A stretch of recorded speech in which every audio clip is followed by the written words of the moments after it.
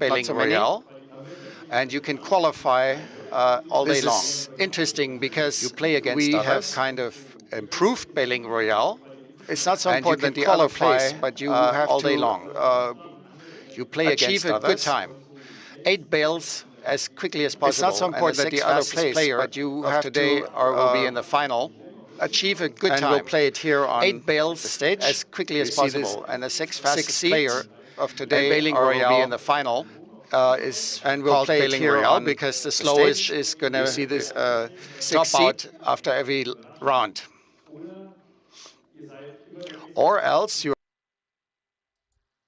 are the best always, and in the final you make a mistake and you're out too. So be focused. There are great prizes. There are noble chairs in blackish color, and a John Deere hoodie for the winner, and other John Deere merch for the other rankings.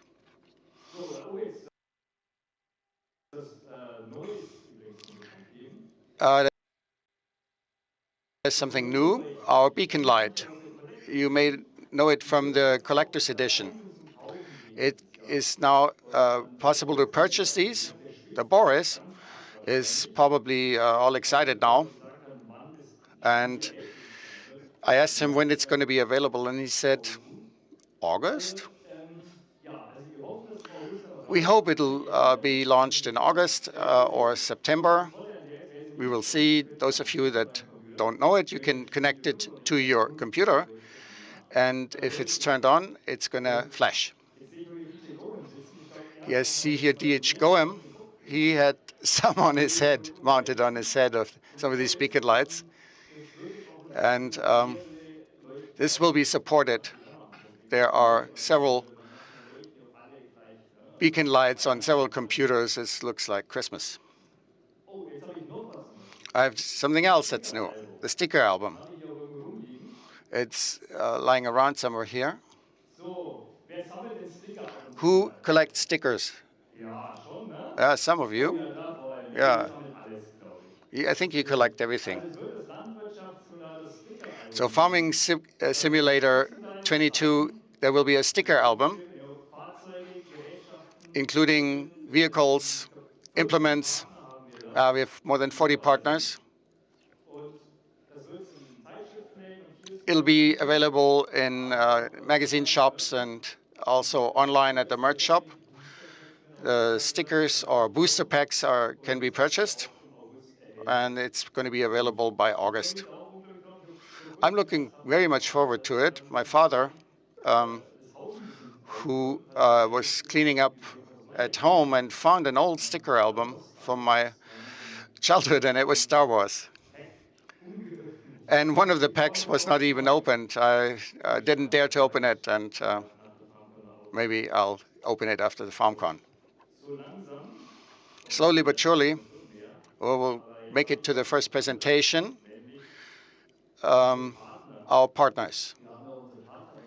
We have a partner program.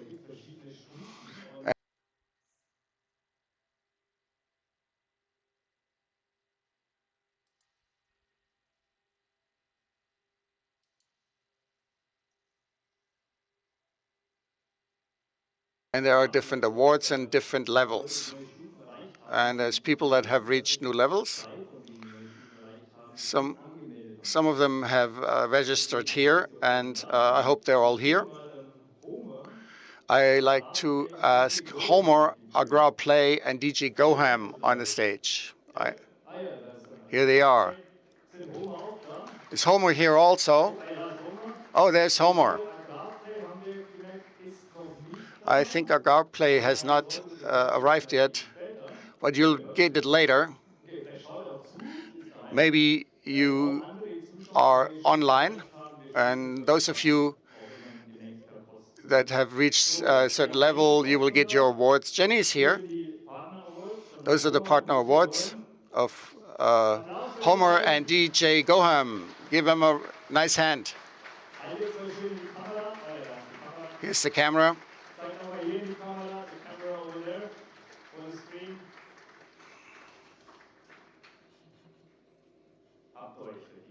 You well deserve that.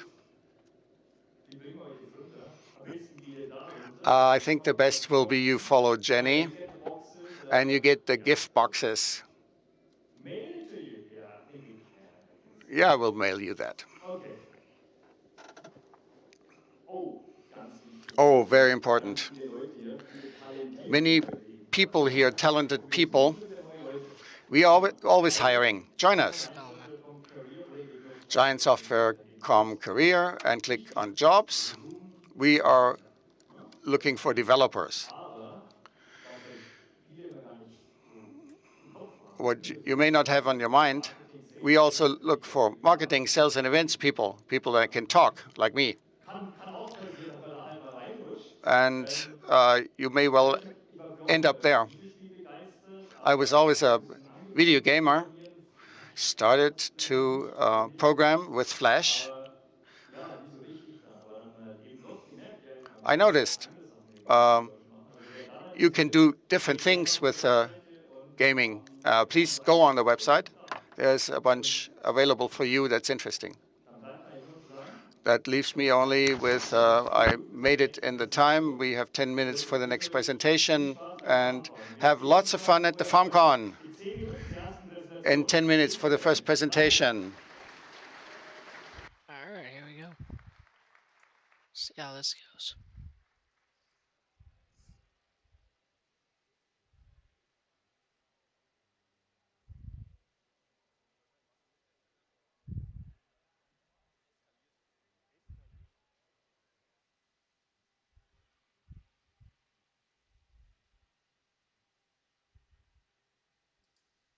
Turned on because Yeah. I got yelled at for not turning it on Yeah. Thursday.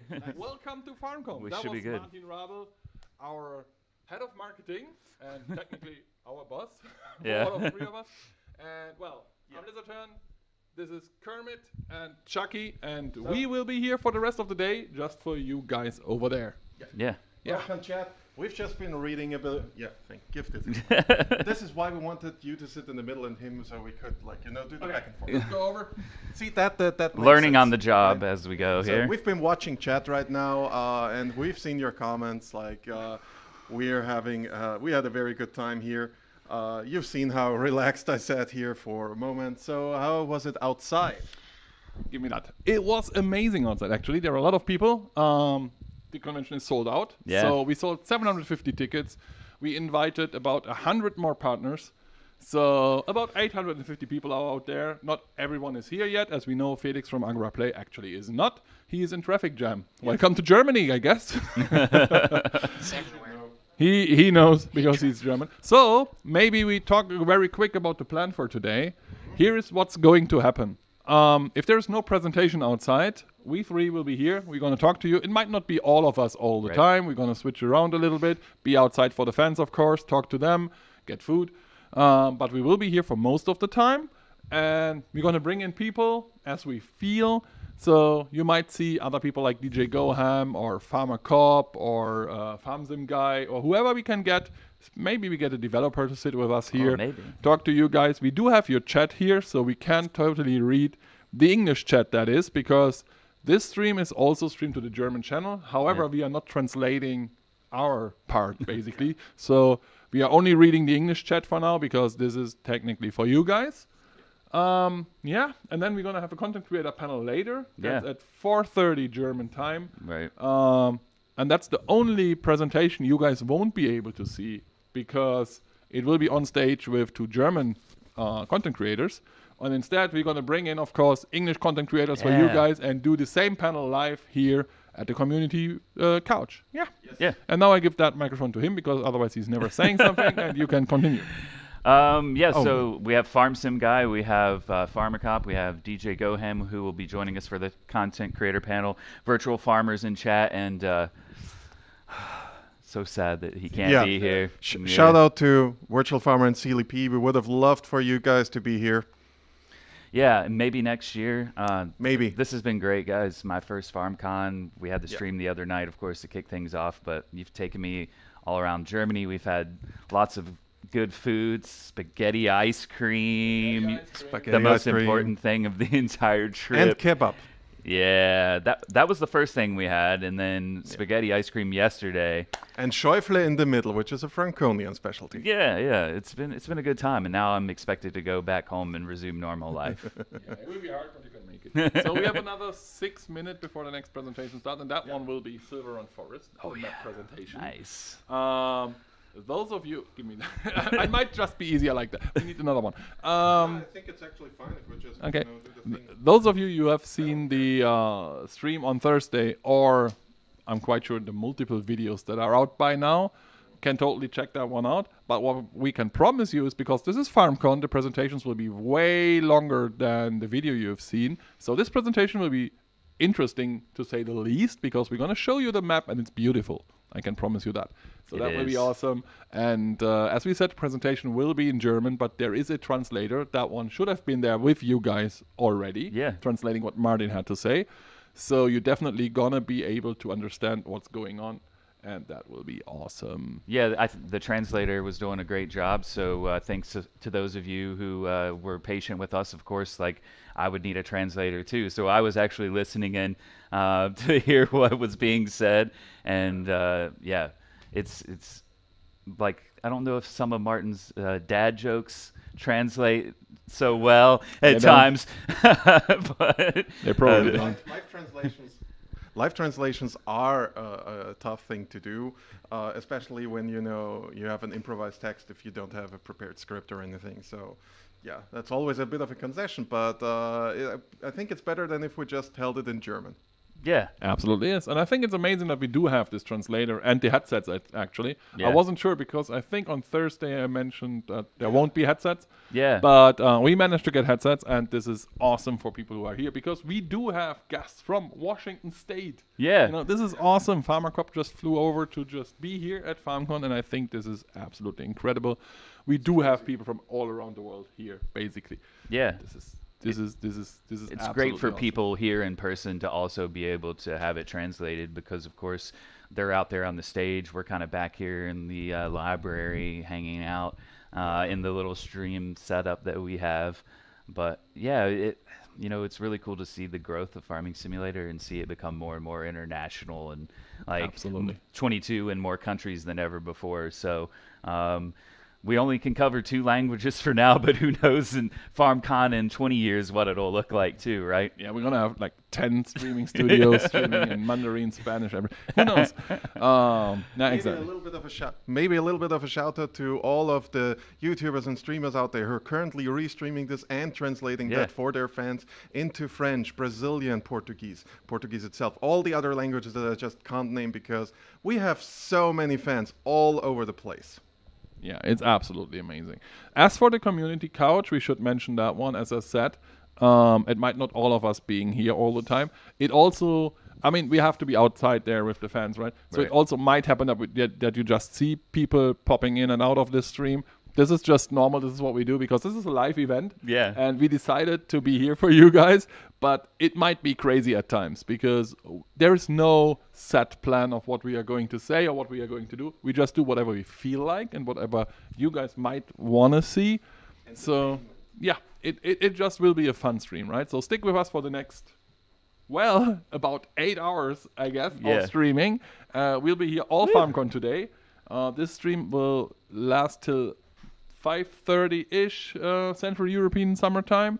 So yeah, as I said, 8 hours we'll be here, and well, we're gonna shut up for the presentations. We promise you that much. But We other got than that- we're showing off the bale stacking challenge as well. We're gonna have a baling royale. That's gonna be fun. Bailing Royale. Bailing royale With cheese. FarmCon 22.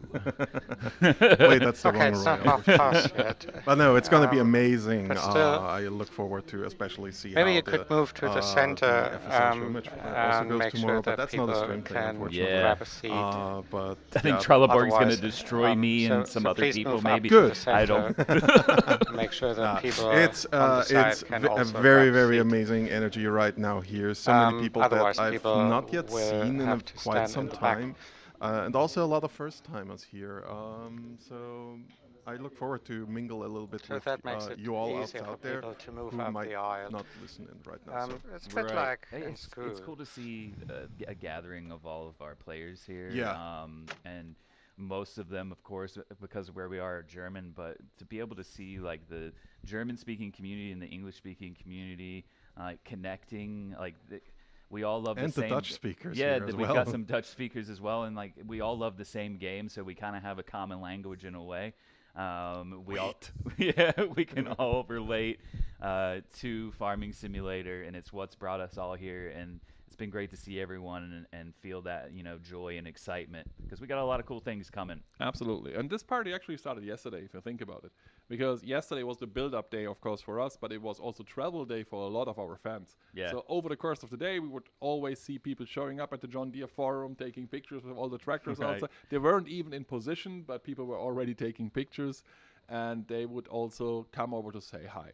And I just got word from my tiny man in the ear that the next presentation is about to start in roughly 15 seconds. Okay. So, we hope you enjoy FarmCon. It will be fun. See you again soon. Enjoy the Silver Run Forest, and we will be back afterwards.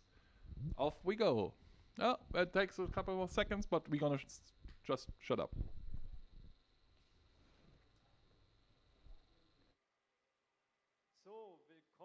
All right, so welcome back.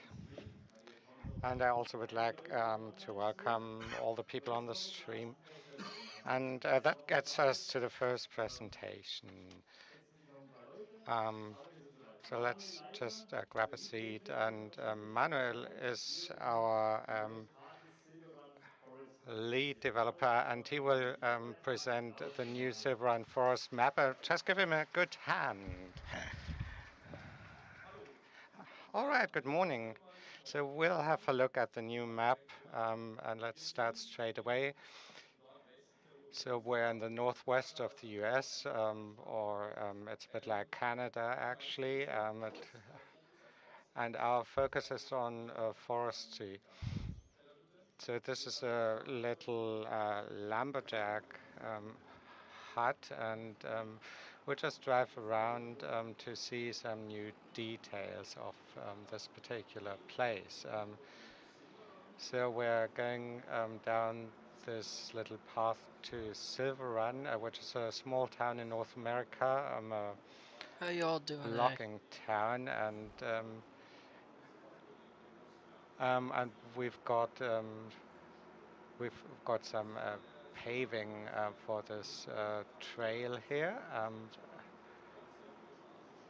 We've got a lot of static pavement stones, and so we've got a dynamic adaptation of the terrain in the game.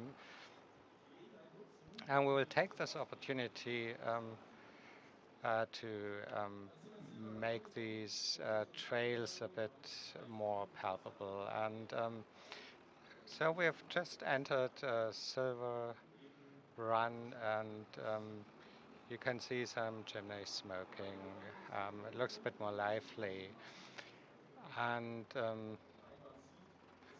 I'm not sure whether you can see it on the screen. We've got some gravel roads. Um, so in the spring and in the summer, we've got some gravel. Um, and it's season controlled, mind you. If the leaves are falling, you will also see some dry leaves on the ground. This whole edition is season controlled, and that brings us to the main road, and we're going down to the big lake. This is quite typical of North America. You've got these large lakes with some boats cruising, and that brings us to another novelty. We've got a shipyard where boats are built or repaired. You can see some new buildings, some timber buildings, just to give you this North American feel and to introduce it to our map. And looking to your left, you've got the big lake where some boats will be cruising later on. Um, and here we've got the new shipyard coming into sight. And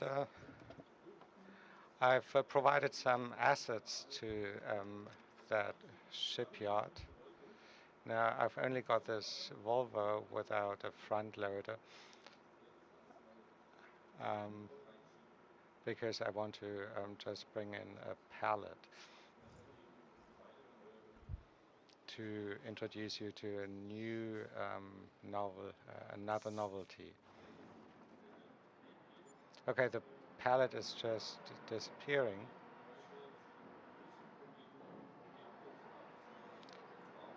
So you are able to build objects in the runtime environment.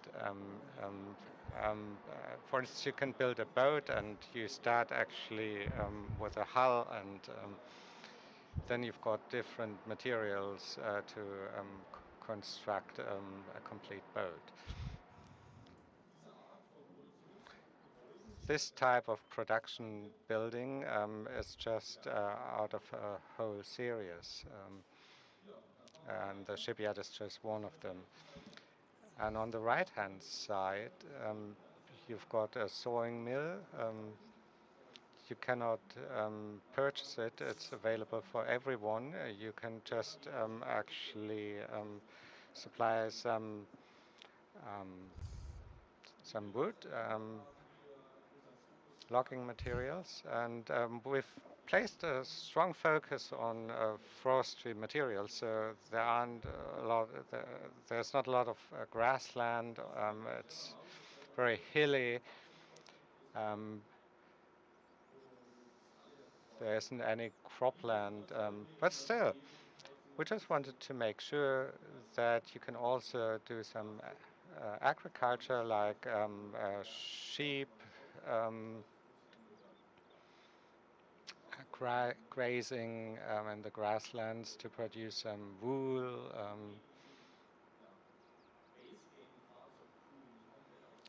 And we just want to make sure that you can also use the base camp vehicle pool, and this is why we've got some fields.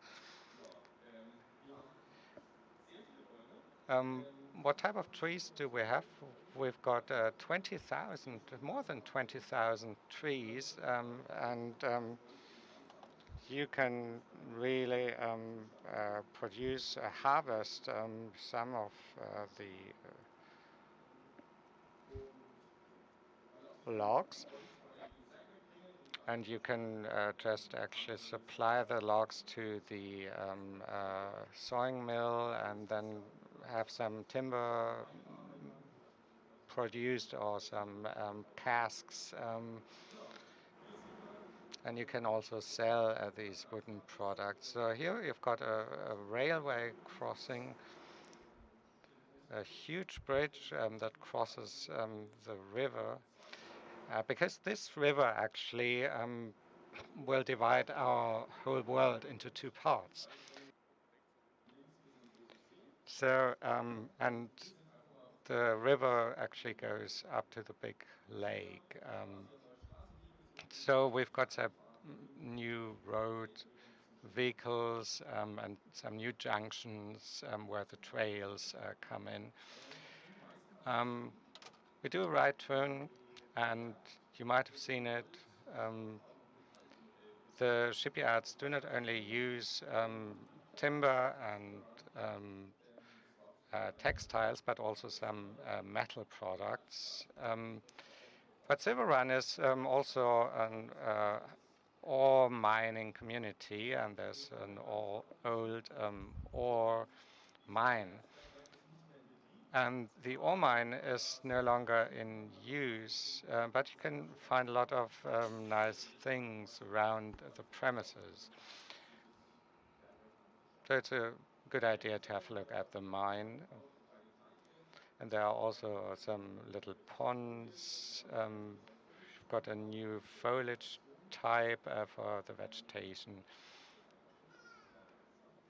So I will just actually pull up on the shoulder. You've got some new water plants, grass types.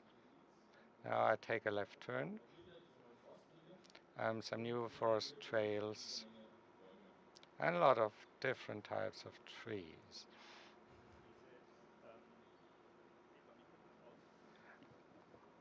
I think my microphone is off. Can you just talk about the little plots? Yes, as we had in the past, we've got the typical farm lands or plots which I can buy and where I can engage in some um, forest harvesting or whatever I want to do. I can also buy some spraying cans to mark the trees. I've got a ready-made set. So that brings us to the old ore mine. You can have a look around and you can find various things. I will just take a little tour along this little gorge. We've got a lot of static rock and boulders, and that enables us to give a different design to the terrain. In the other maps, we've got very few static objects, which makes it easier to adjust the map, but it makes it more difficult for us to just provide a nice design. So we decided to have more static geometry to just actually beef up the optical feel of it. And if you just take a look at this ravine, this little gorge, it looks quite different.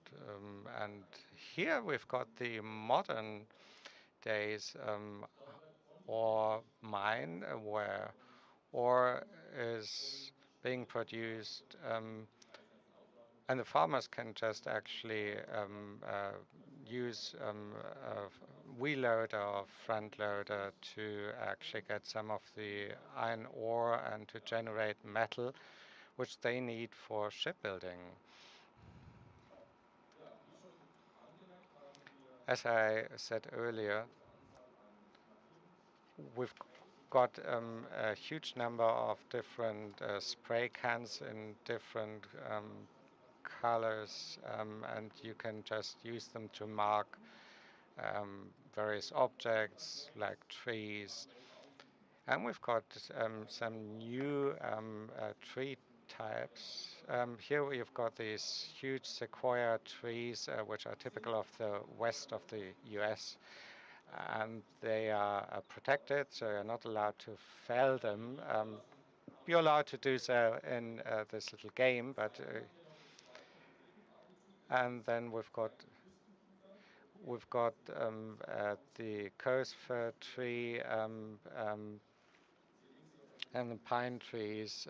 They are all typical of that part of the US, and you've got one of these typical ponds. And we're going up the trail to the upper sawmill. And we've got a deadwood tree, a fourth tree type. And on the basis of that tree type, we can generate some new missions, some deadwood missions.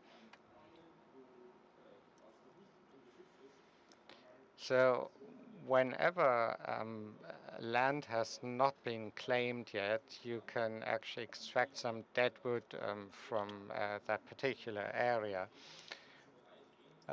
You have to actually find that area on the map and just actually extract the marked deadwood trees.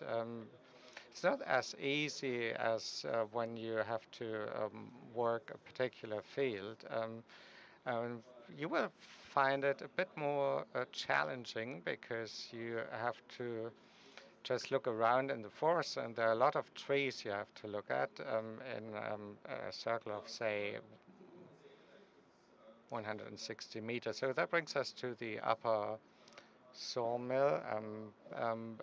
It looks like a typical Canadian site. And what is special about this sawmill is that it's got a lake. And you can actually put the logs into the lake and transport them down stream. And it depends actually on your lumber size, whether you can transport them, and they can be converted into various types of timber. Um, so going back, we will actually see the railway tracks, and you can also cross over to the other maps. On the left-hand side, you've got a little tributary and a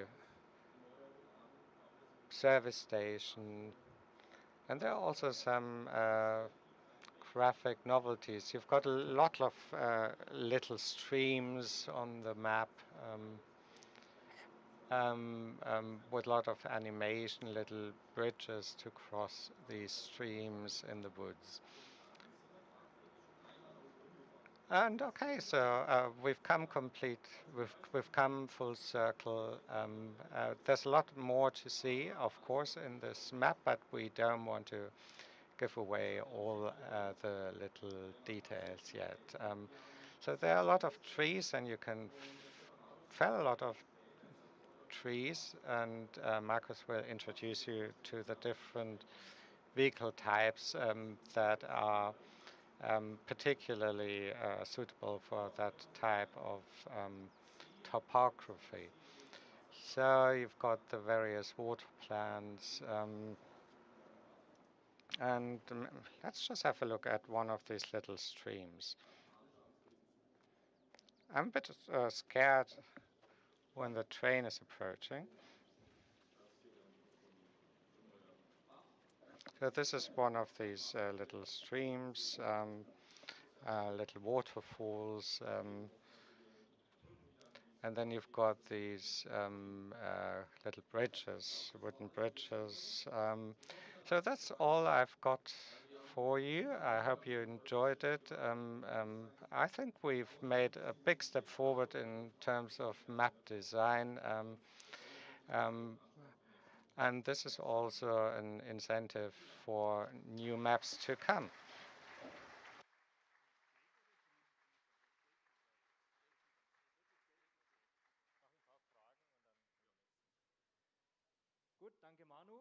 Thank you, Manu.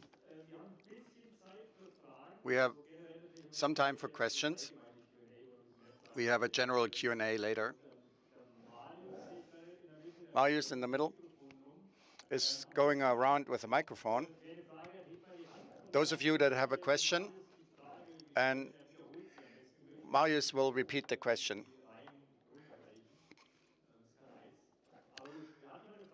Who has a question?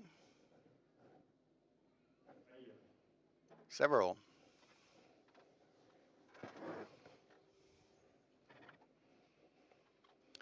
We cannot hear the question here in the interpreter's booth, so yeah.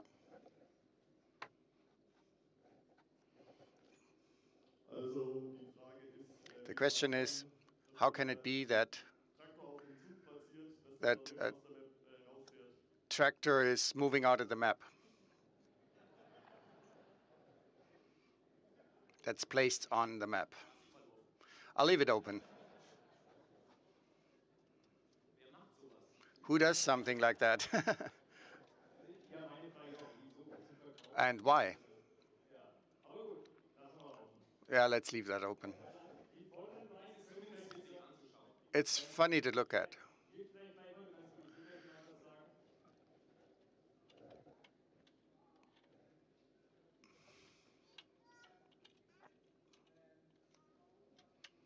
Sorry, I cannot hear the question.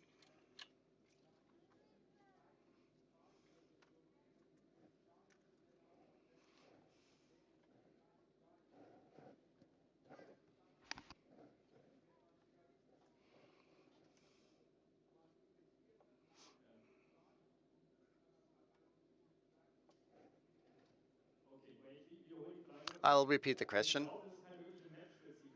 This is not a map-specific question. Please ask the question about the map itself because we will have other topics later. I think we can tackle the question. Why do vehicles, if they're on the map for a while, are damaged? Because it makes it more difficult if they're older and damaged. This is a very conscious gameplay decision. We have the problem that the reality cannot be copied 100%. If I sell wheat, I get 180 euros per pound. And we want you to be able to play. And we need something that compensates for all of that money. We cannot really adjust it and realize it. We don't have resources like subsidies and all of the sustainable thing. Marius, one thing that's important, there's a general Q&A, general questions to the game. Wait until the late afternoon. And now just questions to the presentation, please. Marius is over there. Are there all types of trees as dead wood? No, there's only one dead wood tree because we need it to be able to recognize this tree properly. And we decided to have one dead wood tree.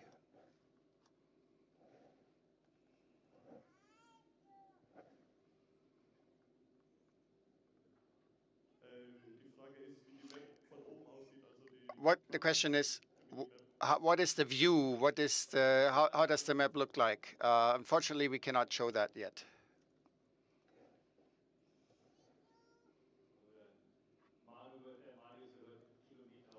Marius will do some miles on his fitness tracker.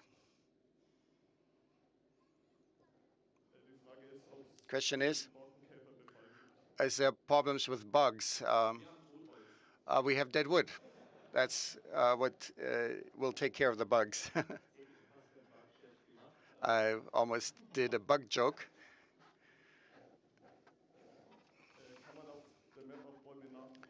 Can trees be replanted on the map? Yes. There are 20,000 trees, significantly more than you can plant on a regular map. We adjusted the code for it to adjust it. We're on working progress. The actual plan is if we start the map, we can plant round about 100 trees and then cut them off. On the consoles, we're limited in terms of memory, and that's why we have to adjust it. You can chop down trees and replant them. We have around about 21,000 trees, space for it, so we can fill them with trees. Can sequoias or mammoth trees also be chopped down? Can they be planted? I think currently no.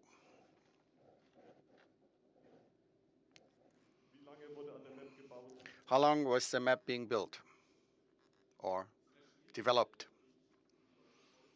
It's difficult because people don't work full time on it. Around about a year, I suppose.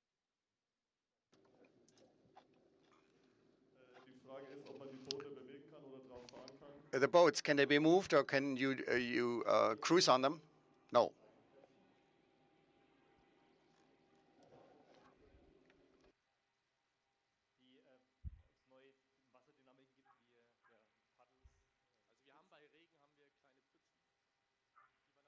When rain, we have small puddles. You see the raindrops in the puddle, but that's more visual and it doesn't have any gameplay effect.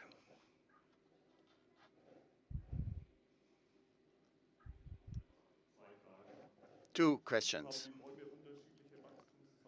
Do the trees have different growth periods? Yes, they do, just like at the base camp. Last question. Marius, select well.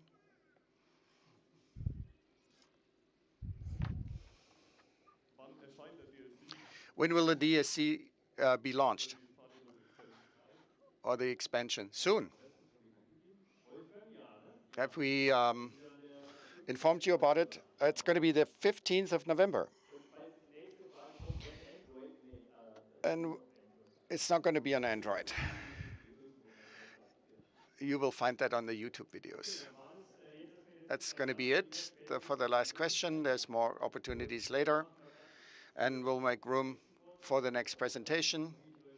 So our comedy people and the streaming can talk about it, and we'll see for character vehicle production with the presenters.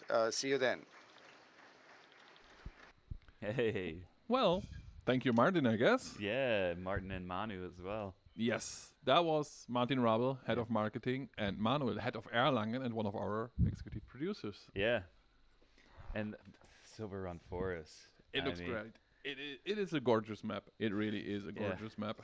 I remember when I got to see it for the first time. It was about a month and a half, 2 months ago, and it's already come like even further in that amount of time. But when I saw that water trickling down that you saw in the In 5 minutes, trailer, the John it Deere just got merch an even shop better look at will kind of open, what to expect from the map. and you Redwood can use it. trees? I mean, come on, that's a huge Yeah, thing. new trees, Yeah, a lot of new Um, optics as well. You're People gonna said that see Mario puddles looks on the like ground he now. was under yeah, You know, stress. it is really Don't worry beautiful. It's about a it. beautiful map, He was and I just think people looking on will the enjoy screen. that very much if they And like he logging always though. looks like You know, that. yeah. if you're not into logging, this might not be the best map for you, honestly, because it's a lot of forest. I think the important thing to think about though is like this is really the first time that we at Giants have had an expansion to logging since it came into the game. It's been 8 years or so. Quite a few years, yeah. Yeah. 8 years should be right. I mean, I'll and take this from you. I know there's players that of course like the logging in our game, but then there's also players that kind of like that play style where you start from nothing. So there are I saw questions. Oh, yeah. Are there fields? There's a few arable There's a fields. few fields. I also already heard people say that one of their plans is going. One of their plans is going to be like making proper field areas, like getting rid of the trees, basically, Yeah. log them, make it all like a nice and flat and clean area, and then plow their own fields there. So that's something you can do. Like it's farming simulator. Do something you enjoy in the game. Yeah, that's most important. And this is a playstyle that I think people like with maps on the Mod Hub like No Man's Land and Western Wilds Yeah. and others that you can go in and basically have a blank canvas, be the Rembrandt of farm sim if you The want Bob to. Ross. The even better. Paint a happy little tree, trees. happy little clouds, happy little fields. Yeah, of course. We don't make mistakes. It's just happy little accidents sometimes. And I think like Lars as well, like you've been, around and seeing the map. There's some special things that people haven't seen that are kind of like an incentive to like play and not just play the map and check it out, but keep playing the map. It gives you like almost something to work Absolutely. towards. It's really cool. There are a couple of things you can do on that map, except for logging and, of course, cultivating your fields. Right. I'm quite sure we haven't shown everything. Yeah. So there are some surprises. Yeah. I think people will enjoy it. And that's something I really like. Map interaction is something that I always thought is a cool thing. Yeah. And that map has a lot of interaction, and of course a lot of cool machinery. I mean, Yeah, a lot of Volvo cool coming. machinery. Yeah, we have a presentation about a lot of things over the course of the day. So if you stick with us, you might see some more really cool things. Yeah. But yeah, no, it is an amazing map. I'm really looking forward to that, and I think pretty too. it is pretty. And I think, as I said, it's an interesting idea to have something completely different coming with Right. Platinum. Even if I know not everyone is into logging, I think we all know that. Right. But it is a part of farming. Yeah. And it is a part that a lot of people, a lot of you guys out there told us we didn't pay enough attention to in the past. Right. So I think having an entire expansion basically taking care of that is a good thing. And some of the things you've seen already, like our team has achieved things that they've never done before too, which is great, right? Like we're always looking to push things forward and innovate. and find Absolutely. new ways to do things. This is, I kind of look at this also as maybe the first expansion of production chains, because you're going to have some new production chains that you've kind of seen a teaser of, but we haven't shown you exactly what they all are going to look Yeah, like. you can build a boat. Yeah, yeah, you've seen that, of course. And there's so many other cool things that farm sim players, when they get into a map, they want to have some longevity, some reason to like keep going. And I definitely think this map has that. Absolutely does. Absolutely does. Yeah, I'm quite sure people will enjoy it. for sure. And like even once we have shown everything when it's out that we wanted to show, you might still find a few things. So Right. we're looking forward to what you all are going to find in the woods. Oh, okay. Nice. Is it you? No, Yes, it's me. It's I, me in a furry costume. I just hope not. Yeah, well, other than that, it's FarmCon. It is crowded out there. I mean, you Yeah. guys have been out there with me. It is. It is. I'm not sure all 800 people have showed up, but at least 750 are I there. mean, this venue, it looks really filled out well. I mean, most of the chairs are kind of take up. People are spread out to the back. People are out getting some food already at the food trucks. Yeah, the food I trucks are open. We're just getting Luckily. started. We are just getting started. This FarmCon is about to last for a couple more hours, and I think that is amazing. I'm really looking forward to that. At 11, we gonna have. Actually, it is 11. Yeah, So soon. now we're gonna have the presentation about character And vehicles, and yeah. vehicles. Yeah, I So think this, Stefan Marus is giving this one, yeah. yes. So Uh, it is a little bit more into development of the right. game, really. And afterwards, yeah, we're gonna be over with you guys again. I think we're gonna head into the long break then, when we will be with you for like an hour. Cool. Enjoy, have fun, and we talk to you afterwards. So, hello everyone. I hope you're all doing good and having a great time at FarmCon 22. Today, I'm really excited to be here and speak about vehicle production for Farming Simulator and give you a glimpse of some of our vehicle creation processes. My name is Siddhant Patni. I work as a 3D vehicle specialist at Giant Software since 2018. I've been working as a 3D artist for more than 14 years now on a wide variety of games. Before we start our journey, let me introduce you to your co-passengers, the This vehicles guy's gotta turn created up in his Farming mic. Simulator. Established in the year 2018, Giant Software in Brno, Czech Republic is the home to the vehicle art team. It has grown from 4 to now 25 artists in a span of 4 years. We also work with our network of external contributors to help us deliver these to you. The team has majorly contributed upon the last two releases of the franchise, with Farming Simulator 19 and Farming Simulator 22. Along with that, your favorite additional content such as Kubota DLC, Alpine DLC, Platinum expansion, and much more to come. So with that said, let's start with our ride. It's going to be a bit adventurous. Let me start with asking you a question. You want to start your car, but what if it doesn't work? It has missing parts. Can you still run it? Well, let's find out. When we start with creation of a game asset, the most important part for us is to have accurate references of real-life machines. We, as artists, love manufacturers who could provide us with accurate CAD data when we need there. CAD references are a representation of real-life machine into 3D space. It is often the most complete form of references that we can get to start with our creation journey. Sounds easy, right? Well, definitely it's easier for using CAD references as base for creation of the machine, but there are some challenges that comes along with them. To operate CAD data is very heavy and it's a number one challenge for us to recreate the machine. Also, at times, there are many parts that are missing, so it's still a challenge to create a machine using the CAD references. The second set of references we get as a starting point are 3D scans of the real-life machine. At first, it looks awesome. Sometimes I even dream about putting it directly to the game. But the closer you look, the trickier it gets. We mainly use the 3D scans of the real-life machine to define the proportions of the 3D vehicle. But the creation is majorly dependent on the image references that we also use to create those 3D scans itself.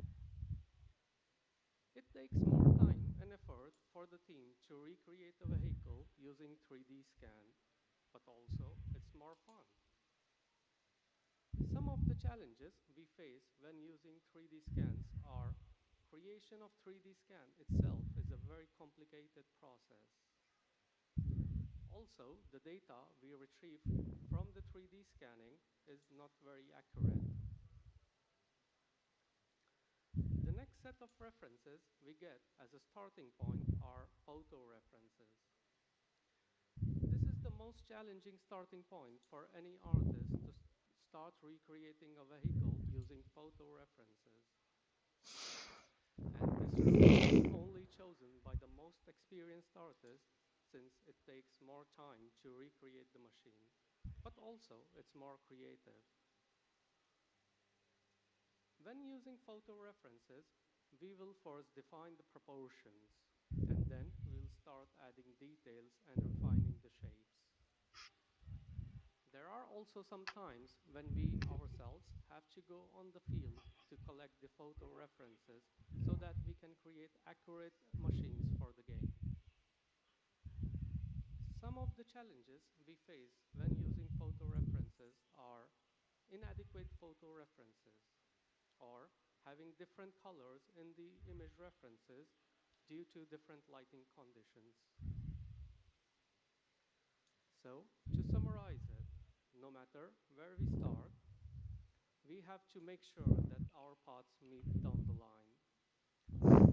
Like from the previous example, we started from the CAD references, another one from 3D scans, and the last one from image references. But it is our responsibility to make sure that all of these meshes created are consistent in quality and does well in the game. So now we have something that looks like a vehicle, but we are not there yet. There are several phases involved in creation of a 3D game asset. From the mesh stage, we move to the UV stage. UV unwrapping is a process of cutting down the 3D surface into 2D space to project an image texture on it. I know, it sounds complicated, right? Let me simplify it a bit. Imagine the tractor on the screen is made up of different paper planes or different paper shapes. You take all those shapes, put them flat on the ground to add color to them. As in the big image, you can see those green paper planes are laid flat on the ground so that we could color the tractor.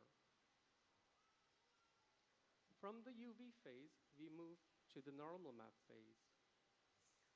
To simplify, normal map is an image texture that we use as a layer on our meshes to add more details to it. Let's look at an example. As you can see, we have a mesh ready with UV phase. It looks like a wheel, but it could look better, right? We add normal map as an image texture on that wheel, so it starts to look more detailed and more realistic as you can see in the image. Finally, to the final.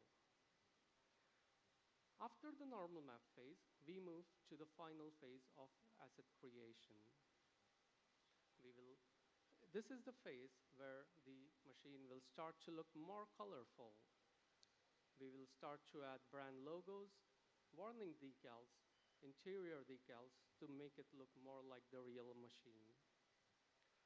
At this point, we also create additional textures like ambient occlusion and additional mask textures that we'll require later. Wait, did I just say additional textures? Didn't we reach the final already? Well, yes and no. I can explain. We have a game vehicle that is created in a 3D software, but it still requires additional work to take it from the 3D software to the game. This is what we call as pre-integration. It is a bit of technical process, but to simplify it, we take the 3D model, add a bit of magic to it so it starts to look more real. It is where the metals will start to shine, the glass will start to look more like glass, the seat starts to look more comfortable, and the light starts to glow. It is now when we can actually start Und die calling leuchten. it a tractor for farming simulator.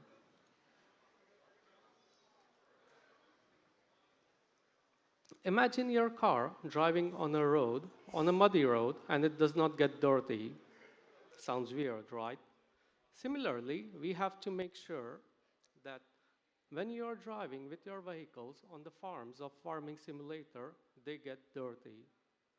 We will add a bit of mud.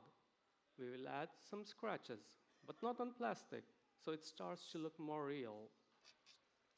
There is an example of our graph that shows the process of creating these realistic elements for our machine. At this point, we take some rest on the back seat and hand over the steering wheel to the integration team. Our integration team are the specialists who will make the vehicle work. They will add mechanics, physics, animations, wheels, and additional functionalities as you can see here. They are the magicians who will implement various configurations in our game. Simultaneously, our sound team will make sure that the tractors roar when they are started. For integrating different kinds of machine in the game is a very complicated and technical process. But simply said, our integrators put the soul in the machine and bring them to life.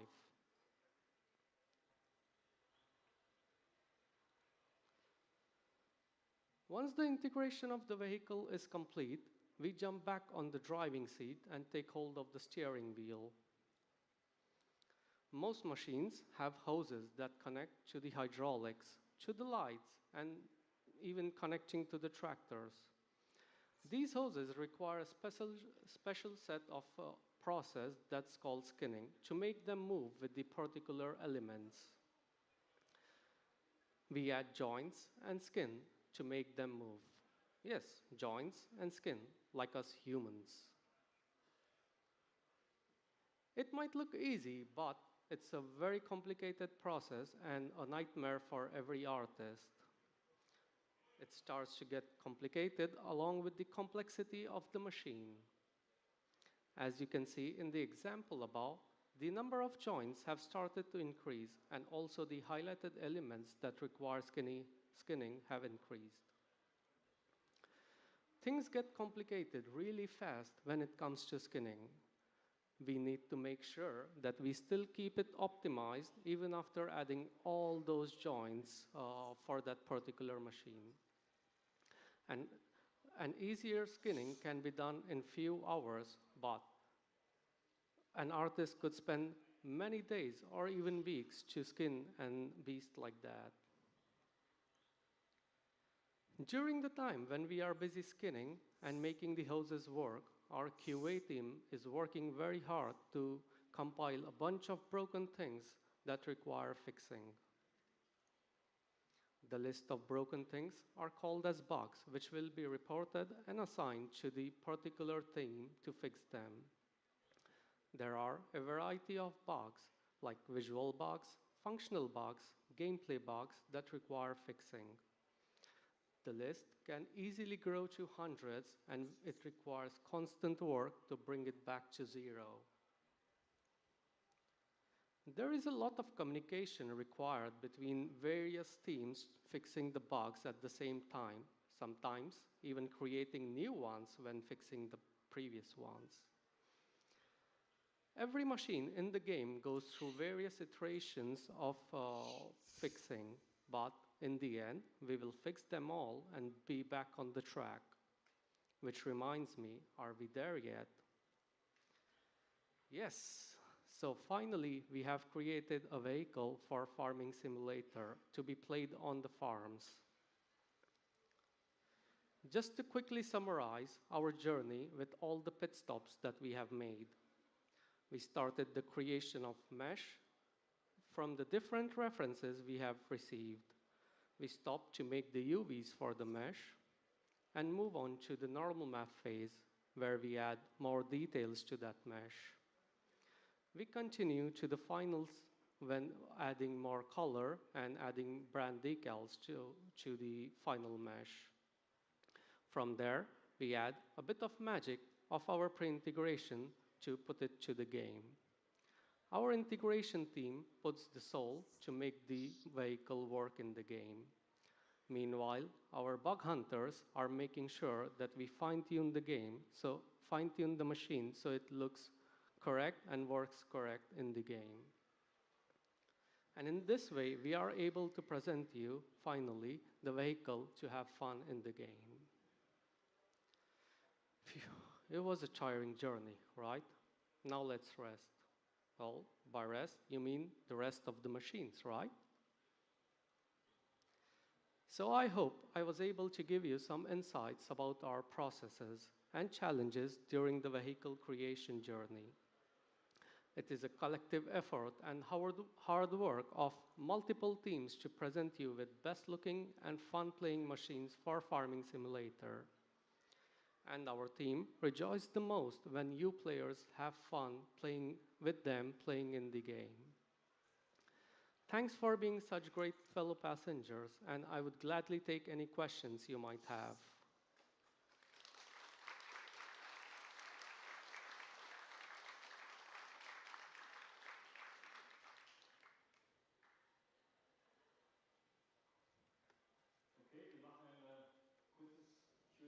Okay, we'll have a short Q&A before we take the next presentation. Do you have any questions related to this particular presentation? Question was, do you use JUnit for testing, I think? Sorry, please. The question was if you're using JUnit for testing. Oh, sorry, I'm not really testing myself. I'm creating the machine, but I'm not sure what the tester uses. Manu over there is shaking his head, so we don't know. Yeah, it's a different team who does that. The question is, how many hours do you need per vehicle? Oh, it can go into days and months for creation of a machine.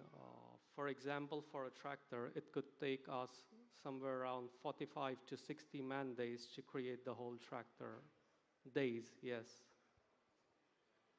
It's really collaborative work and hard work of all our teams to create it.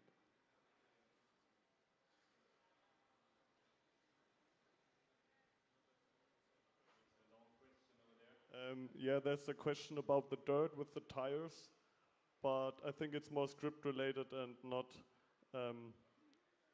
art related. So it's a decision made by us programmers, and the question is why it's separate from the vehicle. And yeah, I think it's just a design decision by us. Yeah, maybe there is also another thing to it. Because we want to keep the game optimized, we can share the tires with different machines so that we keep the game optimized. So yeah, that's the reason we keep it separate.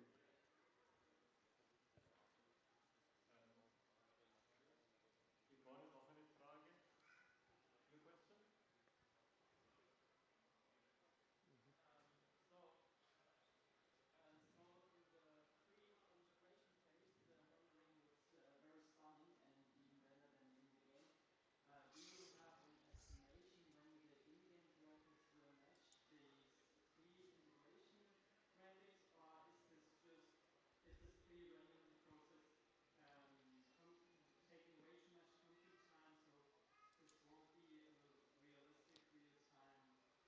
That's exactly the answer for it, but we are constantly trying to improve the lighting and the shaders in our game itself. So I hope very soon we'll reach that point as well. So I got one more question here. It was if the wear system, like vehicles getting torn down and you see the metal, if this can also be applied to other materials like leather or cloth. So usually in real life, the leather will not have any kind of scratch, right? In like the metal shown behind it. But we are always trying to improvise our look of every single material, and we will try to also integrate these kind of things in our vehicle.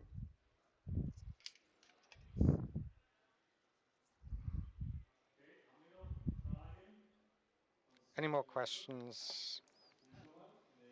Okay, so we'll get our next presenter on stage. Okay, we have time for one more question or two. No, everyone happy? Oh, last one, Marcus.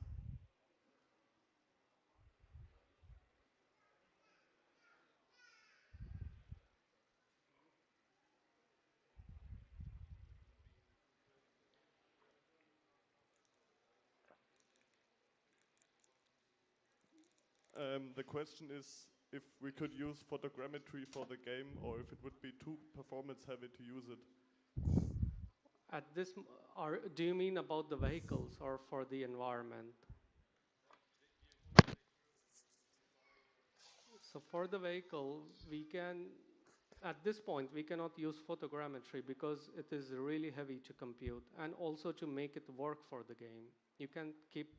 We can use photogrammetry for something static, but to take it from there, it requires a lot of work and it's not really possible with the photogrammetry at this particular time. Okay. Well then, Okay, so thank you. thank you very much and enjoy FarmCon. Thank you. That's just a crazy process, man. Damn. Gotta give props to the people that mod. It's insane.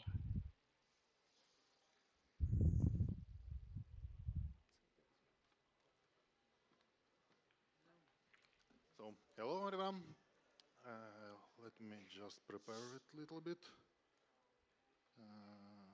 Huh. Oh.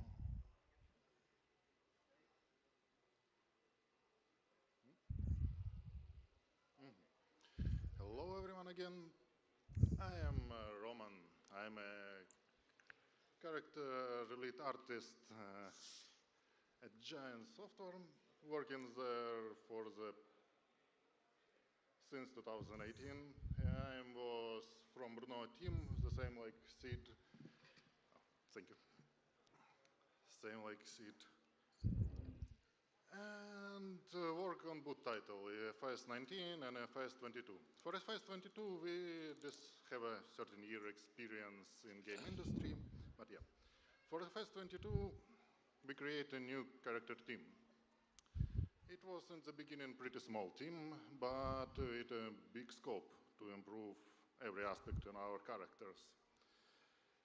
So, we have created team with a nice, cool and real cool digital artists, sculptors, technical animator and animator to just create new character system and improve it in every aspect.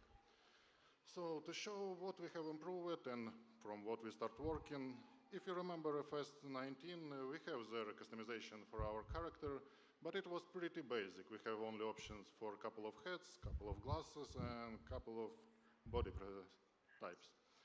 For the new game, we want to improve it in every aspect, from heads, from accessories, our library of cloth. So we started making it. And one of the improvements we want to make it, it's change from regular sculpting character by artist. It was before made it all by hand to more realistic representation because character have, human character have a lot of details what artists need to understand about anatomy, pores, and other stuff, what it's pretty hard to learn. An easy way how to make it nice looking and better, yeah, use 3D scans. So we start using 3D scanned heads and use photogrammetry method to take them. It's collecting a lot of photo from one record, shoot it one together, and from the results of them, we managed to have our 3D scanned heads. What was not really quality at the beginning, because I was on previous presentations, its own 3D scanned version have some problems. For example, it was not symmetrical, it has cover on the hair, so these steps also need to be cleaned up. And our digital artists start working in them on our sculpting software to add more detailization, fix the bugs, clipping stuff, and make it nice looking head. And from this nice looking head, we go to our low poly stage and integration in game, when we create our low poly model and bake all information from resulted to our head. Next step, if we improve, if we start making realistic heads, we need to make realistic cloth also. And sculpting cloth, it's also pretty difficult because we have different physical property for cloth, and it need to be also be included in idea. So easy way how to make correct physical cloth is just make physical simulation of this cloth. And we start using physical simulation software to create pattern of our cloth and simulate it on top of our body. That's the reason you can see on the top of the you can see on the top of the picture it's simulated model from what we started. It has lower down hands, and this lowering down because it's all physics simulation. And if it will be raised how we use it in game, all simulation will just drop the folds down. So we need in the beginning simulate it how it correctly standing. Then we again sending this mesh to sculpting. Like with heads, we need to clean up this because after simulation it still need to additional details, more like we have, and just clean up in stage with adding pockets and other stuff what was not in simulation.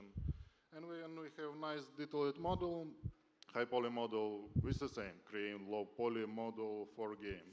And when we finally create some low resolution, we bake all the information and go to step pre-integration, where we also have to do some steps so it works nicely together with other pieces like gloves, shoes, different pens, different variation of cloth.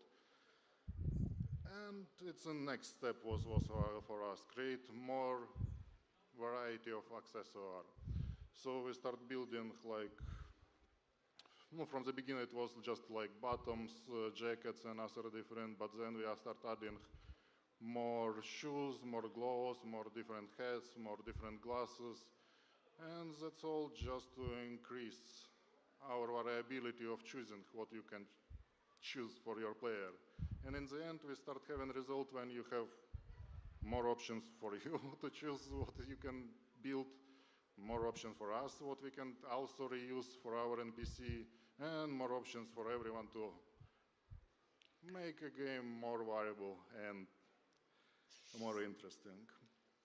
And we continue improving our outfit pipeline. If you check for our last updates, we continue adding brand clothes and continue increase our library with new updates. And besides the animal, one of the important stuff for us in new development was, besides the player character, one of the important stuff for us, it was animal. And to improve quality because it's farming and we need to have a nice, beautiful animal for our farm. One of the steps to improve it from visual side, it was adding fur layer for animal. Before it was low poly geometry and it has just so sharper edge around it, and it was not giving our realistic feeling. So we add a couple of additional layers of fur. It was mostly made by polygons and alpha transparent texture on top, and result was nice. And also, to addition to this nice result, we add a translucent shader, what can give light go through this fur, and you can see this glowing effect on the side. And result how it was before and now you can see on this screen when we have without fur, old model style, and with fur, what break in silhouette and add more variety and more liveliness to this. And with other animal, we want to have the same pipeline, but some animal has less fur. For example, cow. With cow, we try to improve maximum its our texture, but we also want to use some additional fur and hair on our cows. So we add additional places like mustaches on the face, on here area, hair, top of the head, just also to a little bit break the silhouette and make it not so soft and rounded. The same was for other animal also, like if it was chicken or we want to improve feather also to make it work nicely in silhouette. And with this with all this addition, we improve our visual for our animals. But besides the visual representation animal, other part what's also important, it's make nice animation to make this nice animal look more alive. And we spend a lot of time to create improving natural movement around the area, different type of speed, different type of turning, to make it more fluent and blending not so and blending nice without visible distractions. So it was one of the improvement of animation. Other improvement for animation, it was adding more variety to animation. We have like different mood for cows. They can sleep different types. They can eat food different way. They can even walk a different way, just to make more interesting variation, different mood. Also, one of the improvement it was physical animation to some part of the animal. When we have already existing animation of cow running around, we also add a couple of joints to make physics simulation of her belly. And with combining all these steps together, we improve, I think, our visual representation, animation of our cows and animals, and basically how it was done. So that's what I was prepared to show you. We have more to show, but I have small presentation and want to share our experience and what we have through with our new teams, because it was not, it was really,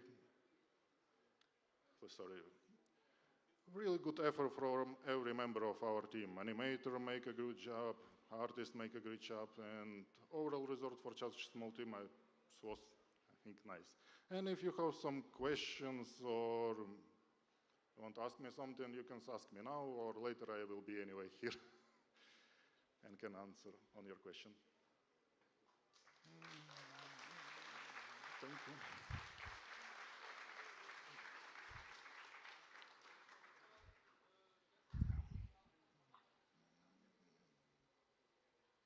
Yep.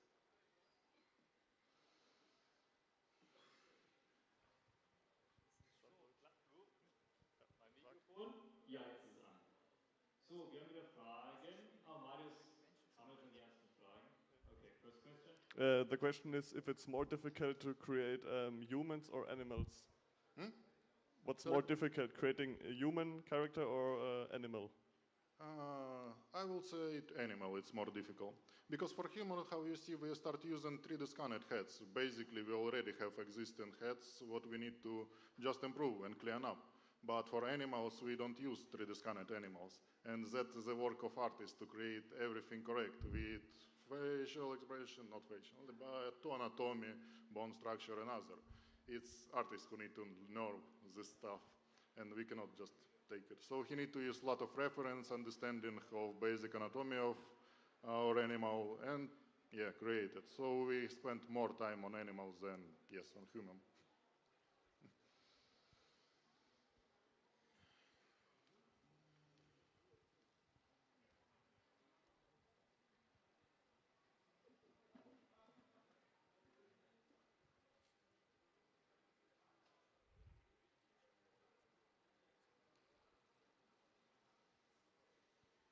The question is why there is a difference between the size of the cow between the last game and current game, like they changed in size. Yeah, we rework like not just animation, but also it was reworked our rig and skin. And because we give to fully new development, it was just changed to new cow. It's not connected to old one.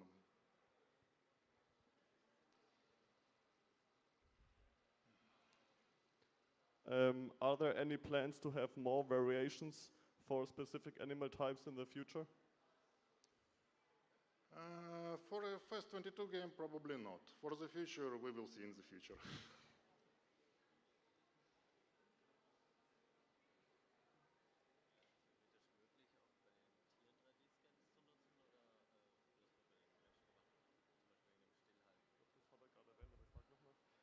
The question is if it would be possible to use 3D scanning for animals as well. Sorry, can you repeat? If it's possible to use 3D scanning as for humans for animals as well. Yeah, it's possible. It's just complicated. Especially find animal, place it in studio, and say, wait a couple of minutes, we need to shoot you. But it's possible. I tried to 3D scan my dog. It started to be look like fluffy with many heads animal. So yeah, it's possible, but it's look terrible.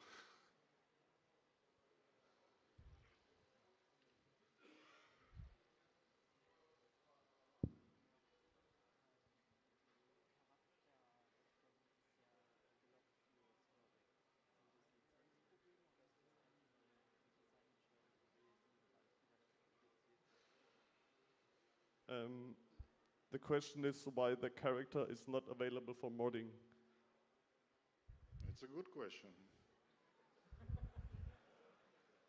We might need to ask someone else for that. I also asked this question to our to my leaders. Maybe Marius knows. I didn't decide that.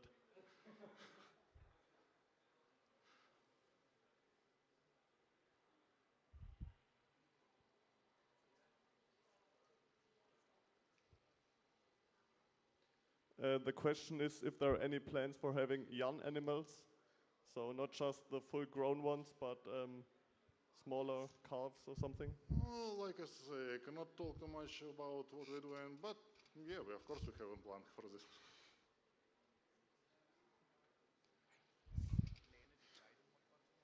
Really weird. Okay, let's do two more. Are there any plans for making the clothing customizable or moddable? Like I say on the previous question, it's a good question. And I'm really be happy to if we give options to our community to change it. But it's we need time on this discussed. You know, you could try ask the question later again in the general Q&A maybe. Maybe there's some people there that know a bit more about when these things are coming and not how. Okay. Yeah. Yeah. And thanks, Roman. Thank you for listening me. Yes. Applaus mal für Roman. Roman Reign.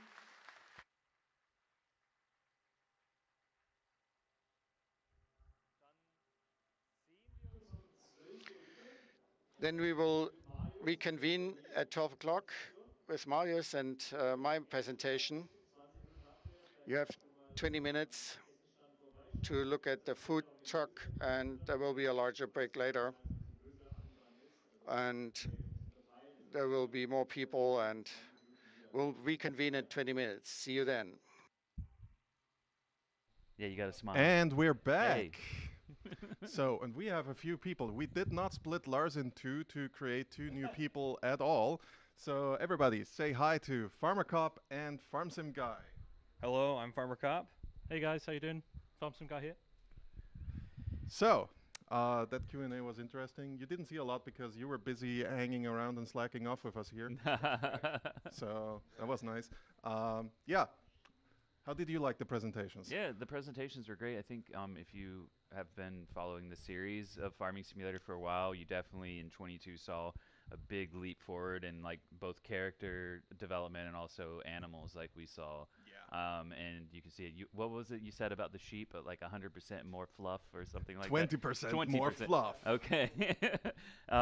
You guys are. What are you guys thinking so far? First FarmCon for both of you, right? Yeah, first FarmCon for me. I think that my favorite presentation so far, and I know we're so early into it, we're not even a quarter of the way through FarmCon, but like my favorite one by far is the Silver Run map tour. Oh, it's or, so like, beautiful, looking at that. isn't it? And you're from Washington State, yeah. so So it's like the Pacific Northwest. Like it really resonates with me. Reminds me of growing up in the Pacific Northwest, and I'm very excited to play on that map and build a boat. I'm gonna build a boat. A lot of boats. You got to build a boat. Boats. Can you hold the microphone? I can. Yeah. Thank you. Yeah, I think same for me. Just Silver Run looks like, you know, with the greatest respect to the other maps other than the base game, I think it's the best work I've seen from you guys so far. The detail, the different textures, the feeling. I mean, these guys, DJ and Farmcon, both said before, we're American, and it feels really American. Which is I mean, Elm Creek I felt like was a good step forward too, but this one is like almost more quintessential, like American in a way, because Pacific Northwest as well is not really a map that you would have thought about for Farming Simulator in the past, but with these leaps forward that we've made with these tree types and the production chains and stuff like that, it's really cool.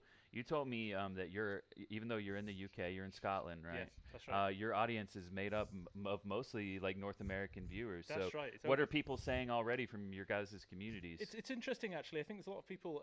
I'd love to see what the chat is like on my Discord and stuff after today, but but I think it's really nice map, and I know there's this kind of debate around, you know, logging versus farming versus are they the same thing, but it's great to see you've got a few fields in there, and you know, who knows, you can clear some of these logs and turn it into more farmland. Exactly. So and that's what's great about the game, isn't it? It's flexibility. It's a silly argument in a way. I get it, but like, I mean, a tree is a plant that grows, and in our game you can harvest it. It may not be the same sort of, like, you know, thing as arable farming, but I mean, it is a very legitimate industry. It's something that we all rely on, and we don't really realize it. Absolutely. And it's the same. This year is wood. Right. Yeah. And right, there's guys doing. Virtual Farmer says hi to you too. Hey, Virtual Farmer, so sorry you couldn't be here, man. Farmer Cop, tell us now a little bit. Like, are your community already talking about Silver Run as well? I think a lot of them are excited, and I think. Well, I mean, and like you said no disrespect to any of the past maps by Giants. I think this is a huge step forward, and I think it's cool. To be fair, no disrespect, especially while you're sitting here. Get the heck out of here. Yeah, exactly. Well, I mean, I've like, it's like watching Giants, and I mean, just like with anything, it's like some game companies I don't think do a good job of this, but Giants does, where it's like I feel like we're always heading in the right direction and we're always progressing forward, where it's like things are getting better and better. I don't feel like the game's ever stepped backwards. The company's growing too, like because of what, like the things that you guys have done as content creators. The game is helping us grow like around the world, and like my job literally exists now because of the growth of the game and how popular it's become in the U.S. And it's interesting to be able to talk to the guys from Trelleborg. If you watch the Farming Simulator League, you know these guys. I got to meet them last night. By the way, they're like celebrities to me. I was super excited because I watch them dominate all the time. But they were curious. They asked me, like, so how popular is Farming Simulator in the U.S.? And I'm like, well, if you compared it like to the amount of people in the entire country compared to Germany, probably more of a higher percent of your population is into the game. But we just have a sheer mass amount of people in the U.S. Right. And it is like our biggest market now, and it's continuing to grow because of the help of guys like yourself getting that content out there in the English language. And I know that we've got some Spanish language content creators out there too that help reach a large portion of North America.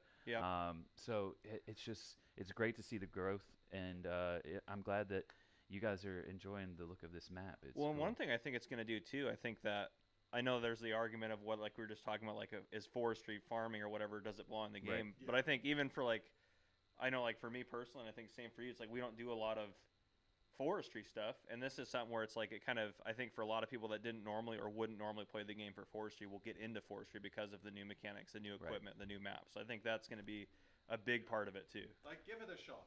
Yeah, exactly. And like, it's like, even if you're not, because I mean, and I've done gameplays before where I'll take a forestry map and I love clearing the land and building a farm from nothing. It's like that's just fun to do. Yeah. But and I know you don't. I'm the same. I was almost. I'm not gonna. scared of forestry because it just made such a mess of it every time I did it. But again, I think the mechanics feel better in 22. Certainly for me, I know it's a debate as well, but I think for sure that map and the new equipment, like you say, of course I'm going to give it a go. Why not? It's. And we've only shown like a very small glimpse of like the new physics and the new implementation of design that our team has achieved for this map. So it's not just another map that is looks different, and slightly improved graphics or whatever. Like the physics have been improved, just the way that you play on the map has been changed slightly. And I do think that people are going to find that even if they don't like logging, there's some incentive in this map to like really get stuck into it and enjoy it for a long period of time. Some of the things we've not even shown you yet. I'm not Leakerton, so sorry, I can't leak anything. I was saying with like, I know people may not think of it this way, like people ask for like new crops and stuff like that, but if you add a new tree into the game, that's a new crop type in a way, which is like there's a lot of new. In a way, I know that a lot of people would argue that's not the right. But you got those big sequoia trees; they're so cool, aren't they? They are very. Those very are so cool. Yeah. Chalky, what do you got to say? You're like, shout into the microphone. Yes. No, sorry. Apologies for everybody whose ears just got destroyed. Personally, I love these big trees. In German, we call them Mammutbaum, which basically means mammoth trees because they're really big trees. Yeah. Mammoths are really big, and that was all the Germans said to that. So they were like, it's a Baum, which is a tree. It's as big as a mammoth, maybe a little bit bigger. Mammutbaum. Yeah, that works. So yeah, nice shout out to a lot of people in chat right now. Also to Ola, who is the creator of Rennebu. So I just see a lot of lovely people here in chat. So we're having a really, really good time right now.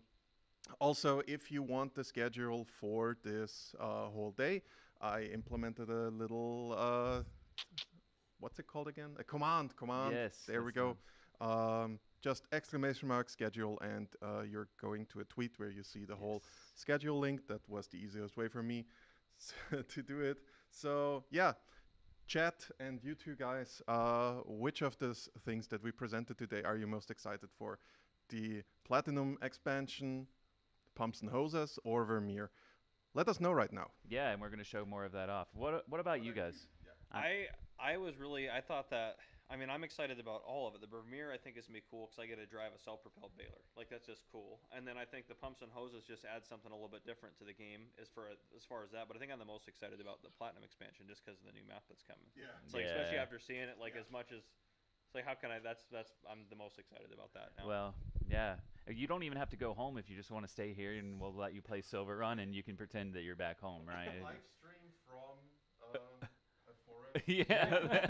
Exactly. For me, obviously Silver Run and exciting, but Pumps and Hoses, I think from a again changing the dynamic of the game and changing the way you can play the game is huge, I think. And I know we had a little chat last night in the bar. And I'm sure I'm not giving something away, but I know that other modders will be able to potentially build slurry tankers and stuff that will integrate with that, which is really good. So yeah, it was awesome because you looked at me and asked that question, and we just happened to have Mr. Marcel sitting there, and he kind of leaned forward and was like, "Allow me," because I get, and Chalky too, and Lars, we get asked questions, of course, by the community, being the community team, about modding and things like that, and sometimes it's like, I don't have that info for you. That's not my department, but I'll try to get it for you.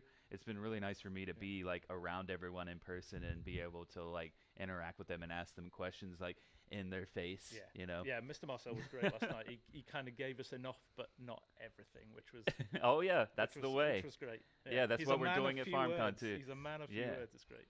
He's so knowledgeable though, as is all of our team. Like we have a really talented group of people that. And the company continues to grow, so we're adding more and more all the time, and like it's really good to have different ideas and combine them together and collaborate. And you guys have talked about this before, right?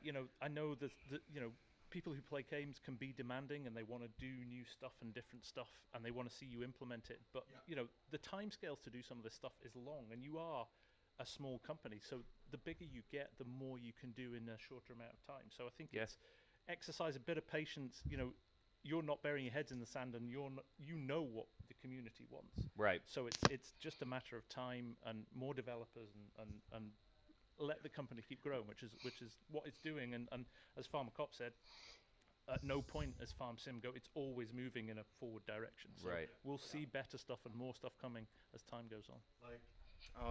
We could certainly grow a lot. Like, I'm pretty sure if we wanted, we could have 200 employees, like double in size, in double in size, triple in size, maybe even open up another studio somewhere. But here's the thing. Would it make sense for us? We're a small company, and one of our CEOs always been of the opinion that we should grow slowly, so we make sure that the people that we hire are also people that we keep. What we don't like, what happens a lot in the games industry is that new game comes out, you hire 200 people just for support, and then it turns out you can manage actually support once the launch phase is over with like 50 people. It means you're firing 150 people, and we don't want to do that. We want to hire for people to stay around, because we also are a little bit like, get to know each other and have a good time. And like Kermit sees that now also in person, which I'm super happy about. And we also have this guy here who just snuck in here. Who let this in? Security. Say hello to everyone. And what up, dudes? Yeah. What are we doing? We're just hanging out. We're talking. What's been your favorite thing so far today? Oh no. Getting to meet everybody. It's been so much fun. We got to meet a bunch of modders. I just got to meet Vector Man. Realismus Modding is here as well. The Alien Paul is here too.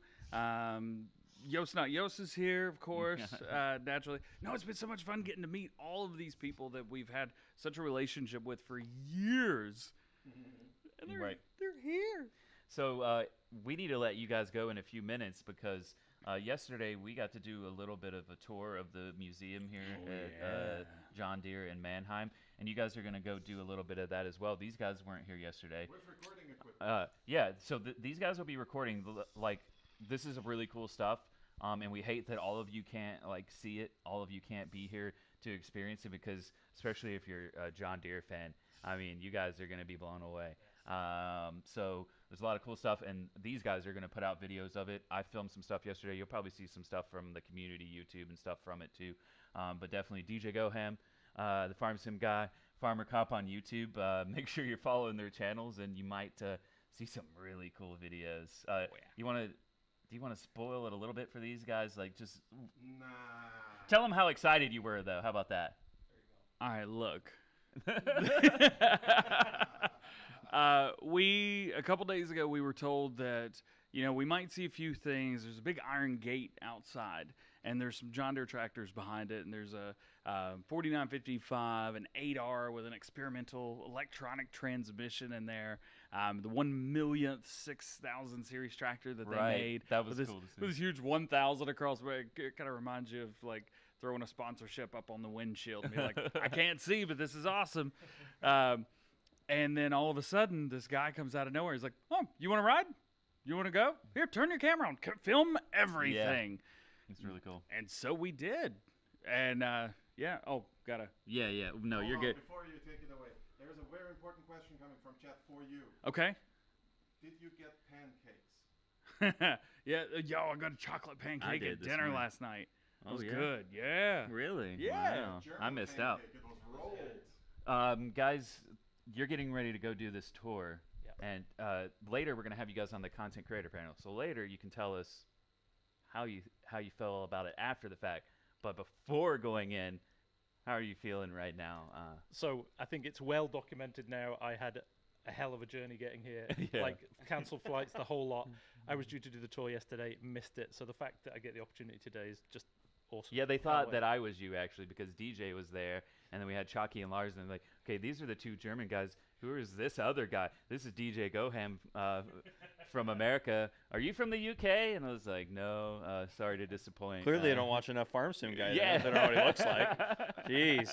Oh, man.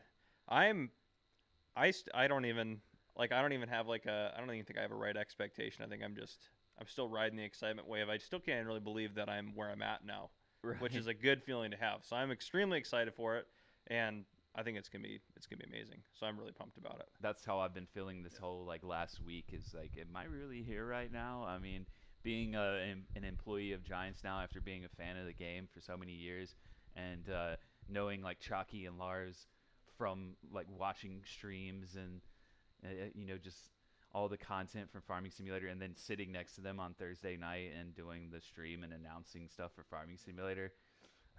There was a little Makes you a the little bit water was teary-eyed. yeah, after the fact I went outside and I was like, wow, like I That can't believe yes, this is this real is life. happening. Yeah. Yeah, like it's amazing. It's also a feeling that never really stops. Like just sitting here and be like, "Yo, here's a few YouTubers, and they're all amazing guys who make cool things for our game." And I get to have the privilege to working with them, and also knowing them. And you can actually always hit me up on Discord or Terminator if you need something. Like we're always happy to have that. And like if you are somebody working on YouTube or Twitch stream or whatever, if you're an influencer and you need some help from us, just feel free to hit us up sometimes. If we're available, we'll let you know, ideally during our official office hours, because I don't, 3 a.m. I can't reply. But at 3 a.m. for him, I can reply almost, yeah. Almost. 9 p.m. Yeah, sometimes. Yeah, Yeah, maybe a little too late, but it's okay. It doesn't stop me from messaging.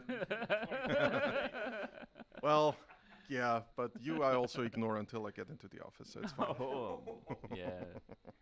I think it's really cool to have content creators here because you guys are also going to be, posting all kinds of content. You guys are always filming.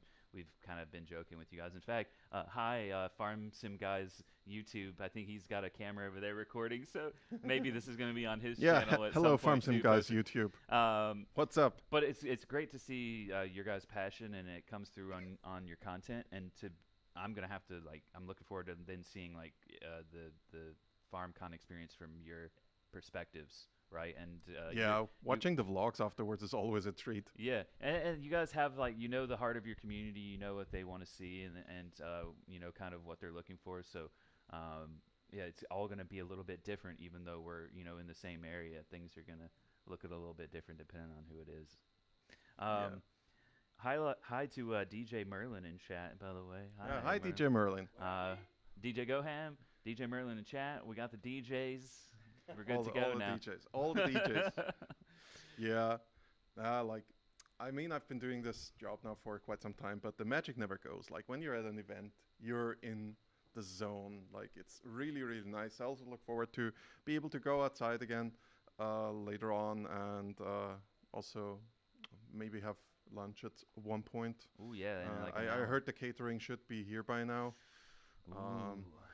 They had a little bit of a issue getting here from what what are we I heard. getting? Do you know? I don't know yet. I know that they have bratwurst because of course we do. We are in Germany. You get bratwurst and you're coming to Germany, period.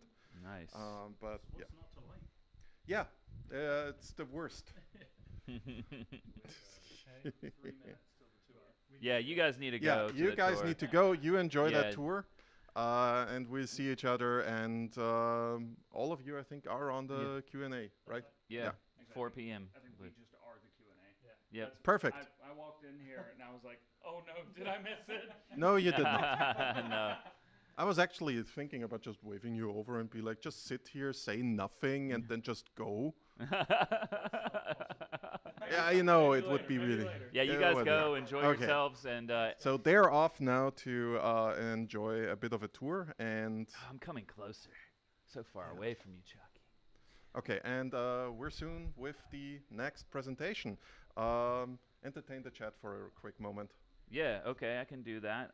So the next presentation, we're going to show our third DLC from the Season Pass. The Vermeer Pack is up next. Yeah, based out of Iowa, so I know this is a big one for my fellow Americans. My fellow Americans out there, Vermeer. My fellow Americans. On my birthday, August 23rd. Yeah. Yeah, I was actually very happy to learn that they're founded in Iowa. Yeah. We weren't sure at first. Yeah. When we Founded talked in about it. Iowa, that self-propelled baler. I mean, It's so beautiful. I mean, come I on. love baling. There's other equipment too, of course, that it's kind of different baling equipment than what you've Yeah. seen. We showed a little bit of it off, but um, I we man, it was fun to put the goodie bags together last night. Like Oh, that was an yeah. experience that I wasn't expecting from like an employee standpoint. So we have goodie bags for everybody here attending in person, and we had like a production line set up. It's a new production chain. We made it an IRL production chain. Yeah, an for assembly Giant line. software. Yeah.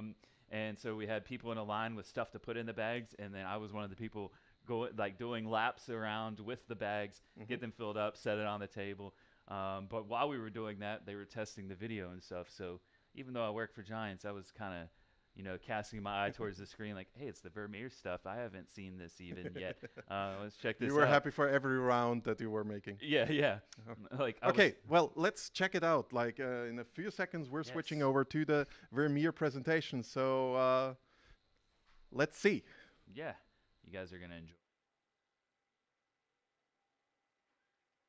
So, mal wieder willkommen zurück. Welcome back. Und wir kommen zum bestgehütetsten Geheimnis. We are now talking about the best kept secret of the day, the Vermeer presentation. You know Marius Hofmann? He helped you with the question. He will introduce the Vermeer pack. Marius, have fun. Ja, danke. Thank you. Das Vermeer Pack umfasst The Vermeer pack includes 5 vehicles. I will introduce them to you individually. Vermeer comes from the US, from Peller, Iowa. Exists since 1948. They also produce forestry and building machinery. They have a large range of products, and we will look at the agricultural segment. The company has a staff of 4,000 employees with sites all over the world. Here is the first vehicle. It's a trailed mower, 1410. Let's walk around so you can have a look at it. And we will see how you can use it and how it functions.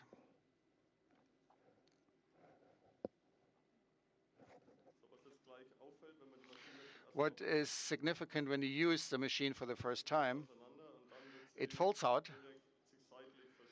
and it will laterally displace. It's a stepless, movable pivot, and the mower is offset behind the mower, trailed behind the mower. It can be adjusted stepless. And if we continue, and let's say we have an obstacle, the drawbar can be used without having to maneuver, without having to change the mode track. That way, That's cool. the mower adjusts, and I can push it back, and the track is clean and straight without a corner. With the drawbar, you have the benefit that if you turn it around, the mower is following the tractor, that there is a right-angled corner, and we don't have to move around the vehicle that draws the mower, and the mower is following the contour nicely. The working width is 6.3 meters, maybe not as large as other combinations. And here it is important that the mower is compact, especially in the folded-in condition. It's under 2 meters wide and 2 meters high, and you can really get to difficult conditions for fields that are covered by branches, for example. The mower is two-part. It's 2 mower bars. They are separated. One is more in the front, one is more in the back. and it has the effect that the mower can adjust nicely to the terrain, and there's no stoppages when mowing. The operation speed is 20 kilometers per hour, and that's quite something.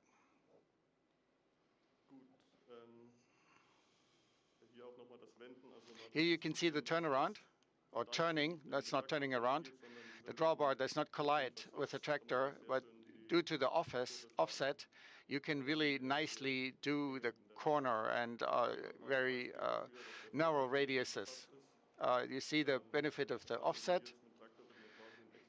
You can really get close to the tree, and that way you can kind of go under it. You don't have any problems and don't damage the tree. And we do the next implement, Vermeer 2800. It's a twin rake, not so commonly used in Europe and Germany, but in the US they're very popular. They have lots of benefits compared to classical circular rakes. It's our farmcon John Deere 5M. You can download it in your mod-up.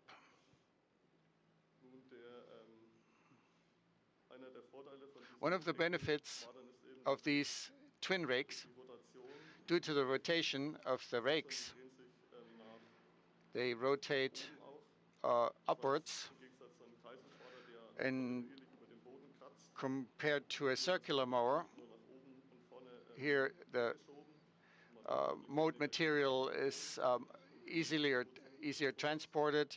It doesn't really contaminate the feed, and the working width is adjustable, and seamlessly you can move the two rakes to the outside, and the rake material is more compact or wider. And in reality, this is relevant to accelerate drying of the grass. If you make a thinner, softer rake material, and which is important later for silages. The operation width is adjustable from 5.8 to 8 meters. As with rakes, quite common. Here the limit is 80 horsepower, so with a more compact tractor, it's easy to operate this twin rake. What is also significant here, there's no waste.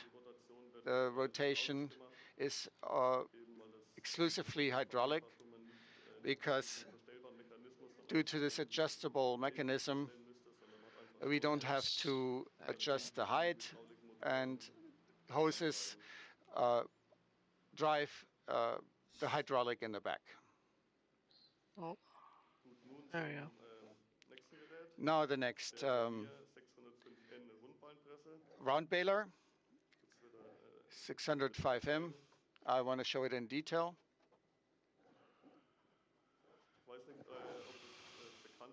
I don't know if you know about that. Vermeer is kind of like the inventor of round balers in the 70s. Gary Vermeer was the founder of their company and one of the first that built such a round baler press. And of course, they stick to that principle, and their balers are very popular. As most presses, they can create several size bales. 125 centimeters is that one, and the other ones are 150 centimeters in diameter and 80 centimeters in diameter. Yeah. Another feature of this round baler press, the baler is fairly close to the press, and when closing the flap, it can be in collide with a bale, and that's why we have included a bale chute, and it moves the bale to the back to make sure that there's no collision between baler and bale, or baling machine and bale.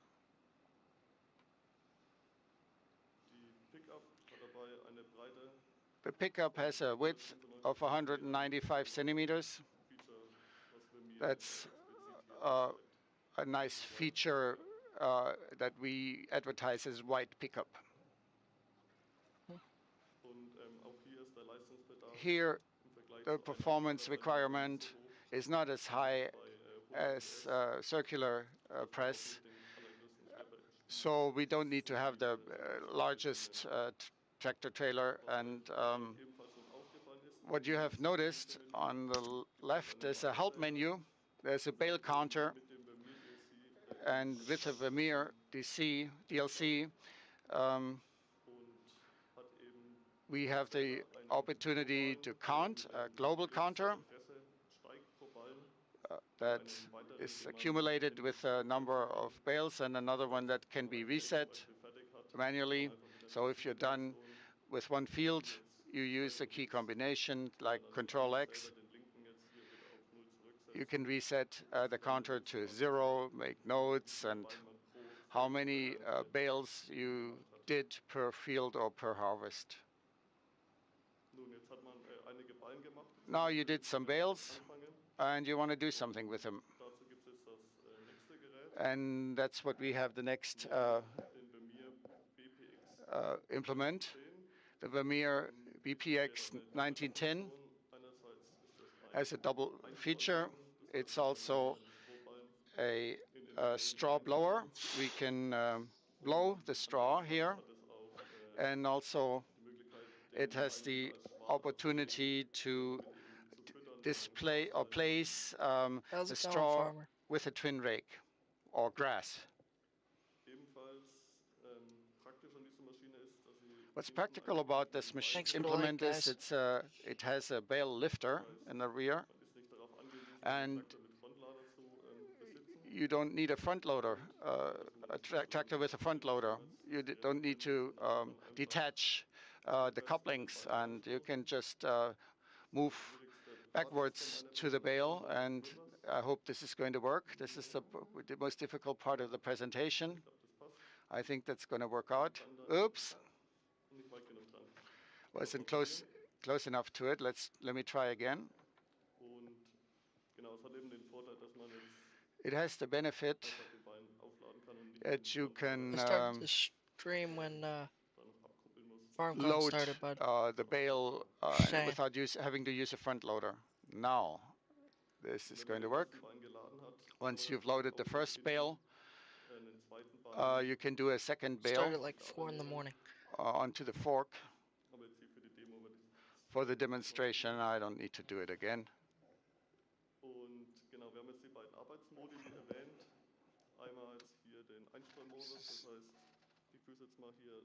So we've got two work modes.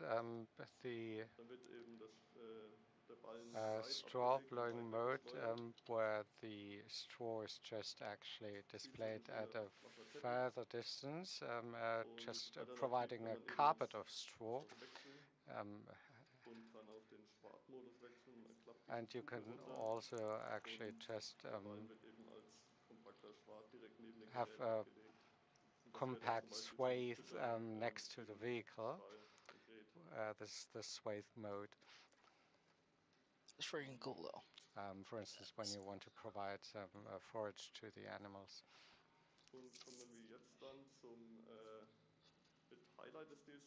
And this brings us to the highlight of this pack. The self-propelled round baler Oh, okay. ZRS 1200, and as you might have seen,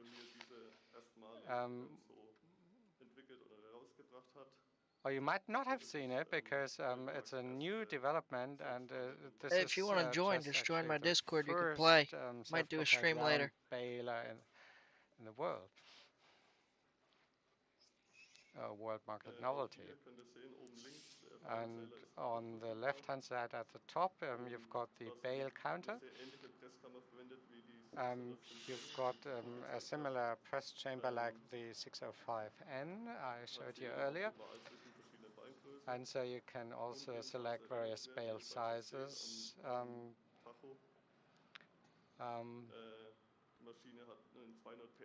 The machine has a 200 HP engine and a top speed of 48 kilometers per hour or 30 miles per hour. And I just prepared this row and we'll start just producing some bales. And you can see the special feature of this bale counter. You can see that the bale counter is available.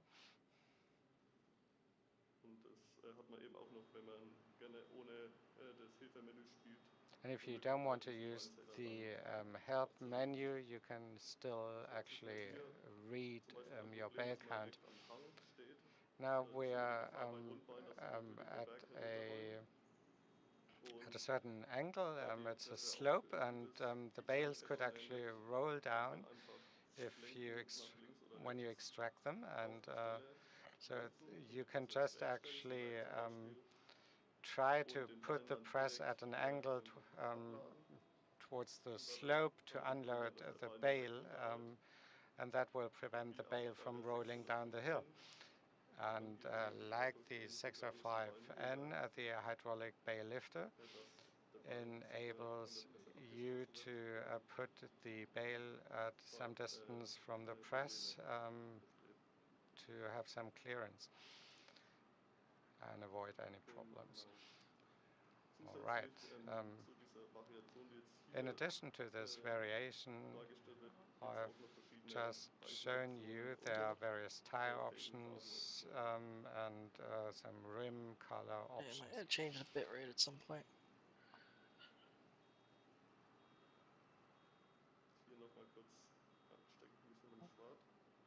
Okay, so I'm getting a bit stuck in this swathe. And I mentioned various bale sizes, including 125, 150, and 180 centimeters.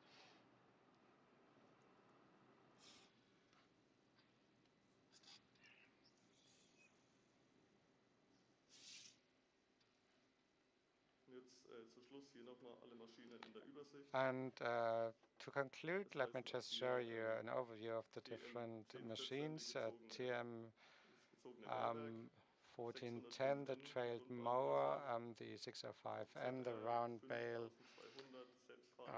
baler, and the self-propelled round baler, and the BPX 9010, which is a bale processor and straw blower. Use the machinery in your games. So much from my side, and now we can have some Q&A and explain some features in more detail. Thank you.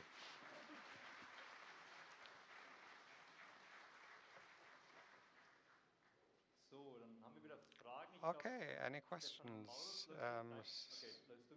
Stefan Maurus is moving around with the mic, and I will just actually take two questions in the front.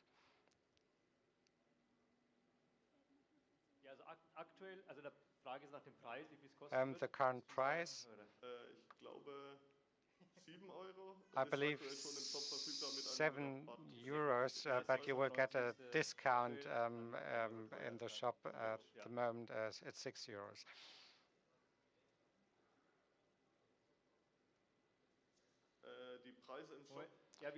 Well, maybe you can just repeat the question for our stream. What will be the price in the shop?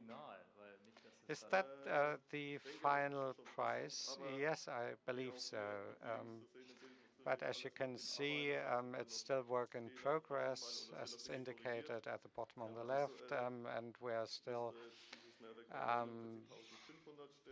doing up some bugs. The round baler will be 65,000. The self-propelled, I didn't note the price.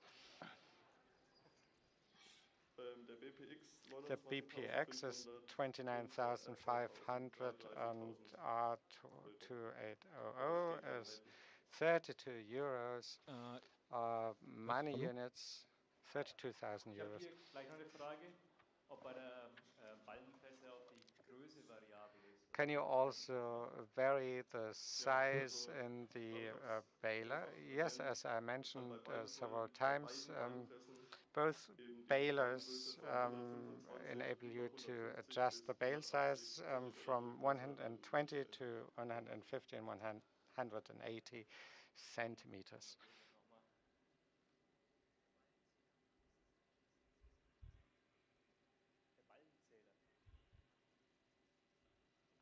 Der Ballenzähler oben, ob The der bale counter, mit reinkommt. will it be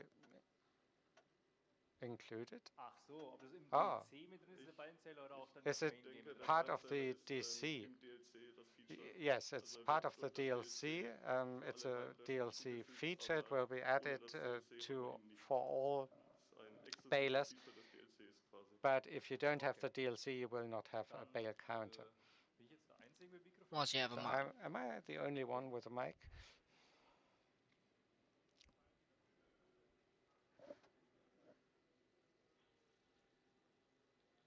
Okay, Ballenwickelkombination, wie sieht es denn The damit aus? Muss man dann auch bale einen wrap Hersteller? combination, for instance, maybe Martin Seidel knows more about. I'm not sure. Martin, wir haben dich als Joker hinten, komm mal vor. Martin, we've got you as a joker. Could you just come on stage, please?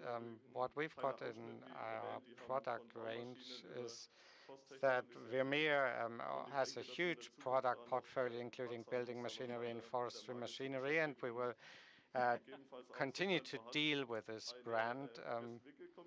So do we also have a bale wrap combination?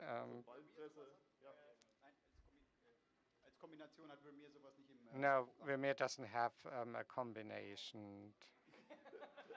Dafür auf die Bühne gekommen. Wow, Aber gut. that was Ja, Martin hat sehr viel a good mit Vermeer performance. zu tun gehabt, deswegen kennt er It das was natürlich. worth having you Aber on ja, wie stage. gesagt, dafür müsste man halt was anderes holen. Okay, you Also im would DLC have sehen to wir get es unten drin, a aber different wir konnten brand, halt auch gar nicht reinbringen. so we were not able to introduce Geht's mal nach hinten a ein bisschen, wrap oder? unit.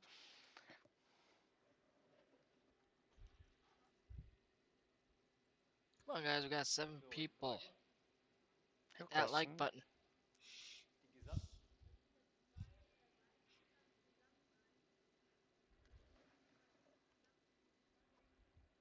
Ja. Marius, die Frage ist, ob man den Marius, Ballenzähler von the den question Gesamtballen, is ob man den resetten kann. whether you can reset the bale counter Oder wann der sich for resettet vielleicht. the total number of bales. No, the overall counter is actually subject to the service life of a baler. But you could sell the baler and purchase it back. And of course, you can always just actually put it out of use. Das, glaube ich, hatten wir schon, oder? Dass es im Ballenpressen verschiedene Größeneinstellungen gibt. Yes, we've got different bale sizes, as we said earlier. Ja, bei denen auch, ne? Bei beiden Pressen. Yes, it goes for both balers. Ansonsten renne ich auf die andere Seite rüber. Ja.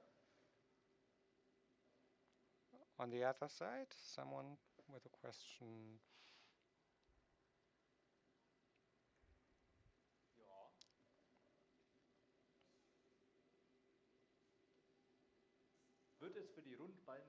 For the round baler, will we get a new vehicle category? Or for the self-propelled? Yes, I believe so. The self-propelled round baler is not one of the farm implements. It should be a new category. So there's someone next to the aisle.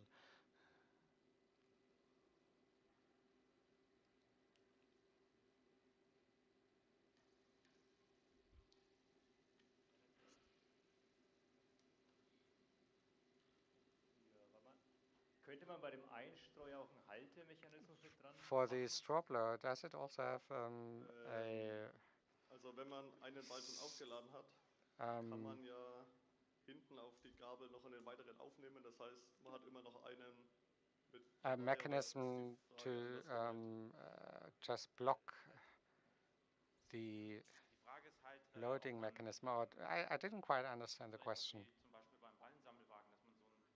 If you've got a bale collector Das ist eine unit, Hilfe noch bekommt dafür, dass man den Ball could auflädt. you also just Aktuell nicht, actually aber wir have können mal noch like a diskutieren im holding Team, ob das mechanism? No, vielleicht noch currently we don't sinnvoll have wäre, that, but we um could das dem Spieler discuss auch ein it bisschen zu erleichtern. to Aber kann make ich nichts the versprechen, game aktuell easier, nicht. but currently we don't have it. Da auch. Schon die ganze Zeit schon. Kannst du laut mal schreien? Oder ich komme mal rüber. Ja. Werden noch mehr Fahrzeuge hinzugefügt oder nur die? Ich glaube, das kann sogar ich beantworten. Also das sind jetzt alle Fahrzeuge I oder can Geräte, die in dem answer BC that one. So this is the irgendwann complete vehicle von Vermeer range eingeführt oder from Vermeer. Die Heuballen wollen nicht so recht. Aber ja, du meinst schon von Vermeer, oder? Allgemein. Ja. Are you referring to Martin, ich glaube, das können wir Vermeer? offen lassen, oder? Ich Well, meine, jetzt beim DLC selber it's not wird settled es nicht yet. gleich danach neue Maschinen oder In so the beim Vermeer drin geben, DLC, aber we will not in see der any Zukunft new ausschließen kann man es natürlich nicht. machinery, but we would not Ja. rule it out for the future. Das ist richtig. Ja. Yeah, that's correct. Hier hinten nochmal. In the back. Ich glaube, ich komme hier hinter.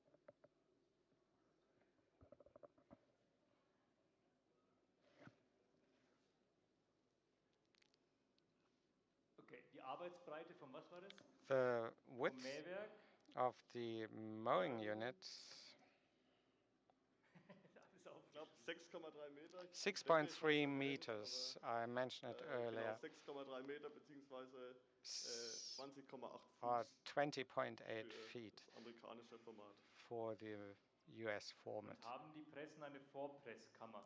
And do Nein. the balers have Zum a muss pre-press anhalten chamber? zum Abladen. No, you have to stop to unload Okay, nochmal a einer bale that is Meldung mit einer ready. Frage. Ansonsten. Anyone else with a Ist question? schon Zeit? Oh ja, wir haben nur noch. Ja. Okay, Gut, dann it's ist es time. gut. Dann gibt es eben keine weiteren Fragen mehr. No Besonderer more Dank questions. an Thank you Marius so und, much, Marius Martin. and Martin.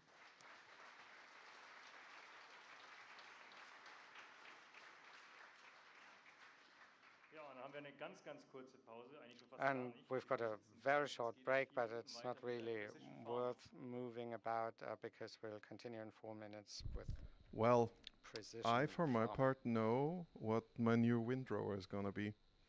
Yeah, that thing is awesome, isn't it? Yeah, it's such lovely turns you can make with that one. It's really cool. So, chat, hello, we're back. Just in case, for those who have come in and you're wondering who are these two weirdos, I'm Shaki, I'm community coordinator here at Giant Software, and this is Kermit, who is a community Kerminator. I'm excited for the Vermeer stuff. Yeah. Seeing that bail counter was cool. I think that from what I understand, this is going to be similar to Kubota DLC with the passenger script. So I feel like that's even more added value. You get the cool modders can access it as well and use it in their own machines, and then everyone who has the DLC can also use it, and that's really cool. And it's just added incentive. Like there's some cool machines in there. You get a cool feature. I mean, we get feedback all the time, and a lot of the feedback we've been getting is like, machines are great. They're always fun, especially these machines that are doing different things that we've not really seen before. But what about features? But also, what about features? So we're giving the people what they want here. We're listening to this feedback, right? Yeah. So always listening. It's the biggest part of our job is listening to what players are saying and collating it, formatting it, making it into some lovely reports, and not even outside of reports. We're just letting people know. Like sometimes, like my favorite example is that sometimes I just go to Boris with, "Hey, our players have noted something that publishing could resolve for the players. What do you think about this?" And then it's like, "Oh, I'll see what we can do, and then we'll see what we can do." It's actually really amazing how, and this we were talking earlier before this presentation with Farmer Cop and Farm Sim guy. that like we're not that big of a company. We could choose to double the size if we wanted to, Yeah. but because we're smaller, you can like easily like as a community member go directly to someone and like ask a question. Like the head of Yeah. publishing worldwide. Yes. And you can go like all the way up the chain and say, "What about this?" Yeah. And you'll get an answer back. Sometimes for me, I have to wait until the next day just due to the Yeah, time for difference. you it's like a little bit harder when you're not here. Yeah. So yeah. So what's up next? You have the schedule here. Yeah, we have precision farming. We're at Ooh. John Deere. We're at the John Deere Forum, of course. Their factory is right back Yeah. there too. Big And then shout out to them, by the way. They're doing amazing here to host us. Yeah. So, and now we have the precision farming talk. Yeah, and precision farming is one of those other features. Like people, we want to see features, and with 19, it came into the game, and it was never something that I thought that I would like. Yeah. And then in 19, Let's take a look. yeah, let's do it. So, das war eine kurze Pause. That was the Die short break. Community-Leute im Twitch-Stream kommen überhaupt nicht zu Wort. The community people in the stream Packtes Programm. cannot be voice their interests, but they will have it later. Engel, oh ja, Engel. Dr. Engels of John Deere will be our next presenter. Für Precision Farming DLC. He will talk about precision farming Ganz DLC, spannendes Projekt. how it all evolved. It's an exciting project, how it all came about. I'm looking forward to it, and give him a nice hand, Mr. Thomas Engel.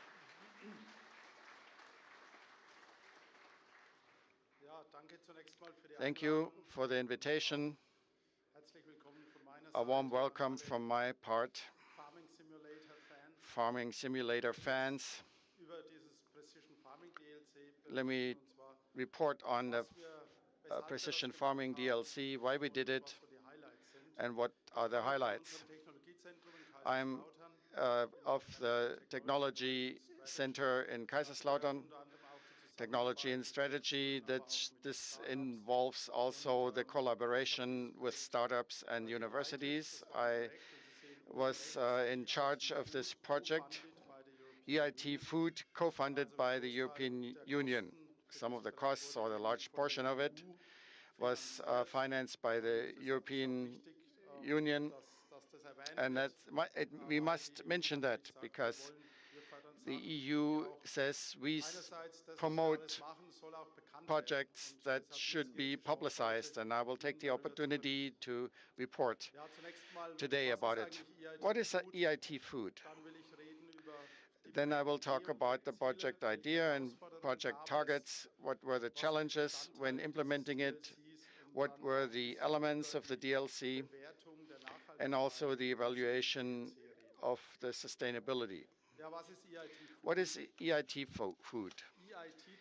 EIT stands for European Institute of Innovation and Technology, with headquarters in Budapest. They are an EU authority, and they support KICs. They are knowledge and innovation communities. There's one called EIT Food, which covers the whole food chain. And we could apply in a tender. There's EIT Health, EIT Digital, EIT Materials, and we wanted to have such a KIC for food, and we were bidding for it. There were 70 partners, and EIT Food has its headquarters in Leuven, Belgium, and in Weihenstephan, near Munich. Here you see the founding partners with whom we have applied for, like Siemens, PepsiCo, lots of universities, Technical University of Munich, or Cambridge. Bosch is a partner. So big players. Within this project, EIT Food Consortium, you can apply for grants. For this DLC, how did we find out about it? For those of you that don't know, precision farming is precision agriculture. What is the purpose of it? Since 2000, we use GPS in farming and cultivation. We know where we are in the field. We can put a sensor in the machine and we see so-called cards. And we know that the field, the yields fluctuate a lot. I have fields where I have twice the harvest and yield as on others. I look as a field as a unit. I have the same planting and seeding, and does it make sense if the yields fluctuate so strongly? Actually not. And the technology provides the tools to respond to that. Target of the precision farming is to adjust to the heterogeneity in the field, which is caused by soil differences in the soil. For example, water absorption and water storage capacities, but also the microclimate in a ditch. You have more fog, and there are big differences that occur. If we adjust where a lot grows, we could harvest more if we fertilize more. But where there's less growing, we need to fertilize less. Otherwise, we have a lot of nitrates ending up in the groundwater. If I don't fertilize enough, the quality of the crop or the food is diminished because gluten is missing on the wheat. If I yield too much and if it's all the same, then I have spent a lot of money.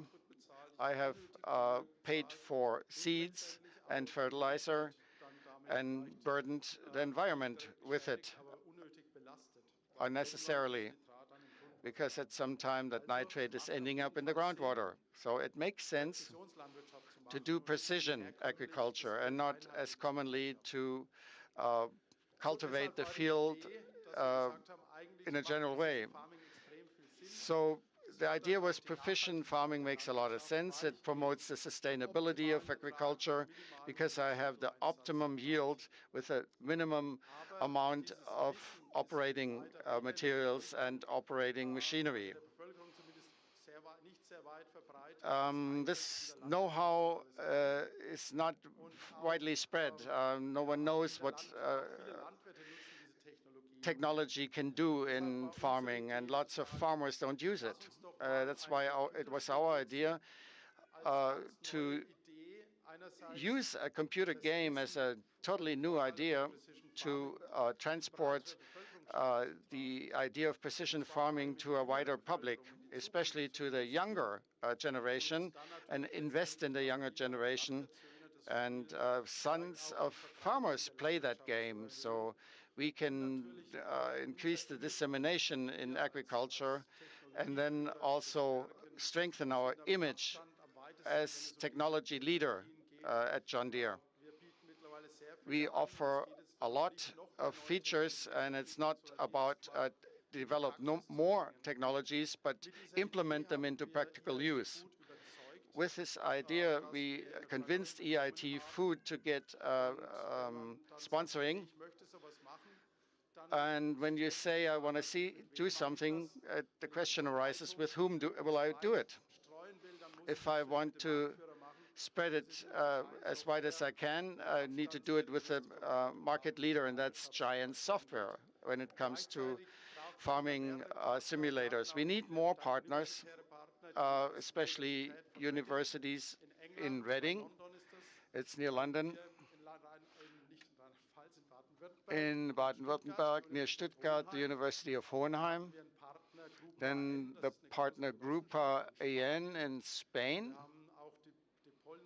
the Polish Academy of Science were on board to promote everything in Eastern Europe, and EIT Food financed it. What challenges did we have when implementing it?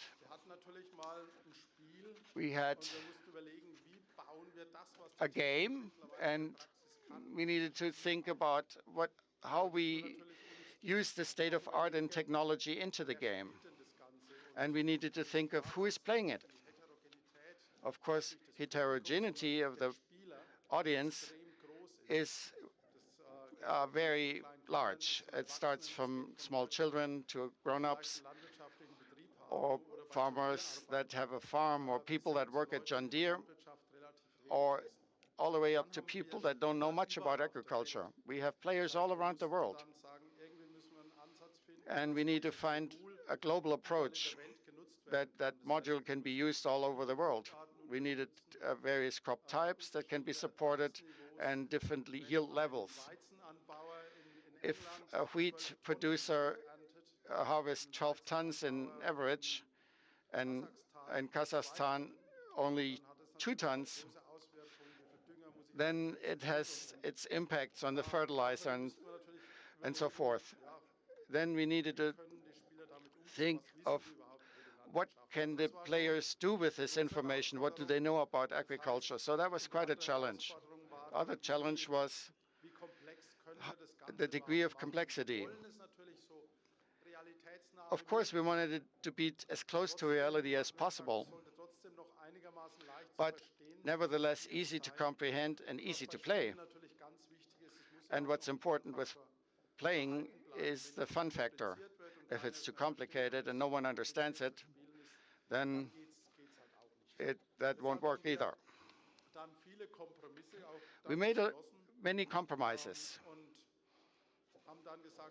and said, what are we going to include in the DLC?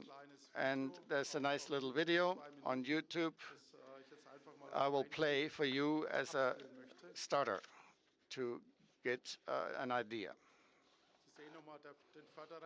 Here you see the sponsor, EIT Food, that provides the funds. It starts with soil samples. I need to determine the soil type.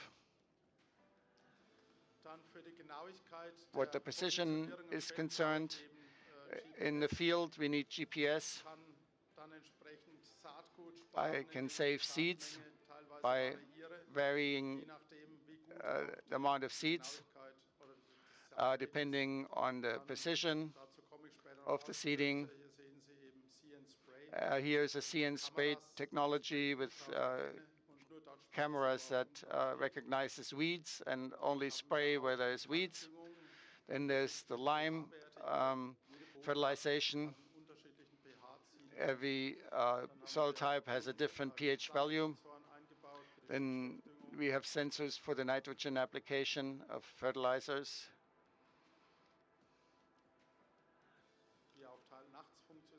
Sometimes they even work at night with illuminations and lighting. Then there's manure nitrogen sensor, and we have a so-called environmental score that includes an economical analysis. That's all included. You see the partners here. And it was important to us that it's free. So it will have a large distribution. It was very successful. We had 2 versions for the farming simulator, 19, and we have more than 1.5 million downloads. And for the farming simulator 22, there's more than 500,000. What are the functions?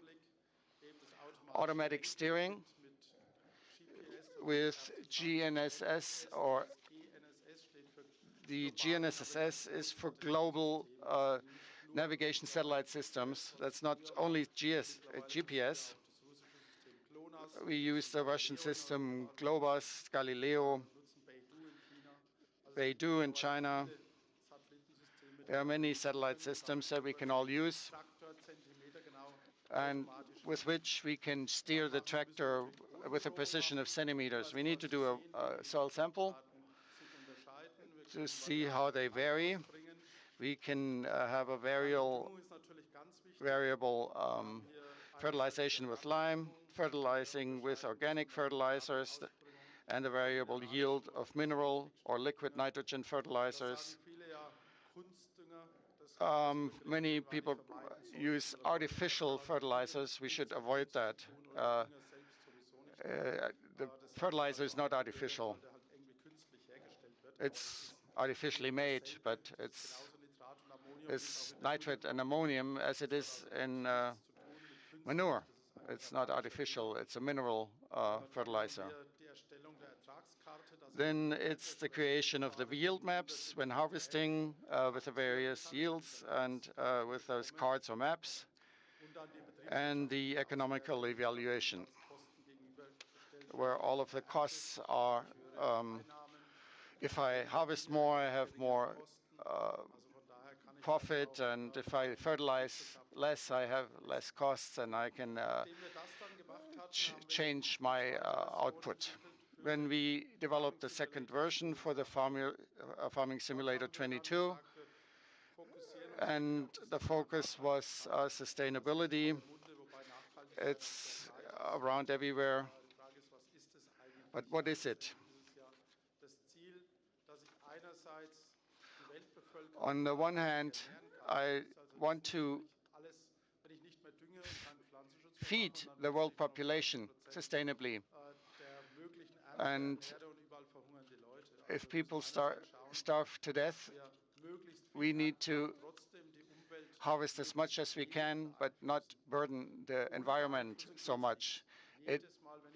We need to have the impact. Every time I run my machinery over the field, I impact the nature. Otherwise, it would be jungle. What did we use? We used soil maps. It takes too much time. Can we use nutrient maps instead and buy them? We have integrated that.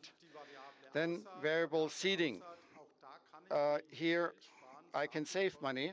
Seeds are expensive.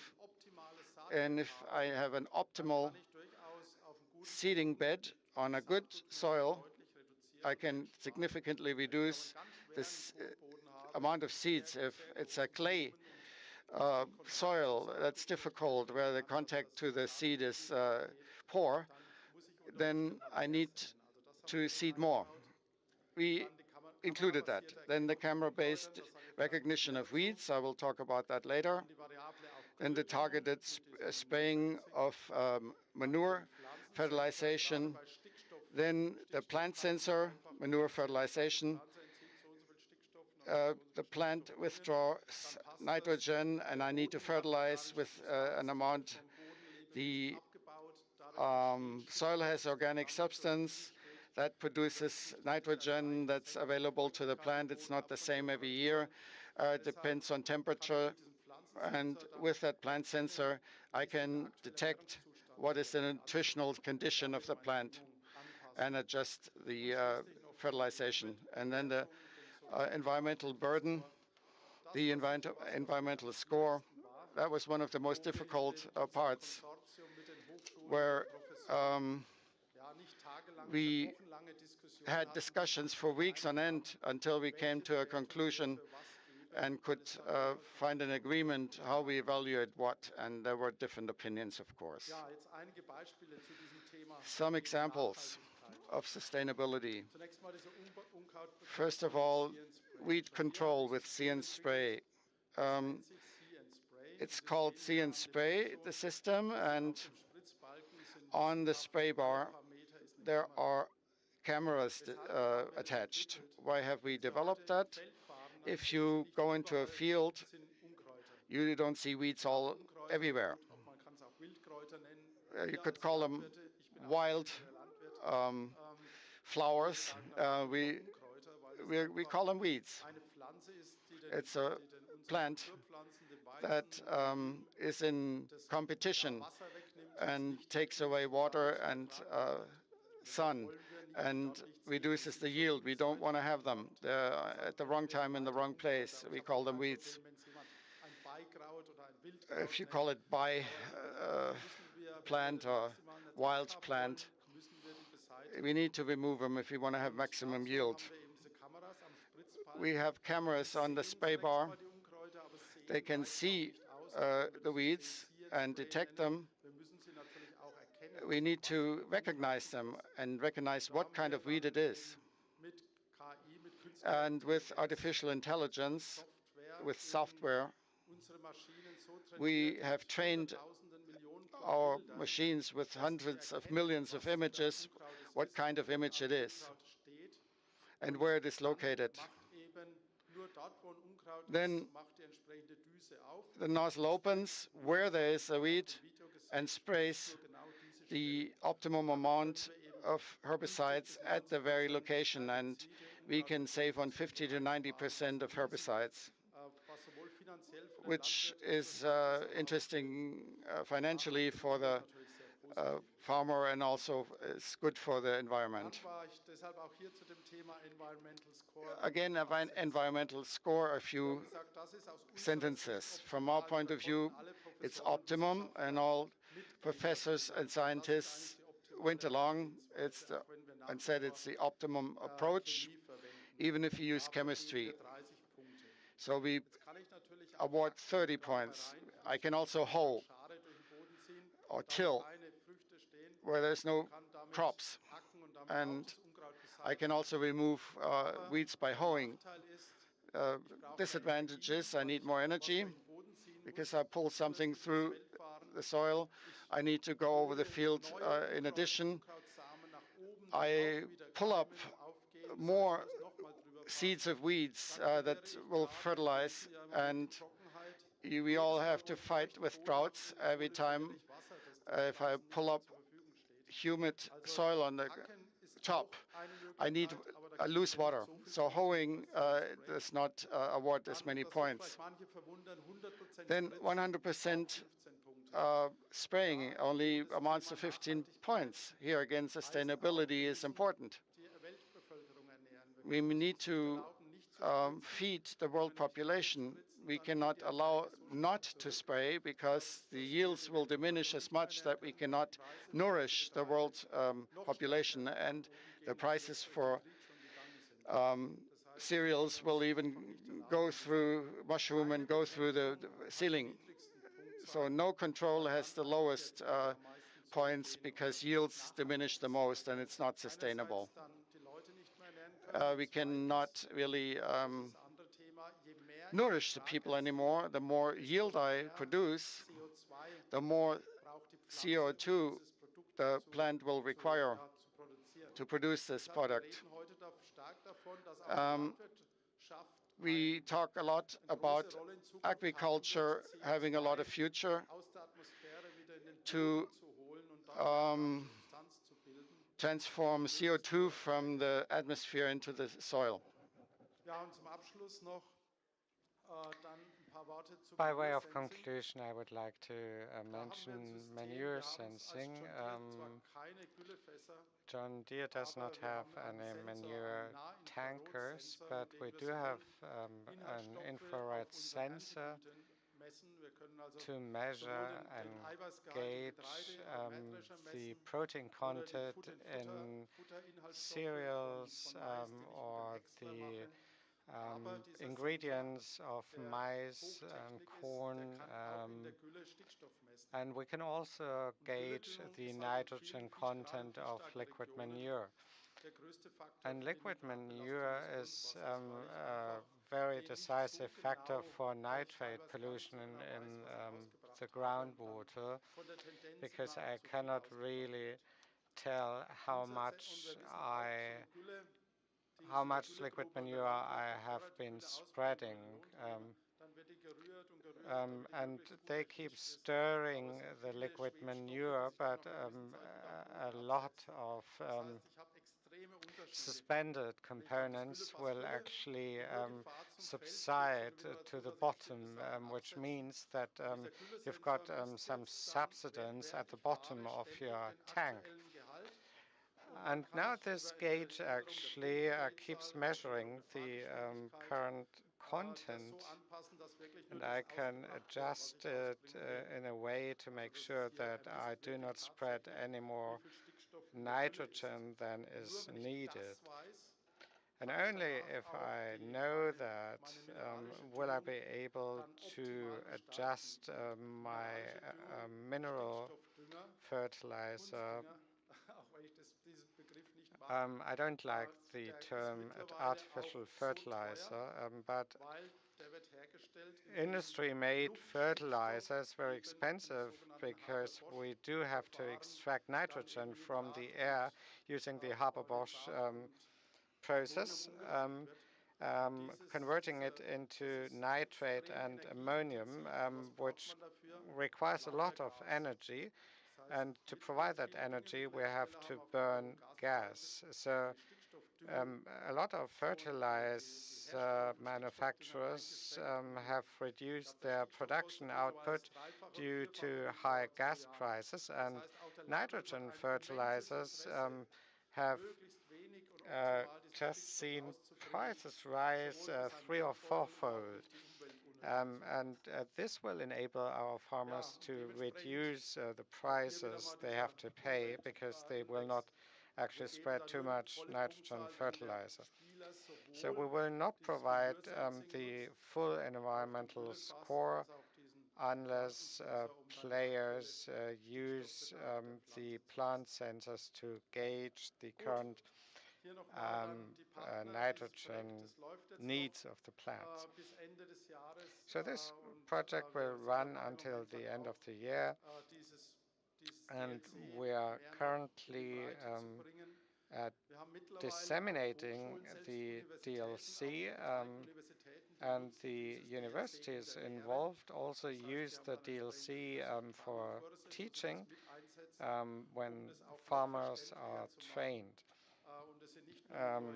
It just helps them illustrate and explain the details. And it's not just the University of Reading and of Hohenheim. There's also a university in New Zealand that has been involved, and in Dublin. And so it's very important to have those tools for training and teaching. Thank you so much for listening, and I'm happy to take your questions.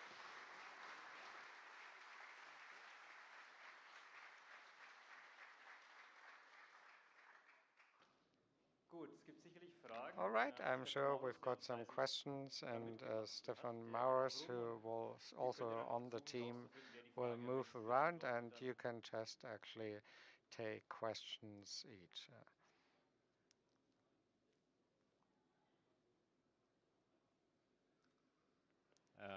Ja, und zwar war die Frage, ob this die question Spritze was ja, schon im Spiel drin war und wir nur eine was Konfiguration hinzugefügt haben mit whether dem Precision Farming DLC the oder ob es eine komplett neue spraying Spritze ist. device was part of the DLC, or whether we've put in a new spraying device.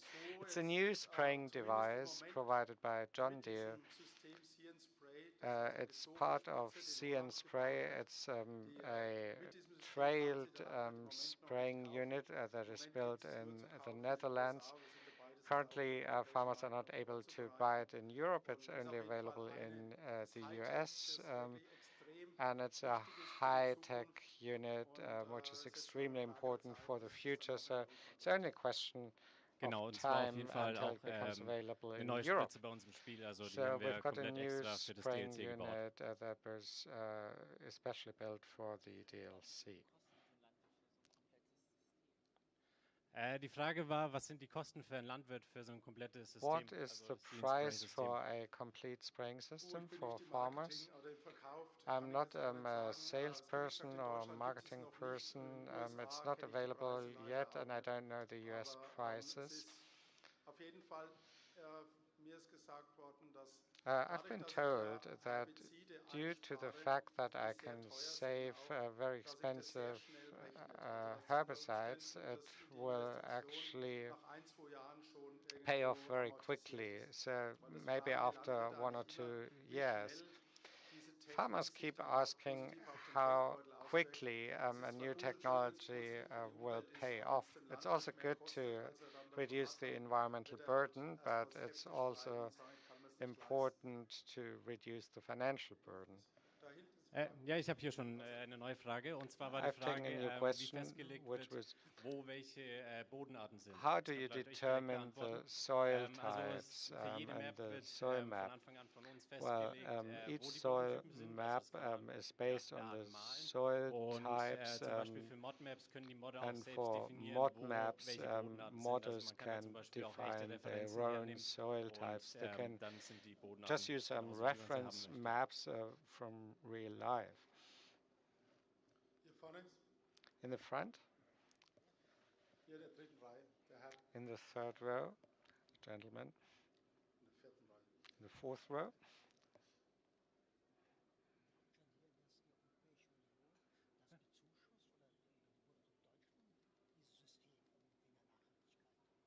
Das See and Spray System. Und zwar war die Frage, ob die EU oder Deutschland Now, das See and Spray System bezuschusst. does the EU or the German government subsidize the sea and spray system? Currently, it's not available yet. It's not up for sale yet.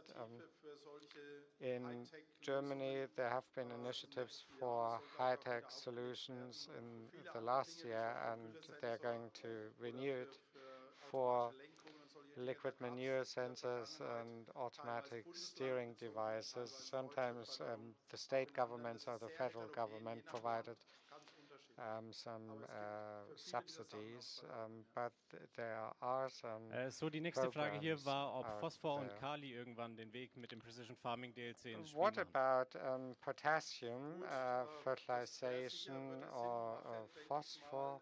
Im Moment kann das Spiel das noch nicht handeln, sonst hätten wir das hinzugefügt. Well, currently, phosphorus. It's currently the game cannot handle it yet, but they do hope that they will be able to provide it in the near future. And the more people ask for it, the sooner we will get it. Ich weiß nicht.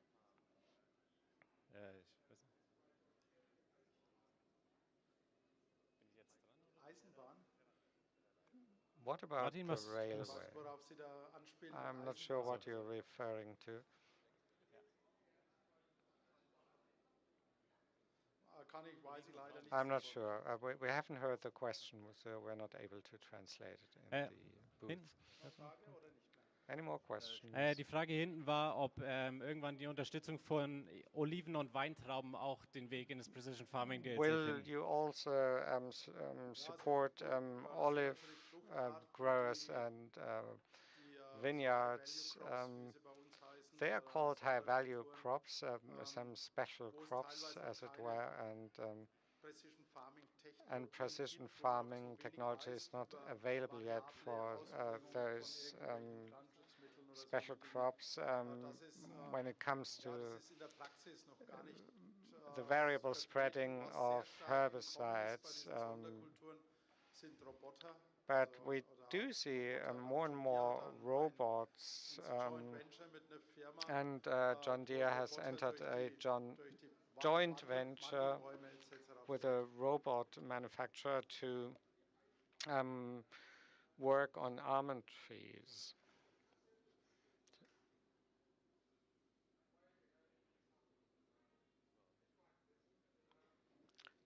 We cannot hear the question.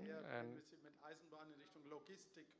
oh, you mean you want to use railway facilities for transport purposes? Well, it's not part of precision farming, and so it's not part of this module. Okay.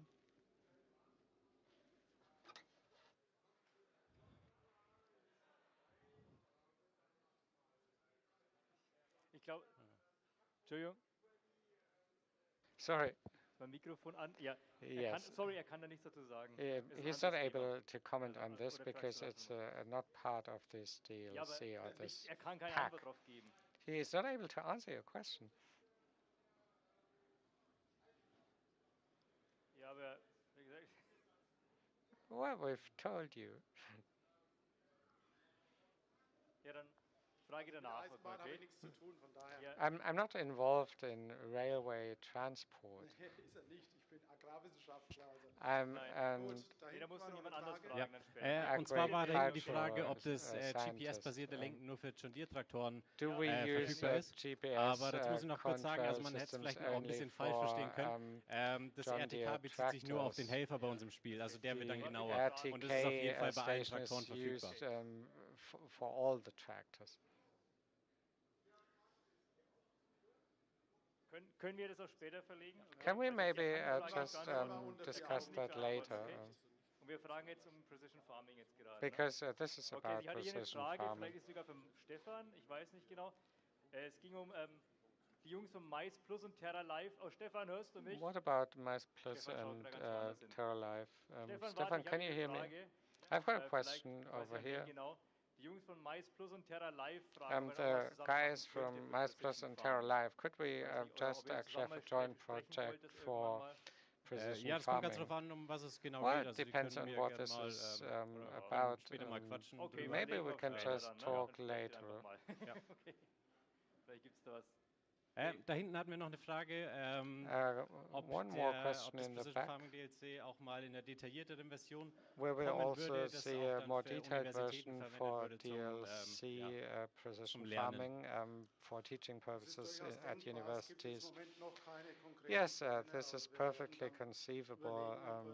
We haven't made up any plans yet, but we might want to extend the project to add additional features. In the time available for the project, it was not possible to provide any more features than those. Haben wir da noch was? I have presented. Any more questions? One last one. Gut. All right.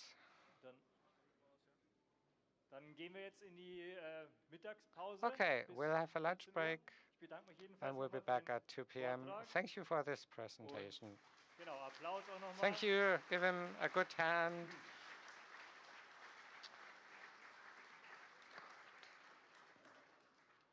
Haben wir jetzt fast eine Stunde Pause. Okay, we've got a 14 1-hour Uhr break sehen wir uns and want to wieder be back mit dem at Vortrag über 2 unsere p.m. Platinum with Expansion. Und da kommt talk auch dann der Stefan Maurus auch about wieder auf die Bühne. our Gut, bis platinum expansion. Thank you. Oh. That was. Oh, look at my. Kermit, you're pretty enough. Oh, thank you. Thank you. You're so beautiful. And speaking of pretty things, look who got in here. Like I'm not sure how we got in here. Yeah. So who are you even? My name is Copture. I'm one of the English commentators of FSL. Yes. There you go. That is all we needed to know. Goodbye. No. No.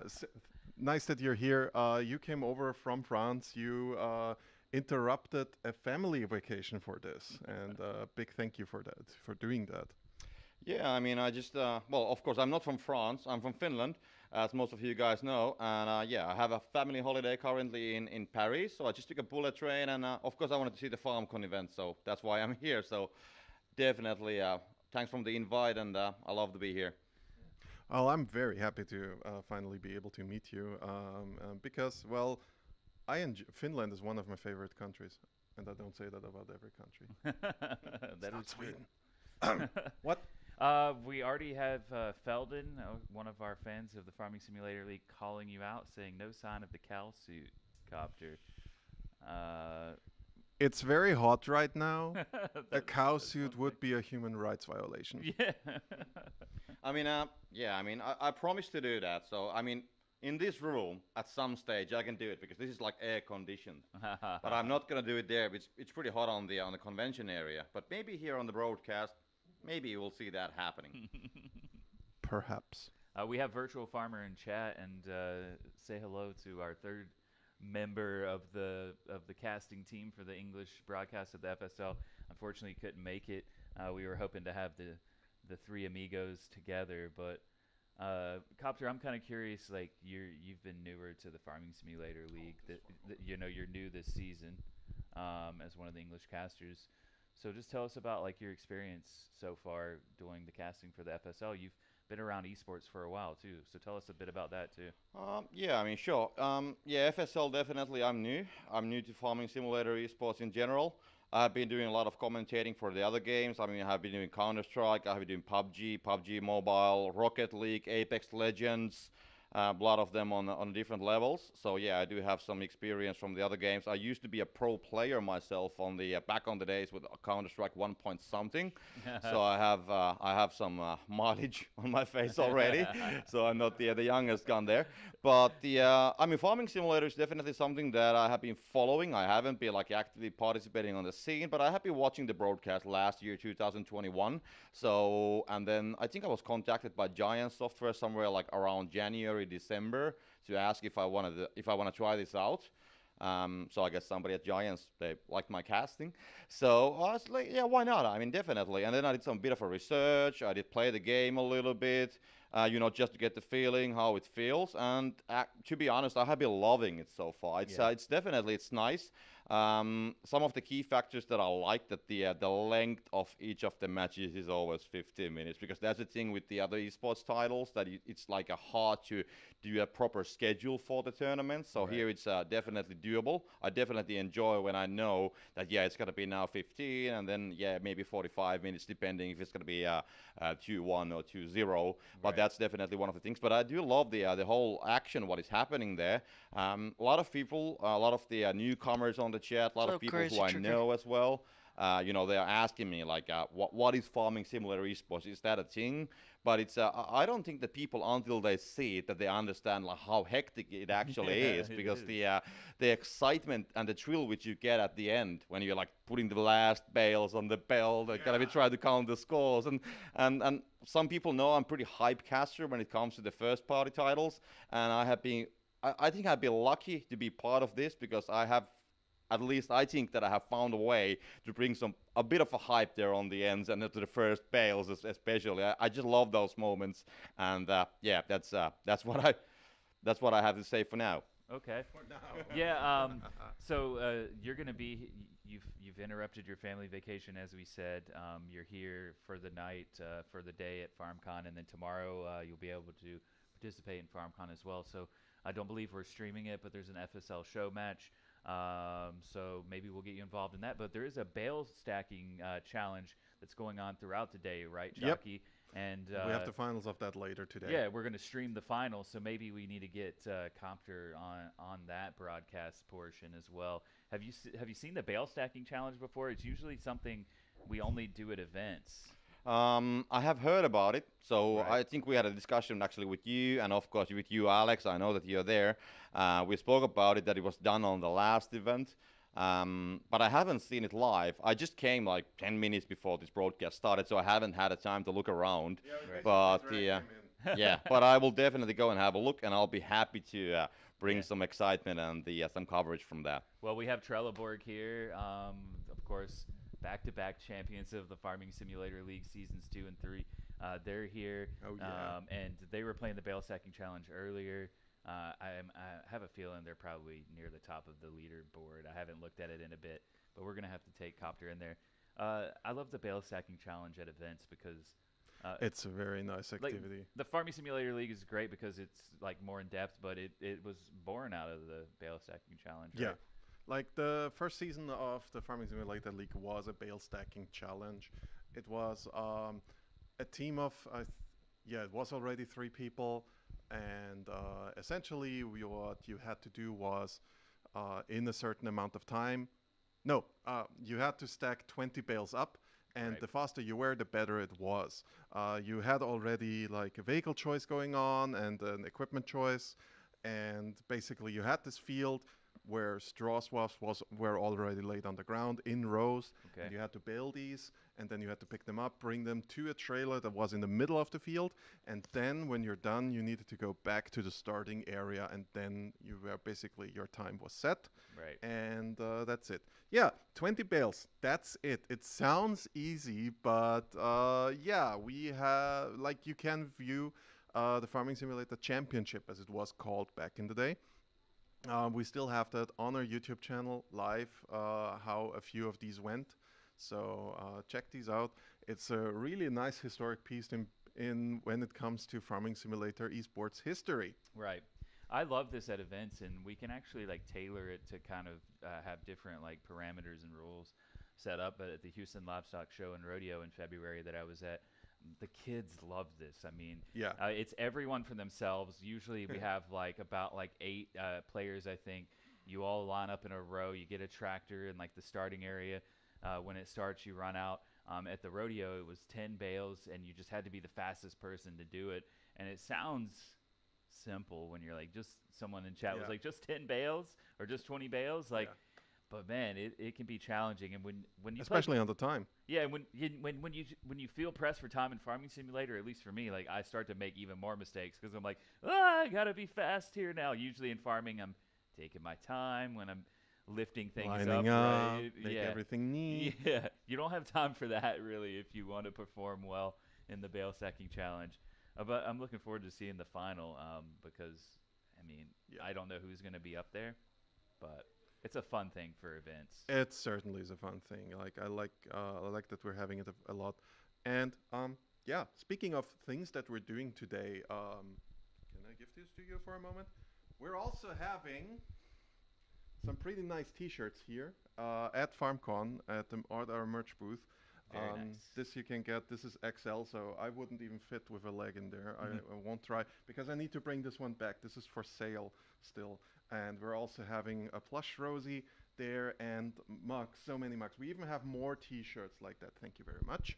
Like we have a very wide variety of motifs, and we're also checking that these come into the merch store and that the merch store is becoming more international.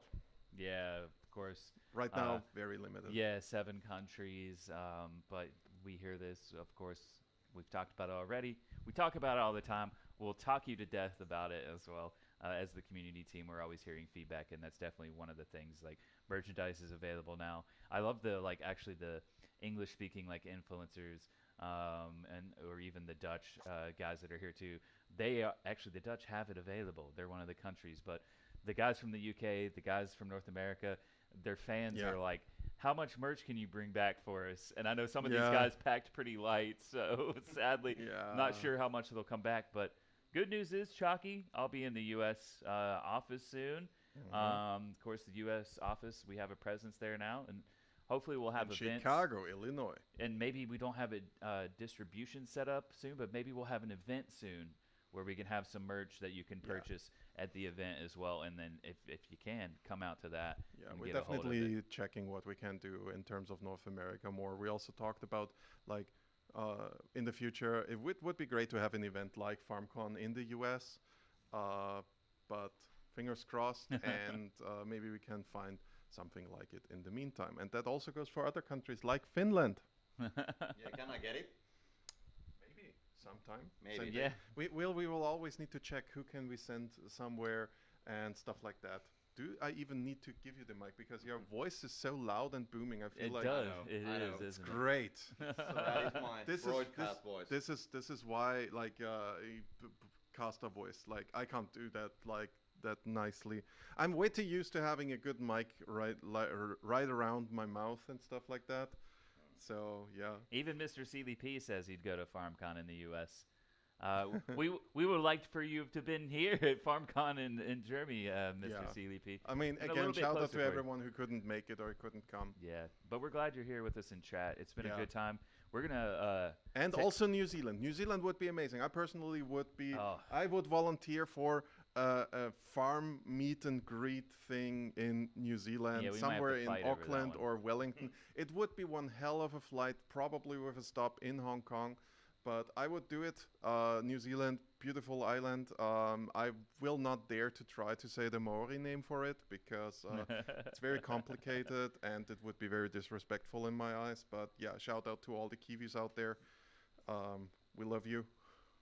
Also the Australians, they can be invited too.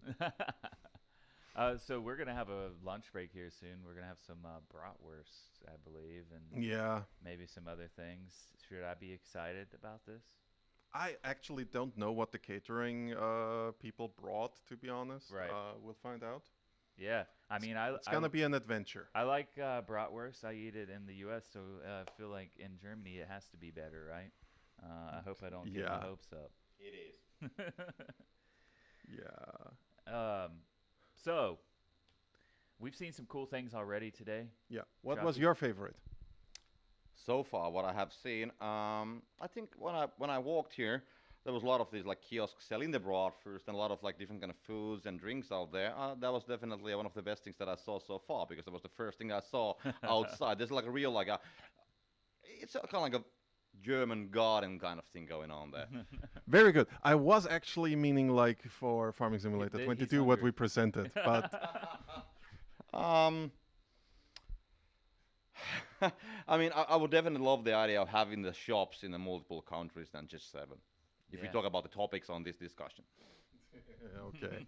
Fair, fair, fair. Yeah, no, it's very much a thing. Like I personally, I'm very into the pumps and hoses thing. I'm very excited about because pumps and hoses.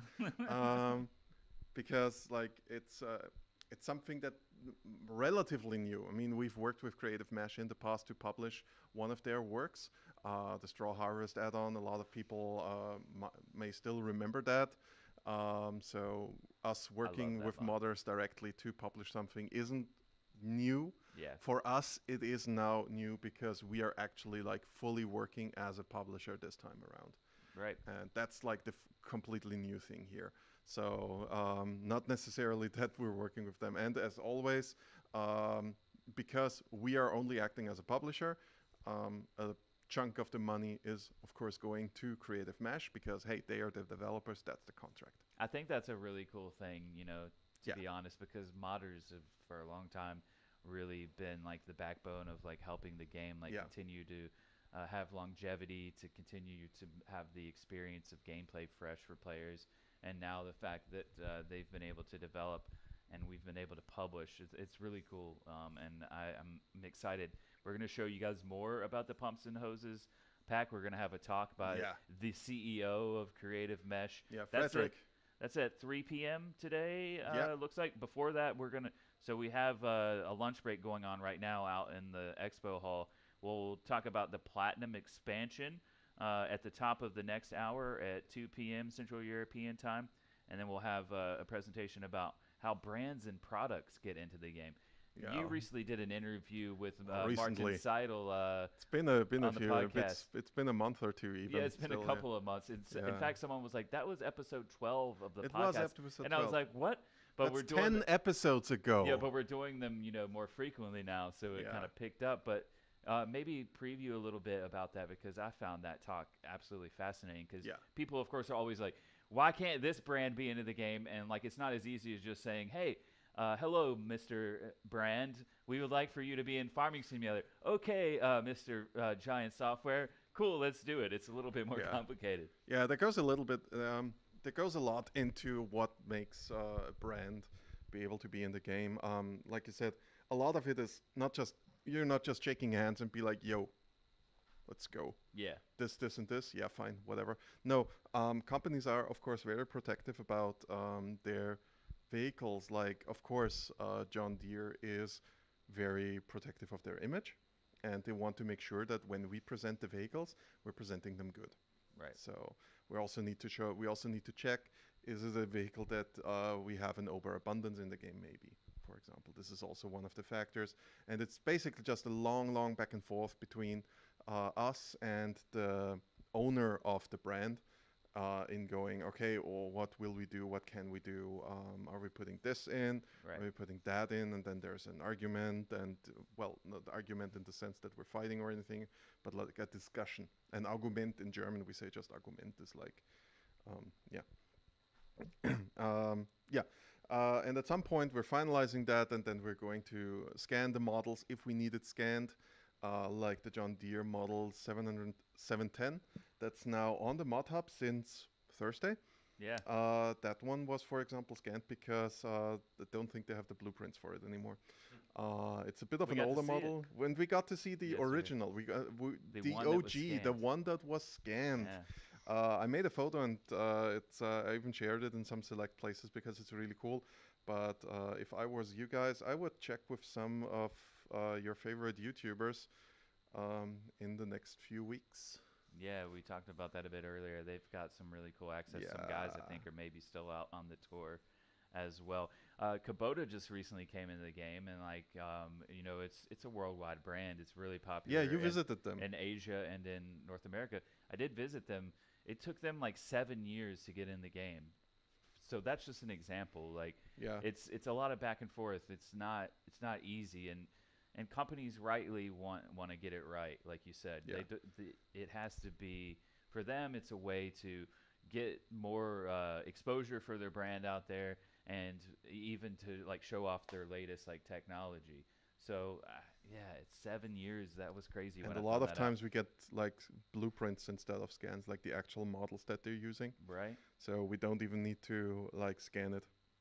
That's nice. It still takes like we heard it earlier in the presentation from Marius. I think the present it was somebody asked in the Q&A how long it takes usually to get a vehicle into the game, and he rightly replied with, "Yeah, that can take quite a while.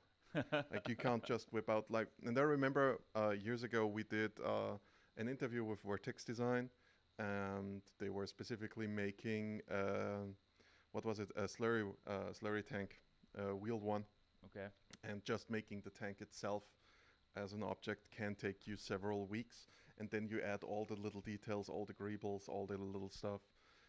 It just takes a lot of time to make these vehicles. So in German we like to say Modder loben, which means praise modders. So I'd like to also send that now out. A shout out to all the modders out there for Yes. Farming Simulator. You're awesome, and we love you. We have some of them in chat right now, and we had the question: is there going to be a mod contest this year? Not this year, I believe, Yeah, right, not this Chalky? year. But hopefully next year. There's been some discussion about Yeah. that. The mod contest is always great. In fact, on Thursday we showed off Swiss Future Farm, which Yeah, which kind of got was remade for born out 22. of that, right? It was remade for Yeah. 22, and it's always a good way for modders to kind of do something fun. Like modders are always looking to create stuff, of course, but a fun way to get them like involved in a contest and some prizes involved. That's always good, Yeah. isn't it? Yeah. Is it bratwurst time yet? It's not bratwurst time yet, I'm afraid. Say something funny. Something funny. Well, I mean, I don't know if I have anything funny on my mind, but regarding the models you just spoke about, yeah, I think it's pretty similar as and the other simulator games as well. Yeah. Because if you think about so when you think about the tractor, so when you think about let's say Ferrari as a car on a car simulator game, it's the same kind of methodology there going on as well. That it's definitely they want to make sure that the brand is properly introduced to the world. So I can easily understand that happening as well. And when it comes to 3D modeling in general, I mean, it always takes time. And especially when you have, it's not just making the model, but it's also making the behavior, or, all the movements of the parts and all the bells and whistles on that one. I do have some experience because I have been working on a computer gaming company in the past, so I have been involved with that kind of a process. So yeah, that definitely helps. And one thing that just came to my mind when Kermit you mentioned that the all the merchandise is not available, so some people coming from the different countries are probably like stacking a little bit and taking more Yeah. with them. So this actually happened to me, not with the farming simulator swag, but with something else. Just months ago, there was an event in one of the countries of some other gaming titles, and there was a merchandise sold at the event. And then I said to my friend who was going to that event, like, could you please bring me that? And he was like, yeah, if you just don't tell anybody, because otherwise I'm going to be bringing this to all of the people. Because he was flying to the event, and of course he had a very limited space available on his luggage. So yeah, I got my shirt, but nobody else got anything. And I kept my word. I can now tell that, yeah, somebody brought me that. Awesome. I'm taking something different back with me, hopefully, than merchandise, and that is like a bunch of German snacks and candies that Do you even have space for that? I'm gonna either find space in here before I leave, or find space in my bag to take home with me. Yeah, one of our colleagues, he's actually like a work student at the moment at the German office in Erlangen. Lucas, if you're watching, shout out. Yesterday, I actually was a little bit hungry, like middle of the day. I passed you guys on to going back to the hotel. You're like, I thought you were at the expo hall. Like, no, So I went back and I just had like a little bite of everything because I was like, I have to try all this stuff out. What was the Austrian cookies? In fact, not all of it was. Mannerschnitte. Yeah, that was one of my favorite things. I know that makes you happy. If you have seen Terminator 3, there is a scene where they're in the gas station, like near the end of the movie, where Arnold Schwarzenegger's Terminator character grabs a few Mannerschnitten because Arnold Schwarzenegger is Austrian. I'm Yeah. Austrian, so we're kind of like the same. I I actually it's funny that because you speak German, of course, that's your natural Yeah. language. But people like in the company always are like, we'll get the German guys, and then you're like, I'm Austrian. Yeah. You gotta assert yourself because we're a small country, but sometimes we feel like we're still a big country. You need to deal with that somehow. Nah, it's just it's fine. It's fine. It's fine. It's been great to be around all you guys this past week and experience like how life in the German office is because It's nice having you over here. yeah, Honestly, if I could, I wish would be a little bit longer. I wish travel times weren't such a huge yeah, deal. yeah, we need this.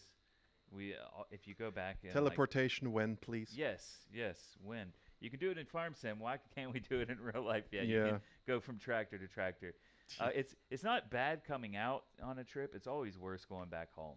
Like, so I'm Monday I head back home, and like so when you're leaving to go somewhere on a long flight, it's like you're excited, like okay, we're gonna get here, we're gonna do this. But when you're going home, it's just like, can I just be home already now? Let's get this journey over and done with. Yeah. It's a bit of a trip. Like, not everybody has like such a short journey as you. 3 hours with a train. How long would it take for you when you would come here from Finland? You would probably take a plane from Helsinki. Yeah, it's like 2.5 hours. Okay, that's actually shorter then. Yeah, yeah, Wow. it's short. I mean, I actually do work for an Austrian company. I'm so Besides sorry. doing the commentaries, so I do travel quite a bit on the Central Europe, in Vienna and in Berlin and the other places where we have offices here. So I'm pretty used to travel between Finland and the Germany, for example. Yeah, I mean that's fine. That's nice. Yeah. By the way, somebody asked when the contracts bug is getting fixed. We're still checking with a fix. I have no confirmation if it's going to be coming with 1.7, but we would like for it to be in 1.7. We should have the time. But as always, watch for patch notes.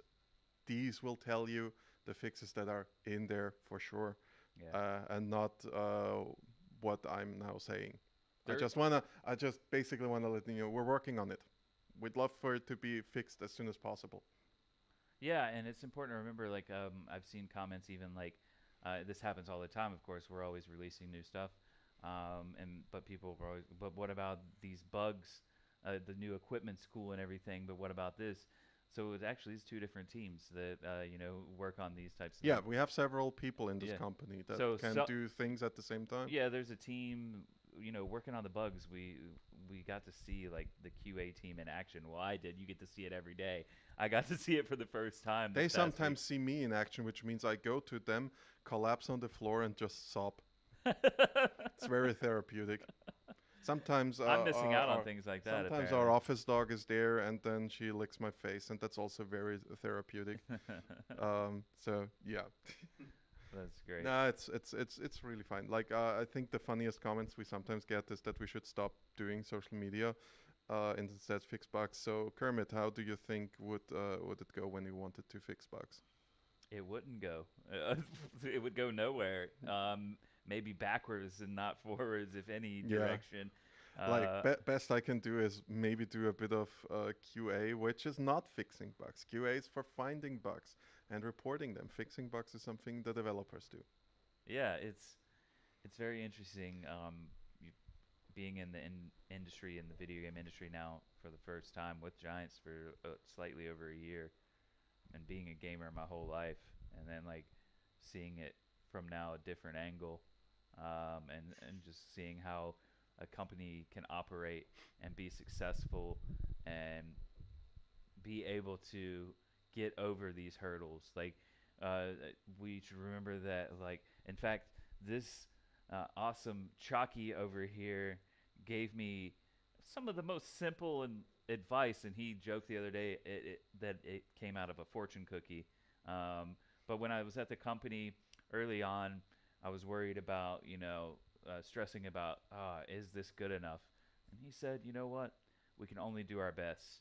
And I think, like, especially being in the office now, I see like how talented our team is even more than before, and we all do our best. Like, people are passionate about the work that they do and getting the best quality product out to the players for sure.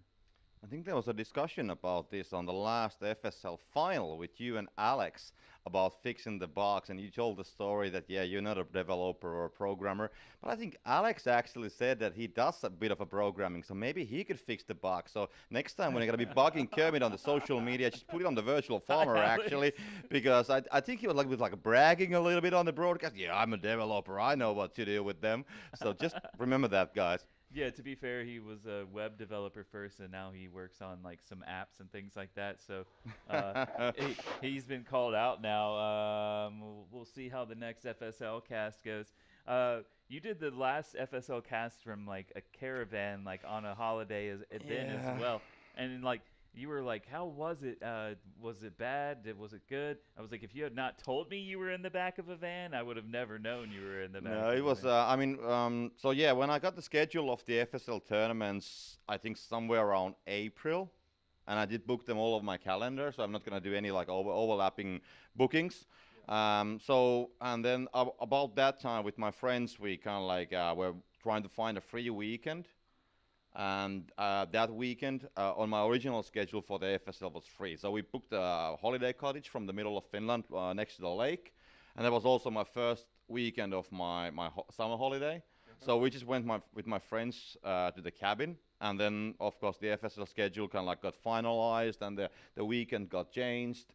So yeah, then I had to make a decision that will I stay at home, go to my studio, do the casting from there. But then on the other hand, I just wanted to go with my friends to the cottage as well. So okay, I will just merge these together, and because I have been doing a lot of broadcasting, I do have my own studio. I do have my mobile casting setup that I have been using on the hotel rooms on the past. I once went to Sweden to the Globen Arena. There was one other esports event, so we came there with the ferry, and we just built the studio there from the stuff which we had. So I have a lot of equipment. So I just took like a very mobile setup to the cottage, and then I do have a couple different cars, and the other one is it's not like a caravan, but it's like this shuttle kind of vehicles where you have a lot of space on the back Ooh, seat. nice. So I just kind of like I took the front seat, I put it down as a table. I had a laptop there, and then I was just chilling there on the back seat like this.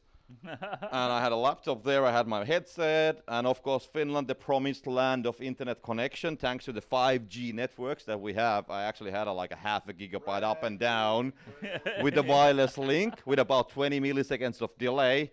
So yeah, it was a pretty different kind of a cast. The biggest problem that I had during the cast, it was not the location, it was not the anything regarding technical stuff, but the mosquitoes and bees who wanted to come inside because it was like a very shiny day in Finland. Yeah. Sun was shining imagine like about 30 degrees in Finland, and I'm in a car and I can't run the engine or the AC, of course, because that would be hearing to the microphone, and I have to keep the doors closed that there is like no, any kind of a noise coming from the outside because my friends, they might have been swimming or in a sauna or something like that while I was casting. We also had a Finnish thing called palju there. Somebody might know, somebody might not. It's close to a jacuzzi, but it's something that you warm with the real wood and fire. Oh, I've so seen these, so of course. anyways, so I need to keep the closed door, so the temperature was rising quite a bit. So every time when I had a break, I opened the doors and the windows to get some fresh air inside. Yeah, and then the mosquitoes came in, and then I had to start the cast. So then I had to close the doors, and the mosquitoes stayed in. So at the same time as I was casting, I had a huge hunt for all the living beings inside of that car, of course, except me. Well, it's great to have you here. We had someone in chat say, "Where is this guy from?" I love his accent. Finland. Yes. So, and we've got Virtual Farmer talk. So, Virtual Farmer is going to be in a caravan on a holiday for the next FSL tournament. So, you guys are a little bit Exchange crazy. notes. Yeah, yeah. You guys are a little bit crazy too, which Hey, fits. look I who's think here. you have to be. You're showing that dedication to FSL. Lars is back. Lars, you want to say something? What have you been doing? It's way too warm out there. I've been on the longest 30-minute tour I've ever been on. It took 1.5 hours. The longest 30-minute So, tour you've ever been I'm on. not sure Yeah. what kind of a 30-minute. No, what we actually did is we took a couple of our influencers, some English ones like Farmer Cop, DJ Goham, and well, DJ Goham technically was yesterday, but Farmer Cop, DJ Goham, and the FarmSim guy, Yeah. as well as all the Germans like Nplay, McManus, and we took them to the John Deere Museum because Nice. Mannheim is actually the place where Lanz was founded Yep. back in the days. So they have all the old Lanz bulldogs standing there, and we just showed them everything, make them film it, make them take pictures, just showed everything, and I think they had a good time. And the next thing we're gonna do is bring some of the tractors out for the guys out there. Hopefully, I try. Nice. What about bratwurst or some kind of food? You got any updates? Yeah, we're That's gonna what we're I gonna care need about to at the eat moment. some bratwurst. Nice. I think we have to do it right after this break show because during that break we have to do the show. So Yeah. that will be another about what is it? Yeah, about 20 minutes. Okay, I And can then make it. we're gonna have what is it? What is on stage then? Oh, then it's Platinum. I think is on Yes, stage, you're right. followed by Pumps and Hoses. So Yeah. two very interesting presentations. And during that time, we should definitely get some food, I guess. We're definitely gonna get some food, without a doubt. I mean, you can go and have some food if you feel really, really hungry. Oh, you know what? I like hanging out with you guys. It's good to have Lars back now on the. He's like the community gopher, if you will. He's just running around, organizing people. Manager. Yeah, yeah. He's managing it well too. Like, of course, Yeah, I'm we've at got 10,000 steps already. Yeah, we got. It was. It's a big John Deere factory, and the museum, of course, is on the other end of the factory. Right. So it took us like It was- 10 minutes of working, and then we were just in there, and they explained every single machine. And It was it's so really cool to be in there yesterday. it's so I mean, cool. in fact, it was even more than I expected going in. Just because we'll of take it. the Yeah, sheer nice. amount of stuff that we saw. It was one in a lifetime experience. I think I'm not sure we'll get to experience much like that ever again. So, yeah, it's been a great time. The thing that I like a lot about this whole facility here is it's a very old-timey factory. Like, you know, it was built originally in the 19th century, so it's basically a huge chunk of area, and it's not like one huge building. It's a lot of smaller buildings, Yeah. all like especially designed for those things. Like, you have the manufacturer, of course. You also have training, the offices, this forum here now, and all kinds of stuff. Also research and development, maintenance, etc. All in the little buildings. Like you imagine a factory to be back in the day, and it's really, really cool that this kind of look and feel still exists here today in 2022. It's kind of like John Deere Disneyland. It felt like when we were Yeah. walking out there. Like, There's even a big tower. yeah, there's a big water tower. They said was like the first building that they put out here, or the oldest building still standing. I'm not Yeah. sure which one it was. They said, but yeah, just I felt like a kid, but instead of like seeing Mickey Mouse, we were seeing a bunch of tractors, which was really cool. And it's crazy how much farming has changed in just like 100 years. Yes. Really, like the technology has gone from like one thing to another. You want to shout into my microphone? I'm just going to say it quickly, then I'll pass it there. But one thing about the area and the size of it, because I just came, like I said, like just half an hour now, maybe. I don't know how long I have been sitting here. But anyways, and of course I was lazy, and it's very hot outside. So I took a taxi from the railway station. And then I said, John Deere Forum, which is the place here. But I guess the driver like missed the forum. So then he asked like, which gate or which side of that you want to go, or do you have the street number for the John Deere Strasse, which is road in German. So that kind of like, you know, tells a story about the size of the place, that the taxi driver is not just, okay, I'm going to take you there, but he's going to ask like where in there you're going to take him. Yeah. Yeah, the other cool thing we saw, and I would like to share a little story about that, is so what they did inside of John Deere, they have a thing called direct transmission, basically, and they explained in great detail how that works. I just can't just repeat it because it's kind of complicated. It's mechanic stuff, and I only understand like 20% of it. But technically, it's the same transmission system they use in the Formula One, where you can just have direct transmission going very, very quick. And they built a tractor and put that one up on a podest, basically. So all four wheels are just flying in the air. And then they have another cabin there where you can just use the same tractor, basically as if you would sit in there. So you're sitting in a real cabin, pressing all the buttons, and you can see them going on and off on the real tractor. And that one didn't work yesterday. So Yeah. we have been there yesterday, it didn't work. So John Deere went out of their way and just sent a repair team in all night to get this thing fixed so that we could show it to the influencers today. And I think that is just super cool. And yeah, well, a tiny shout out really to John Deere and the Yeah. guys here. They have been amazing so far. And from what I learned, they might just come around with a couple of tractors, as I said, and show them to everyone. And I just think that makes it even cooler because John Deere is, I mean, you said it, it's huge. It's super cool to be here, but people can't see much of it because we can't, of course, go into the factories. There are a lot of prototypes out there. Right. It's a lot of secrets. So they decided to bring the tractors out so that people can see what John Deere is all about, and that is just cool, especially the older ones. I hope they show some of the oldest, like the 710. The 710 we have in the game is standing here, Yeah. right? We took the 3D model from here. We scanned it here. And yeah, they're not sure they can bring in the 710 because it's kind of difficult to get this thing running, and they need someone, you know, one of the specialists. But they try. They try to get the 710 out for the players, and I just hope they can make it because that would be awesome. I like that one of the lens tractors in there. They actually said that one of their employees was like on a holiday somewhere. Yugoslavia.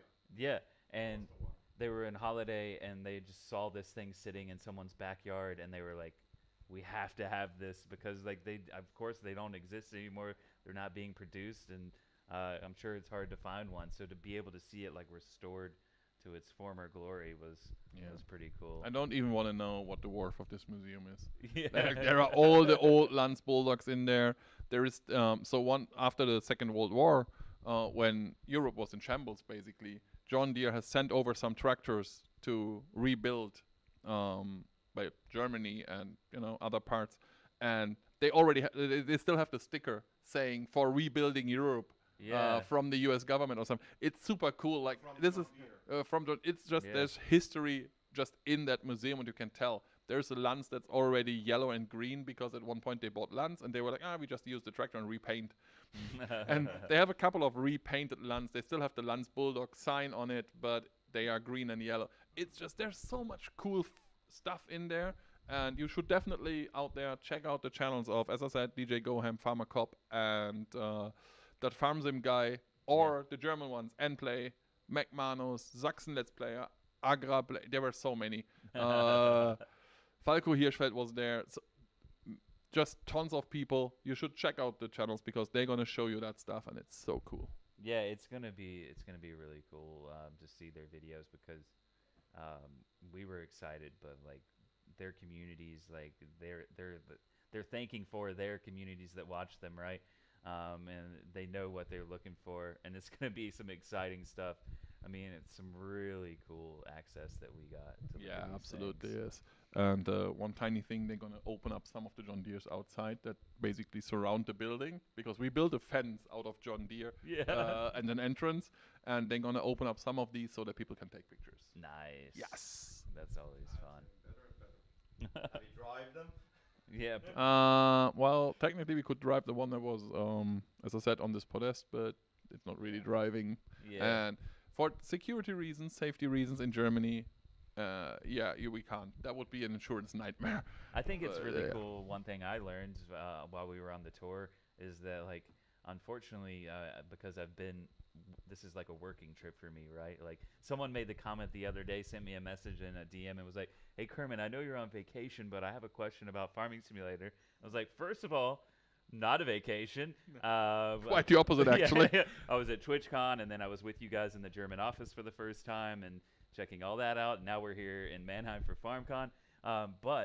So I didn't even know that the Rhine is like just right over there, and they actually like ship these Yeah. tractors still from this factory. They send some by truck on land, and they send some via the Rhine as Yeah. well. And 200 a day, actually. yeah, I think 3 times in a week they put 200 on a ship and then just send them out.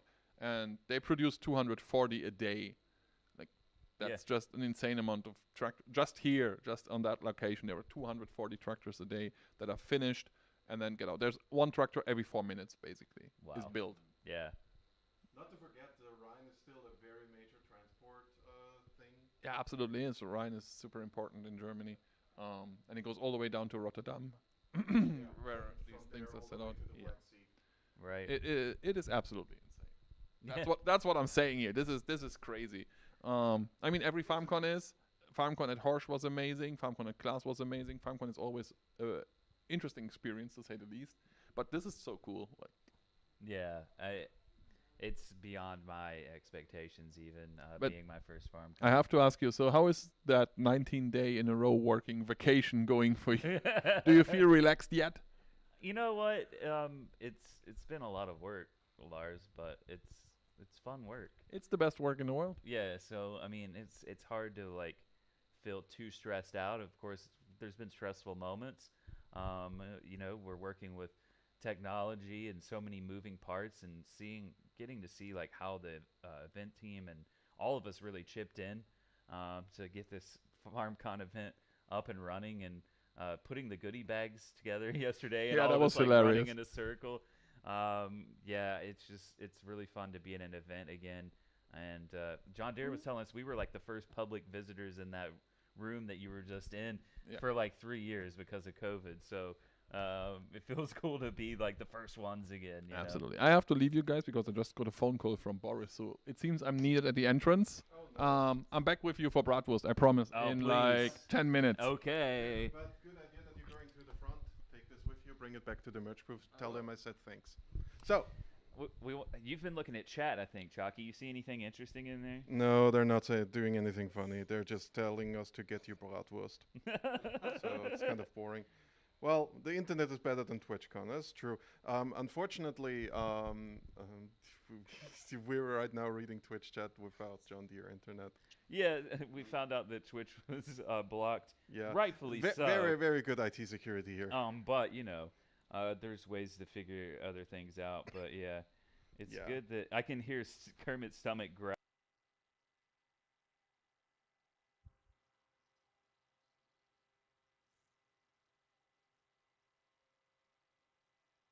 Yeah, it was like Goodwood Racing Festival when you do the old racing cars, when they drive like old Formula One cars, because he did the comparison on Formula One. So they always have these like huge preparation videos as well, because you cannot take the old racing car and just put it on the track and start driving with it. Right. You need a lot of mechanics. So I guess it's the same with the old tractors as well, that you need a lot of preparing and kind of like, a special team who knows how to start it properly.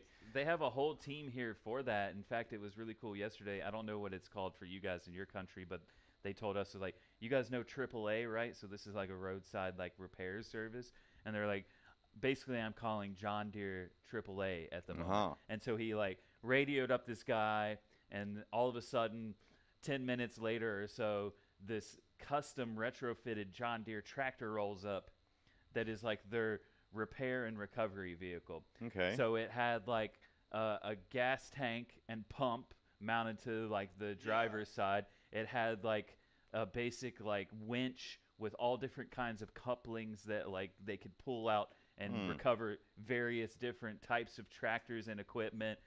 What else was on that thing? Do you I remember? took a photo of this amazing tractor, and I posted it on Discord yesterday evening. And There I you go. basically went to guys, hey, look at this interesting tractor. What do you think all of this stuff is?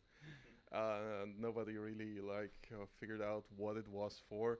And I had to tell them, yeah, it's like a lot of like the lights were all custom made. Yeah. Jumper cables on the front. Jumper cable on the front, yeah. You already said they had like the pump going. Yeah. And then he also had like this pole on the side that he could, I think, pull out. Like a very, very, like I said, it's a proper recovery vehicle now. And it's just funny because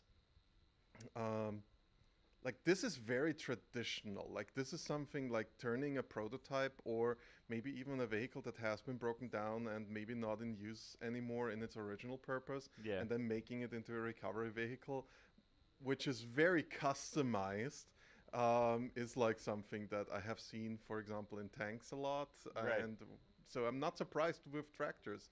And it was really, really cool to see it in real life like that. Yeah, I know that like we have a pretty fun job in Giants is a fun company to work for. We get our work done well, but like it's such enjoyable work for the most part.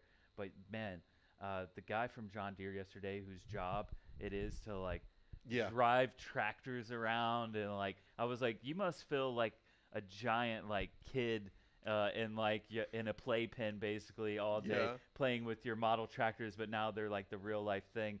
And he said, "Do you remember what he said? That his Yeah, wife says his to him in wife, German." when she brings him over here and he gets out of the car, she sometimes says, "Have fun in your tractor playpen." Yeah. Like, yeah, the other guy that we had also who basically history buff everything agriculture. Yeah. Like, I'm pretty sure you could ask him about anything in terms of tractor companies worldwide. He would know something about them. Yeah. Like, I noted my favorite long dead tractor company, Warshalowski. He knew stuff. He's like the first person who knew them, who I didn't have to explain what Warshalowski was.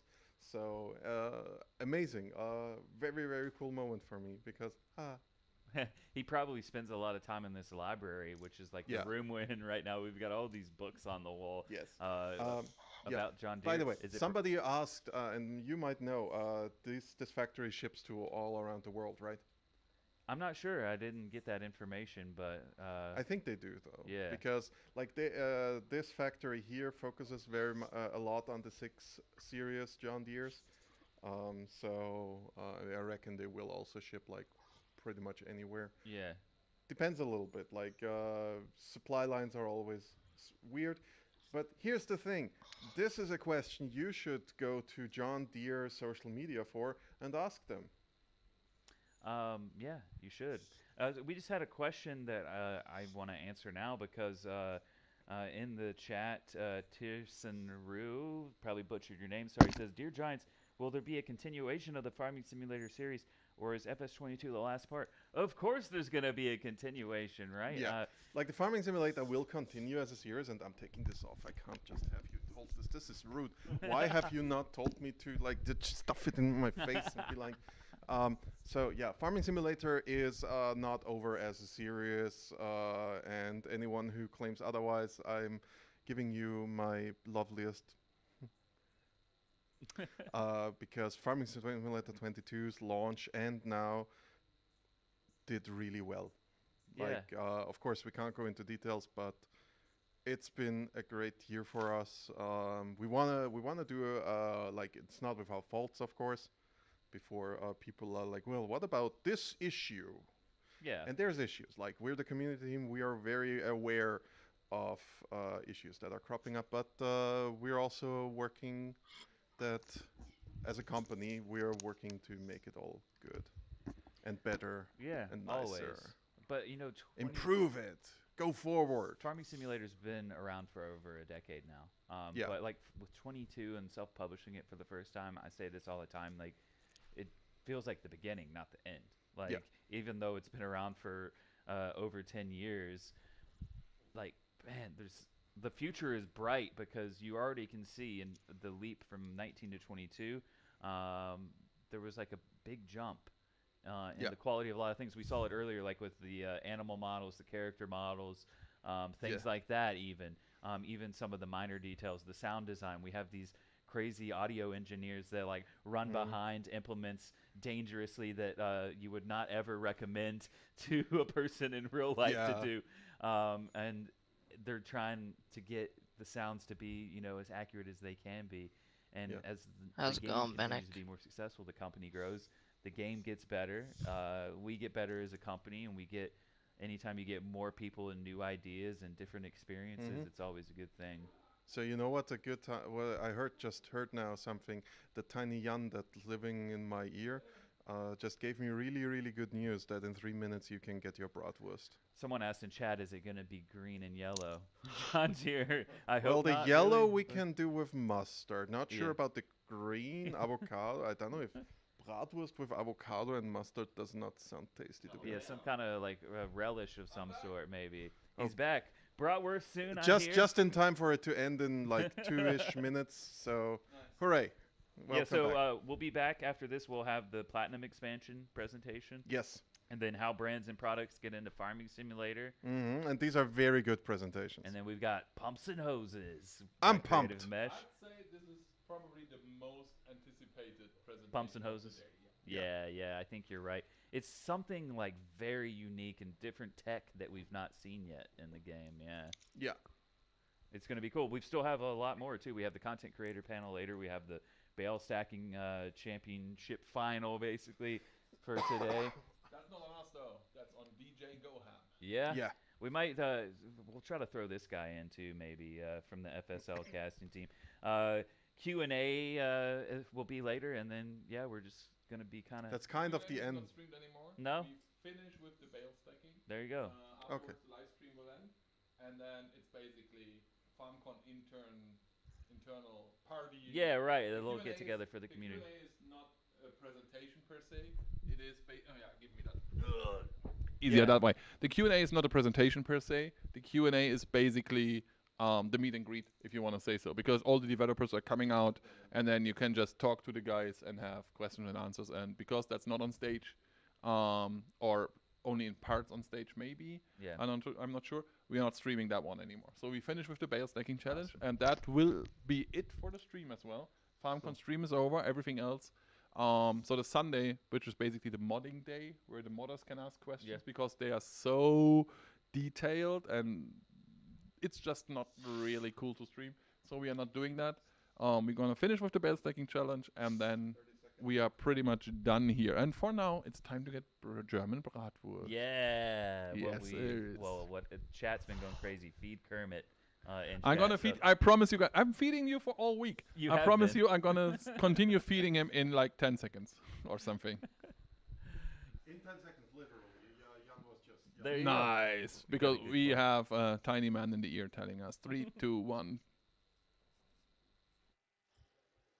So, wieder mal willkommen zurück.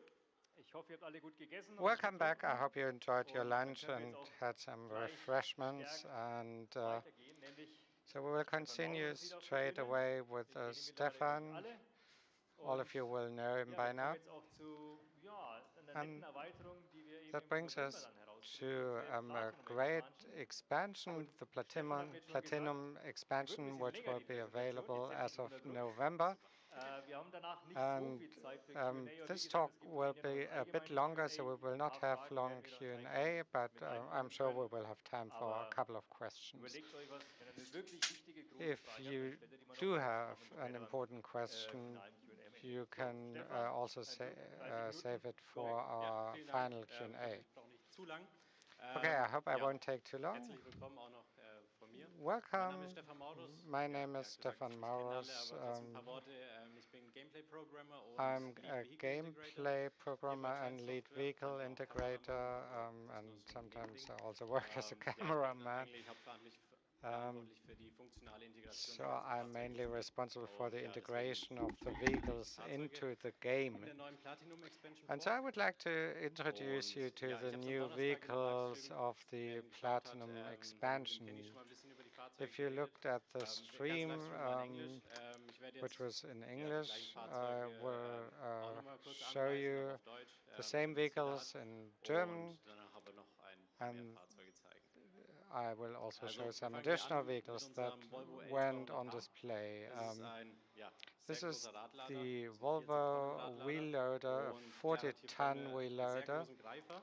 and Der ist für they've das got Verladen von Holz a gedacht. large Und er wird grip normalerweise dazu verwendet, um zum Beispiel LKWs, wie wir den hier hinten for sehen, loading in einem Rutsch zu entladen. logs. Also da greift man im Endeffekt rein und dann hat man fast den ganzen LKW im Greifer und dann kann man ihn So you im can Endeffekt hier unload a whole auf den Zug verladen. truckload with that kind of Können wir hier mal equipment. Und versuchen wir uns mal dran. Okay, let's In dem just Livestream try hat es it. gar nicht so schlecht funktioniert. Schauen wir mal, ob es jetzt funktioniert.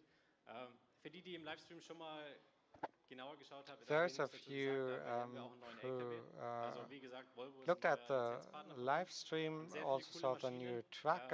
Volvo is a und auch new sehr viele coole licensing alte partner. Maschinen. They've Also got a lot of haben wir cool hier einen Volvo new and also V16, old das ist ein machinery. alter LKW, So this is Ende der an 80er old Volvo truck ungefähr. from the Und late ja, der hat auch den Weg 1980s ins Spiel gefunden. Hat auch that eine made Menge it an into the game Konfigurationsmöglichkeiten. with a Also lot of die Lichtes zum Beispiel, die man hier sieht, kann configurable man auch wegmachen features. oder die rumleuchten, sind auch eine Konfiguration. For Oder man kann auch instance, zusätzliche Lichter the oben drauf konfigurieren, je nachdem, wie man das lights halt haben möchte. and so on. Genau, aber jetzt wieder zurück zu unserem L200H. Okay, back to the Dann versuchen wir mal den L200H. LKW zu entladen. Let's just unload Machen wir den this Greifer auf. truck. Schauen wir, dass wir We hier open the gripper ungefähr richtig and stehen. Braucht man ein bisschen Gefühl, aber mit ein bisschen Übung klappt es normalerweise immer. to, you just have to So, practice a bit. greifen wir hier mal rein. Also alles greifen wir mal nicht. Beabsichtigt, das greifen wir beim nächsten Mal. Ein paar sind rausgeflogen, aber haben wir, glaube ich, ganz gut drin. Und jetzt können wir eben zurückfahren und das versuchen auf unseren Zug zu laden. Now we can put Beim that onto Laden sollten wir the vorsichtig sein. freight train. Ja, den Zug kennen wir schon von anderen Maps, aber hier auf der Map You ist do es know natürlich the ein komplett neuer Zug. Also der ist ein freight bisschen auf die train Map from abgestimmt. other Wir haben auch maps, neue but this one is a bit Trailer mit new. bei, We've got die sehr some schön sind, um log Sachen trailers. zu laden.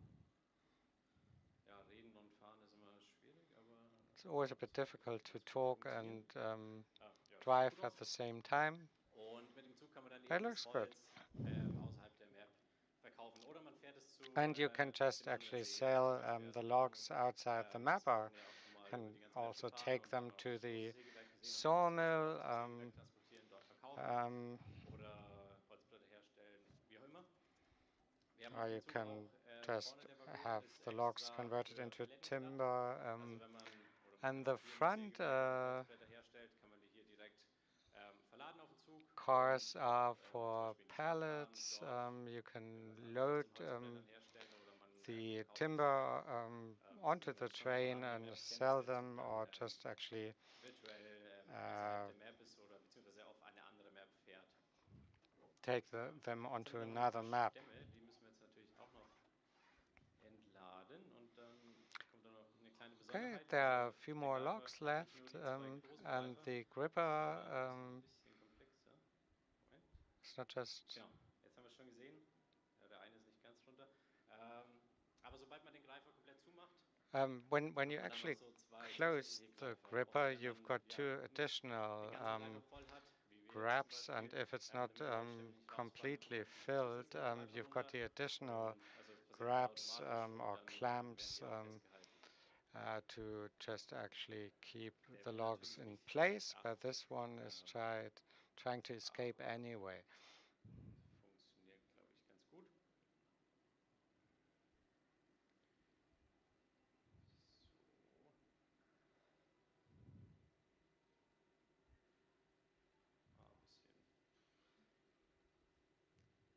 So. Ein bisschen. Ist da quer. War klar, aber ja, sieht glaube ich ganz gut aus. Den können wir jetzt natürlich auch noch ein bisschen drehen.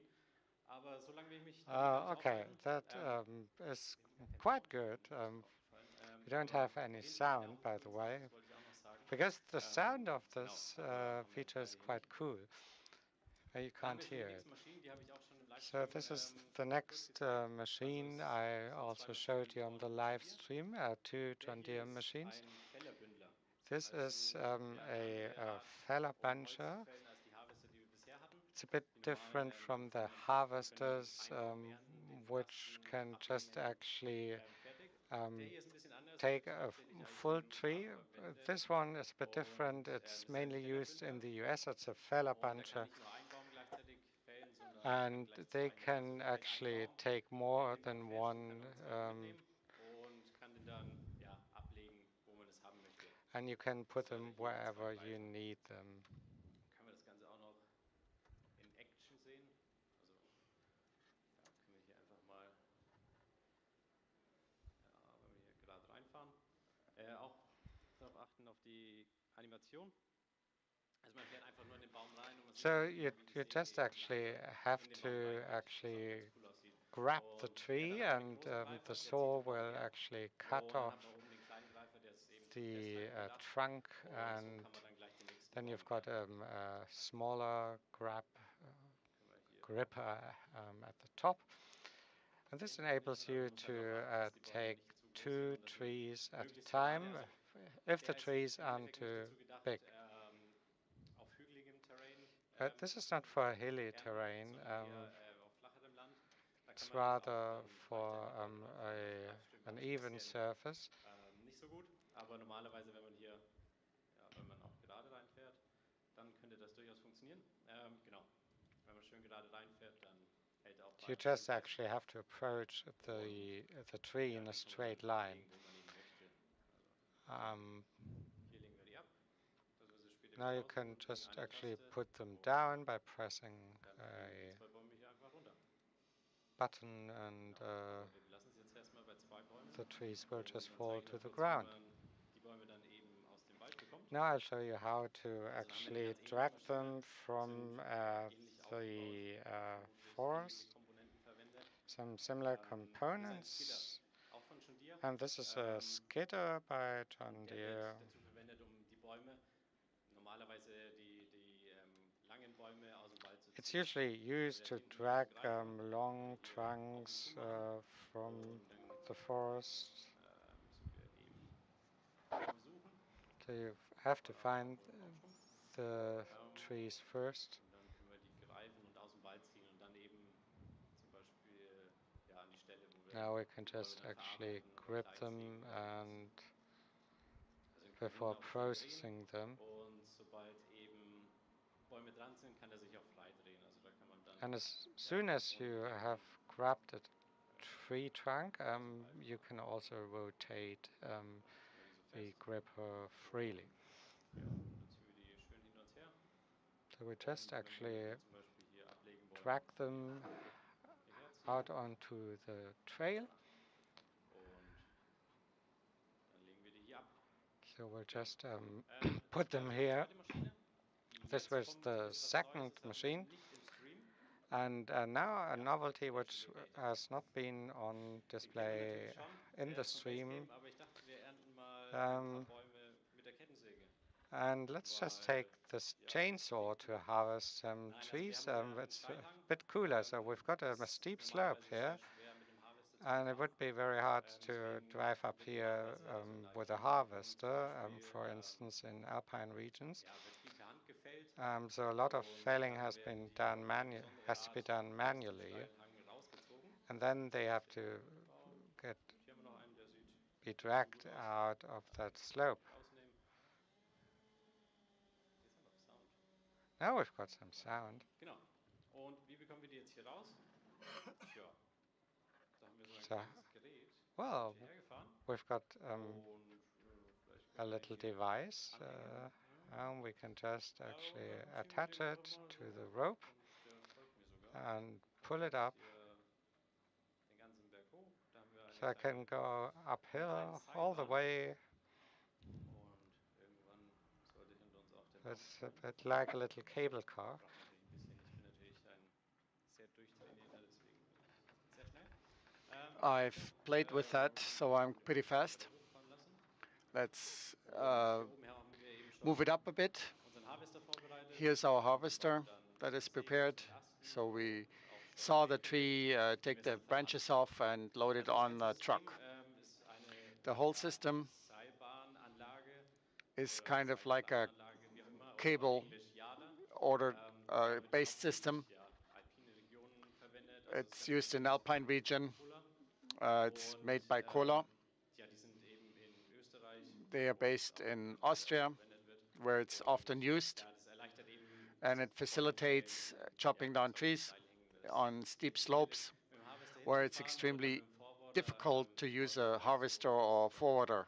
Chance groß, dass man dann doch umfliegt oder so, aber And es ist doch besser, wenn man die auf chance diese Art to tip lernen kann. over is relatively large, and here this cable system works quite well.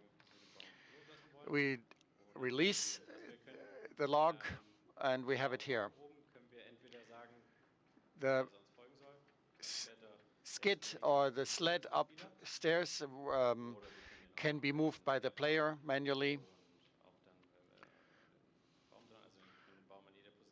We can attach the tree in any position or even multiple trees. We can pull up the tree as we like. And then it's ready for us here. This is the Ponzi Cobra. You may be aware of it. It's a regular base camp vehicle, a normal harvester.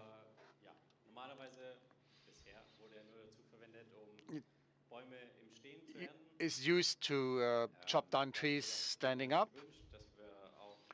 And there were many requests to pick up trees that are on the ground that can be cut into pieces and debranched. And let's try to pick up the log. It's not so easy.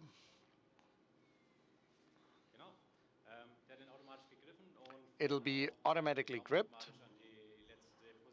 moves the tree into the position where it was cut, and so the defined meters can be cut.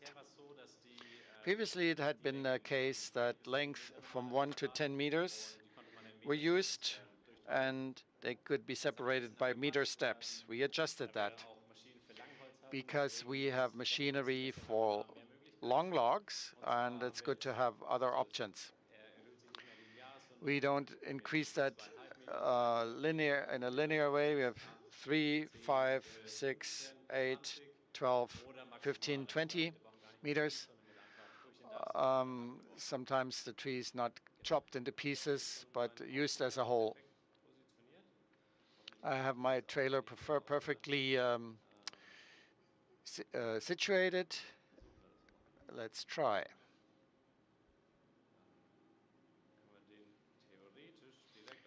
Theoretically, we can load it directly on the trailer. Or we can also stack them and then pick them up by a truck, as you like. The machinery stays in the position. We can pick up the next log, or we move the implement backwards. This function is not only available for DLC, the cutting length that are different are features that will be available in Basecamp. We don't need the DLC for it, actually.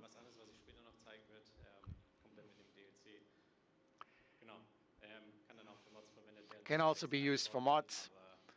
Must be included especially, but that would work. I can show you how you erect the cable system. This is in the park position. The cables are all wound. I can erect the tree, and we're trying to find the appropriate tree. We can change the position if we want to have it higher, so there aren't any collisions in between. And the cable system is tensioning the cable towards it. A belt is wrapped around the tree in order to fix it. We have support elements that doesn't cause the truck and the machinery to tip over. In reality, they are attached to other trees or stumps, trunks. There's no tree adjacent, so we attach them to seal hooks. If there are trees, it looks for trees to attach and positions its way accordingly. Here you can see how the cables are wound, and depending on how you move it.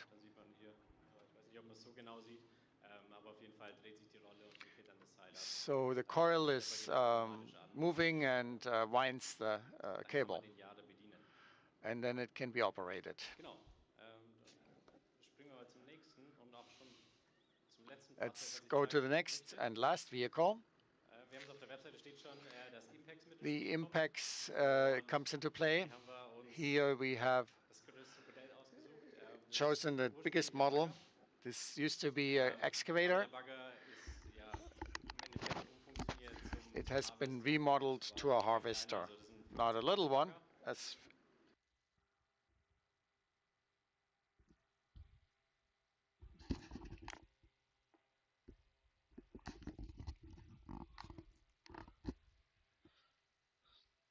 is 50 tons, Der ist Oops. konzipiert, and it's Bäume designed im Sorry Stehen about zu that. entnehmen. to Also der hat hier also ist ein bisschen remove anders. trees Dieser obere Arm, that den are man hier standing vorne up. sieht, The upper arm, der wird dazu verwendet, it den is Baum used nochmal zu greifen und to grip festzuhalten. and hold Und the so tree, kippt er eben nicht direkt um, and it sondern doesn't bleibt collapse vertikal im automatically, but Harvesterkopf drin. remains vertically in the harvester head. Ist zum Beispiel sehr vom Vorteil, wenn It's man nebendran noch kleinere beneficial Bäume hat if und you man have kann smaller vielleicht nicht trees genau nearby hinfahren oder man and you will auf can't den Boden deutlich approach zu sehen them, or you fahren. don't want to Mit dem, also der harm the Baum kann soil. dann normalerweise auf dem Feldweg fahren You can go on a oder auf dem farm Waldweg fahren road mit dem or Baum a und forest road, in den Bestand reingreifen go und den Baum eben into the harvestieren, bevor er trees ganz and speziell pull in den out the Bestand tree reinfährt. without having to Das move the ist vehicle into it. was Neues, was wir bisher So nicht hatten. that's all Wenn wir new. den anschalten, gehen beide We Griffe haven't had auf. it before. Both grip are Den open. oberen können wir noch manuell bedienen. The upper can Aber be normalerweise operated manually. geht It auch automatisch zu, usually wenn wir den Baum ernten. automatically opens and closes when we harvest a Okay, ich tree. weiß nicht, was wir da haben. I don't know what's going on here. Ja.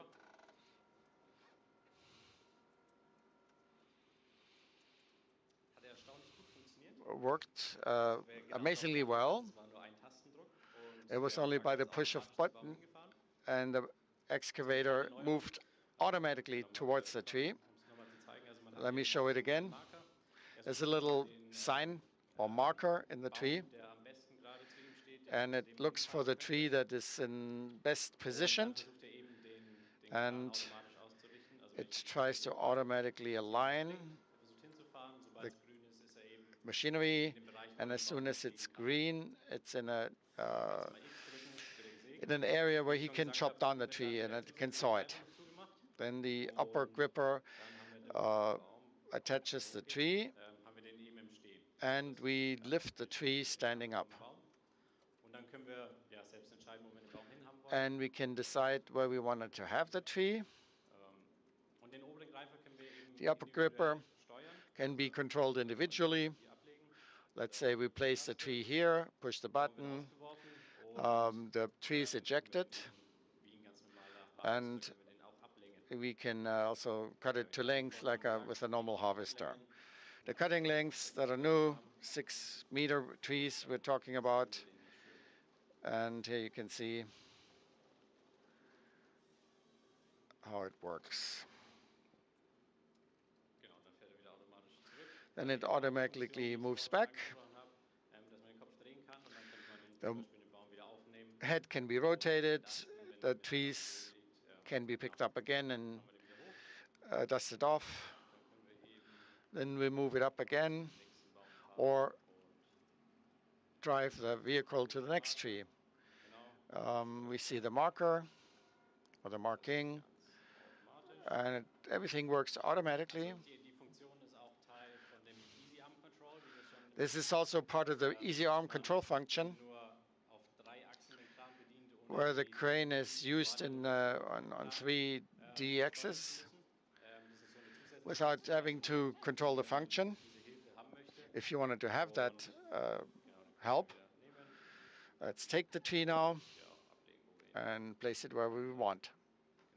Dann kann ich jetzt zum Beispiel auch noch zeigen, wie es aussieht, wenn man den Baum gar nicht sägen möchte.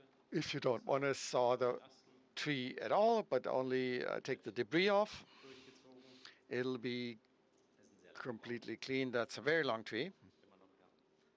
Genau, und dann haben wir den gar nicht gesägt, sondern können wir We didn't never saw it, but ja, was immer man damit machen möchte. whatever we want to do with it, sell it whole, for example. Eine Neuerung, was ich noch zeigen möchte, A novelty I wanted to show you.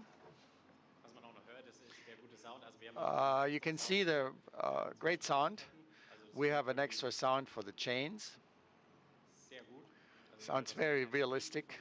You hear a little squeak of the chains. I'm a big fan of the sound effects. There's another novelty that we have included. We saw it at the Vermeer pack. The round baler can turn around standing up. Excavators can do the same thing. And we saw that it was just having a turning capacity of such and such. And here, if you push the buttons to steer it, one chain is rotating forward, the other one is rotating backwards, and then it turns on its axis. That's basically it. That's the last machine I wanted to show you. There are a couple more in DLC, and I'm excited to see what is up in the pipeline. There's a bunch of cool stuff. Thank you for following my presentation and your attention, and it's time for questions.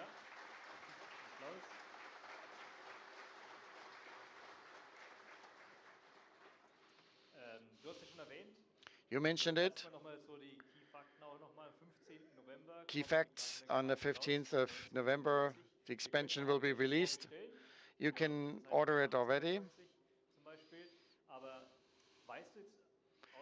Do you know how many machines you have shown? 7, I think.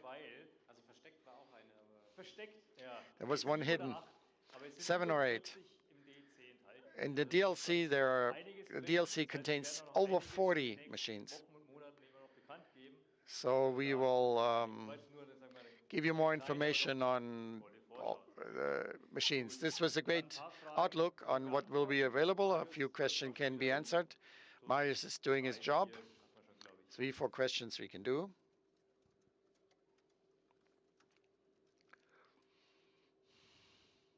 Die Frage ist, wo es diese Seilwinde gibt, um die Bäume hochzuziehen. Where are these cable systems available to pull up the trees? That will only be available with DLC. It'll be one of the 40 implements.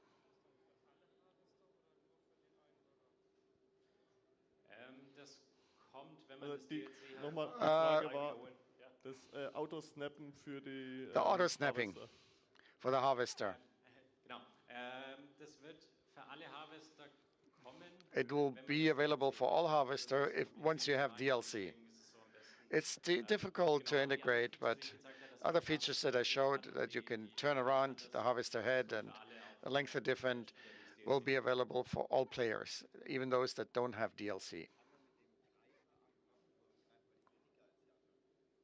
Kann man mit dem Greiferarm die Mammutbäume greifen, weil die so dick sind? What about sequoia and mammoth trees? Can they be gripped with a gripper? No, the maximum radius is 1.20 meters. So sequoias, it doesn't work for them. Redwood trees.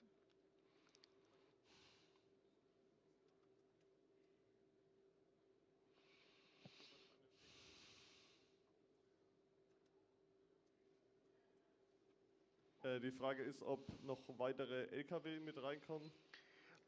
The question is if more trucks will be used. Well, the answer is who knows. Yeah, that makes me laugh too. Die Frage ist, ob dieser PM-Truck auch eine funktionierende Seilwinde The haben PM truck, does it have a cable system? A winch? What kind of winch? Also, ja, müsste ich mir mal anschauen, ob der eine Seilwinde hat. Yeah, you'd have to have a look. I can't really answer this question. Okay. Sure.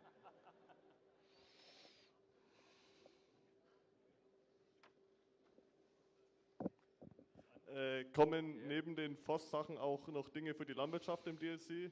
Are there also agricultural stuff? Will that be available for DLC or only the winch? More general vehicles used for agricultural purposes will come. Yeah, Volvo, wheel loader, and those kinds. Die Frage ist, da ja sehr viele Bäume in dem DLC vorhanden sein The werden, DLC will have a lot of trees. auch besser, Does it have an impact on the multiplayer performance?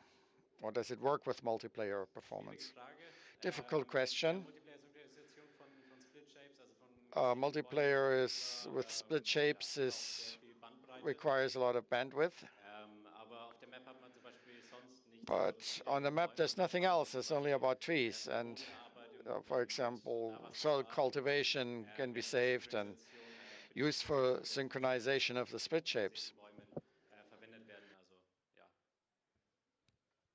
and can be used for the visualization of the chopped down trees. Die Frage ist, ob man mit diesem Jader, mit der Seilbahn auch andere Dinge außer Bäume With a cable transportieren kann, zum car, Beispiel can Paletten oder other ähnliches. parts be transported, Also for die werden example, echt auch dafür pallets? verwendet, um teilweise andere Dinge zu They transportieren, are aber used for different purposes, ist es aktuell nur für but den Transport. here only for the forestry it is planned. Die Frage ist, ob es durch den DLC neue Kategorien im Shop gibt. Are there new categories in the shop due to DLC? Yes.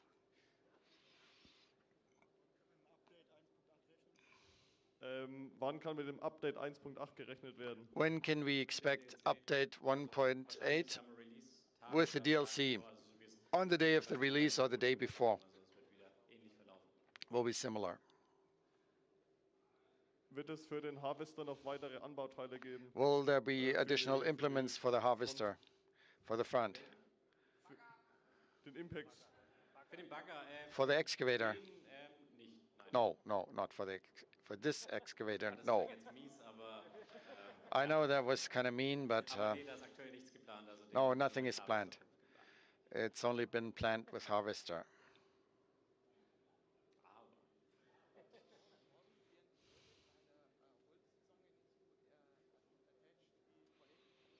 Die Frage ist, wieso die Bäume bei der Holzzange nicht ähnlich attached werden wie die Paletten, also dass sie Why aren't the trees festgehalten attached werden. in a similar way as the pellets? also da werden Joints The erstellt, trees are dass being Bäume nicht nach attached. links und rechts rausrutschen.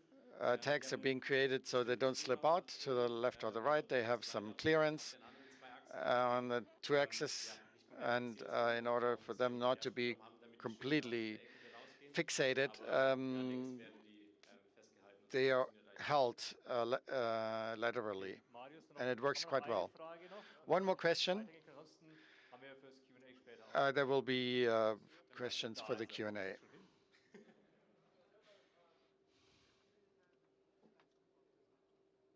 Wie viel Leistung braucht der Traktor, um die Seilwinde zu bedienen oder den What Lader is the wahrscheinlich? power output requirement for the tractor in order to operate this, the cable winch? 80 bis 120 PS Bereich.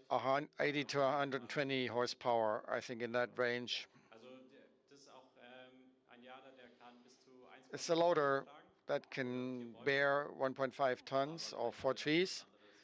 and maybe there will be another Eine letzte option. Frage noch. One last question Den NASA-T-Shirt. with the guy with the NASA T-shirt.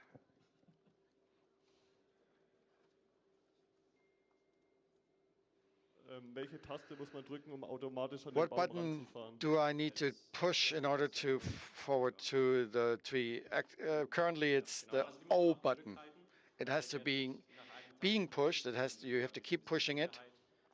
Und dann hebt er wieder ab und dann That ist da provides wenn some man ihn safety, loslässt, and until you release it, beziehungsweise wenn er am Baum ist, dann stoppt it er auch. moves towards the tree and stops. Okay. All right then. War gut. Wir sind schon über der Zeit ein bisschen. Ja. We're kind of Also nochmal past. Applaus für Stefan Maurus. Yeah, Stefan Maurus, give him a nice round of applause. Und da machen wir gleich mal einen fliegenden Wechsel. Du kannst ja And Präsentation starten. we Dann can holen wir have jetzt the auch next schon gleich presentation unseren straight letzten away. Vortrag auf die Bühne. Um, Wir kennen ihn schon. and you all Er war know der Mann der wenigen Worte vorhin, jetzt hoffentlich ein bisschen mehr. he's the Martin person Seidel that spricht jetzt didn't über how brands and products get into the game. make Da too bin ich many von ihm schon ein words, paar Mal but gefragt now worden, wie das he so will vor sich geht. provide a Und da kann uns hoffentlich mehr full-blown darüber erzählen. presentation Martin, about how ihr habt das brands and Sprachrohr frei. products get into the game.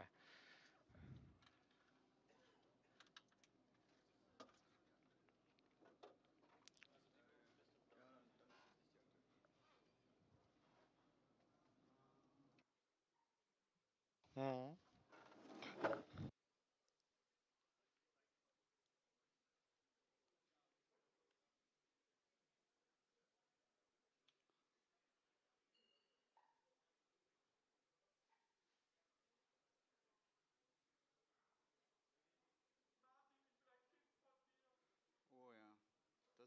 schön.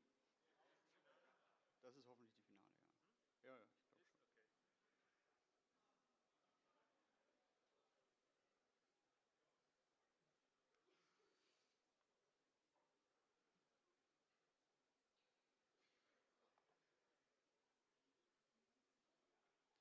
So, kann's losgehen?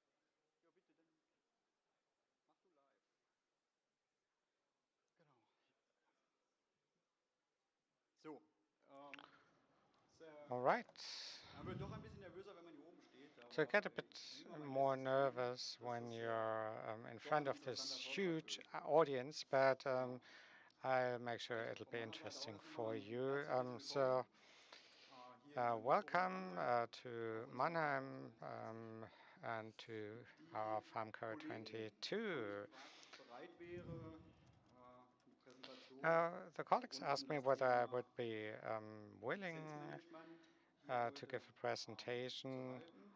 Und on da ich auch von license unserem Community management. Management, aber auch teilweise aus eigenen Beobachtungen weiß, dass das Thema And für viele since Spieler, aber this insbesondere vielleicht is auch für viele a Modder subject schon eine gewisse Relevanz hat, that is quite bin relevant ich, wie for a lot gesagt, of bereit, euch gamers da heute and mal so einen kleinen particularly modders, Einblick hinter die I would Kulissen, like to provide wie some wir sozusagen in der insight, Geschäftsebene mit unseren make sure you Lizenzpartnern get zusammenarbeiten, euch you das can zu take a geben. glance behind the scenes. Mit anderen Worten, ich möchte euch heute also ganz kurz versuchen darzulegen, wie So I would like to Markenprodukte ihren Weg in show den you Simulator how finden. products are introduced to our agricultural Dazu simulator, habe ich mir farming simulator. folgenden kleinen Programmablauf überlegt. Ja, And worum geht es heute? this is Ich würde anfangen mit einer kleinen what Vorstellung my einmal zu meiner presentation will Person, look like. I will dann die introduce Übersicht zum myself. Landwirtschaftssimulator I will 22, wie provide ist an da der aktuelle overview Stand, of dass the wir farming sozusagen auch eine simulator gemeinsame Ausgangssituation 22, haben rund um das Thema just to make sure Lizenzpartnerschaften we und actually lizenzierte are on the Produkte. same page.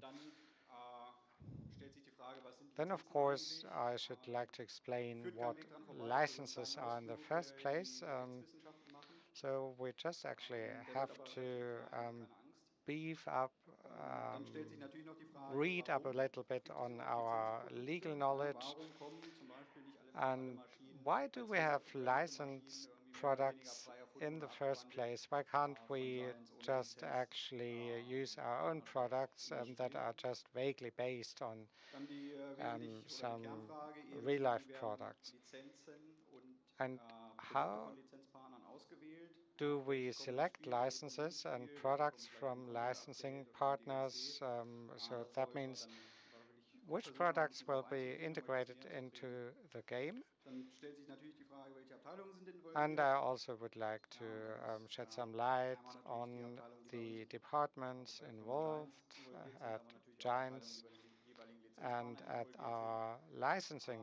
Das wollen partners. wir auch kurz beleuchten, einfach, dass ihr so ein bisschen auch den Umfang versteht, sozusagen, der da And that wahrscheinlich will liegt. just give you an idea of Genau. the Und work dann involved behind the denke ich, scenes. hoffe ich, dass ich so gut durchgekommen bin, dass wir auch noch eine kleine QA-Runde And machen maybe we können. can also Die have dann a letzten little Endes round für of uns Q&A towards the end of this nach jedem Spiel, presentation. vor dem Spiel. Because after the game is before the next game. Genau. Sehr gut. All right. Ja, ganz kurz zu meiner Person. Also mein Name ist Martin Seidel. My Ich name bin is Martin 29 Jahre Seidel. I'm alt 29 und years arbeite seit old, and 2019 bei der Firma I've been Giants working als with Account Manager. Giants as an account manager since Aufgewachsen bin ich 2019. in einem, ja, sagen wir mal, sehr kleinen Dorf im I grew up in Süden a Niedersachsen. little village in the So sind wir auch so ein south bisschen mit of Traktoren, Lower Bulldozern groß Saxony, geworden. and I Ich grew up denke with erstmal, dass wir hier tractors alle, oder and die wir hier combine sind, alle ein Interesse am harvesters, and Landwirtschaftssimulator haben. whoever's interested So ein in bisschen aus farming derselben and in the Passion teilen, farming simulator um share the diesen same Eindruck noch mal ein passion. bisschen oder quasi And meinen ländlichen just Hintergrund zu to unterstreichen, habe ich das Greenhouse actually meiner Frau in underscore Rosenburg my rural mitgebracht. Also da, background, wo nicht I ja, brought scheinbar you überall, wo es stromt und a little qualmt, picture. vorzugsweise So bei landwirtschaftlichen Maschinen, das hat mich schon immer interessiert. I have Und so always kam been dann auch so ein bisschen mein interested Weg. in farming Ja, machinery, so bin ich dann letzten Endes auch bei Giants gelandet, and weil das that's natürlich how I schon actually ended up relativ groß war with für mich. Giants, because this is just what I burn So, for. dann kommen wir nun zur Übersicht And that brings us zum to the Landwirtschaftssimulator oder vom overview of Landwirtschaftssimulator 22. the brands Hier als and licensed Ausgangssituation als kurzen products Überblick ist es included eben so, in dass the wir Farming aktuell Simulator über 170 2022. lizenzierte Marken im Spiel We've got more than 170 licensed brands in the game, and they will actually provide you with more than 650 licensed products, which you can use on your farms. So 650 licensed products will provide an ample portfolio for you to select from and to find the right machinery. So let's just take a look at the legal background. I've looked up the legal definitions, but you don't have to learn it by heart. So two points should be highlighted because they are relevant for our business. First of all, you have to understand what a brand is in the first place.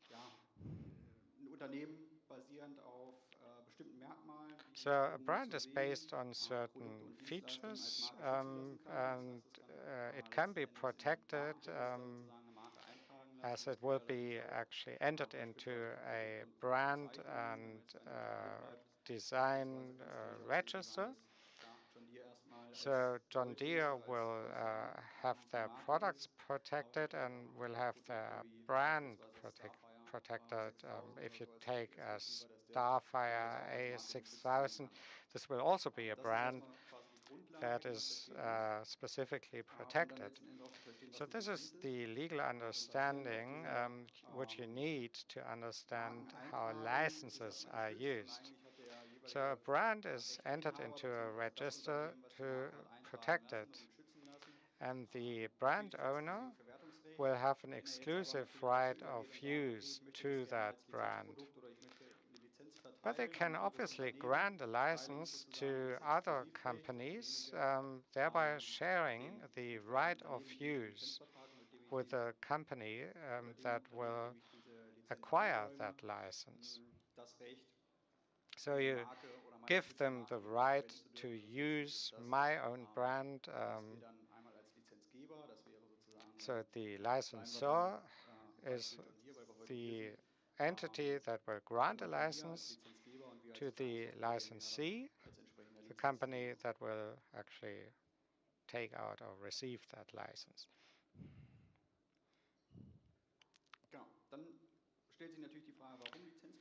Now, why do we use licensed products in the first place? Well,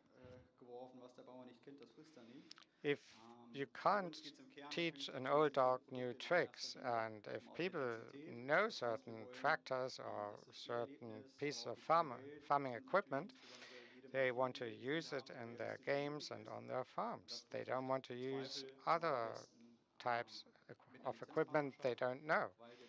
And so we need to actually acquire licenses from the license owners to have direct access to the machinery.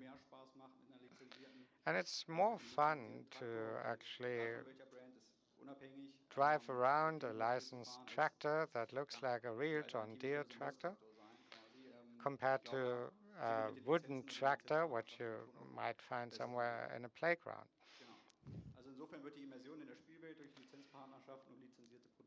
So we actually get a more authentic feel in the game by using licensed products, and we thereby increase immersion.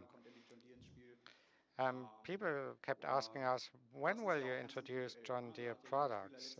And each and every gamer will have their own favorites, and we also are trying to listen very closely to what you tell us. So I hope you will bear with us when certain products have not been licensed yet. But we want to really try to introduce as many branded products as possible. And of course, licensing partnerships also enable a transfer of knowledge. Of course, we are game developers at Giants, but we don't know all the ins and outs of farming machinery. If you have the precision farming DLC, for instance, which we heard about in one of the presentations this morning. Now, whatever we have implemented in terms of in our simulator would not have been possible without the support and sponsorship of John Deere and the other partners. So this transfer of knowledge will make the game even more realistic at various levels. And licenses will also provide some legal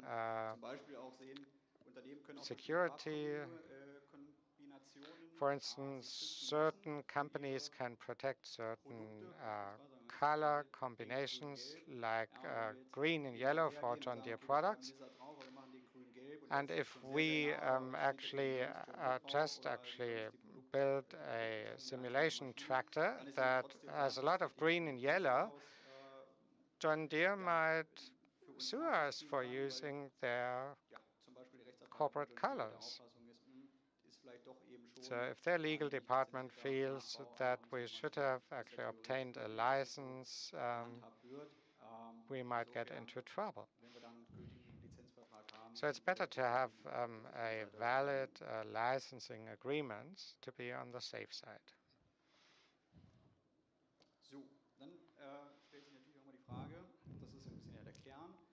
And now we come to the core of this issue. How do we select licensing partners and products?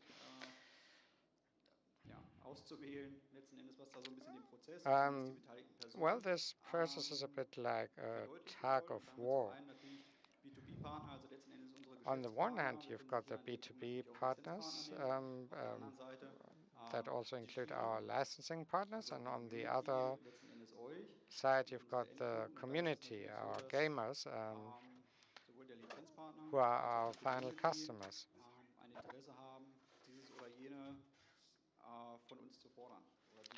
And of course, the community calls upon us to include certain products in the simulator. So they also would have liked to see an a vintage equipment DLC. But it's really tough actually to set up a complete DLC with vintage equipment only, because it's not about the tractors only. There are also certain accessory implements that have to work with these tractors. If you take an old John Deere tractor, it's fine, but if you have certain machines that should be towed by this tractor, it might not work anymore. So, of course, our licensing partners would like to just present their latest products rather than old products. And if you look at the latest versions and how they evolved over time of the farming simulator, we just actually have to find a good agreement between our B2B partners and the community.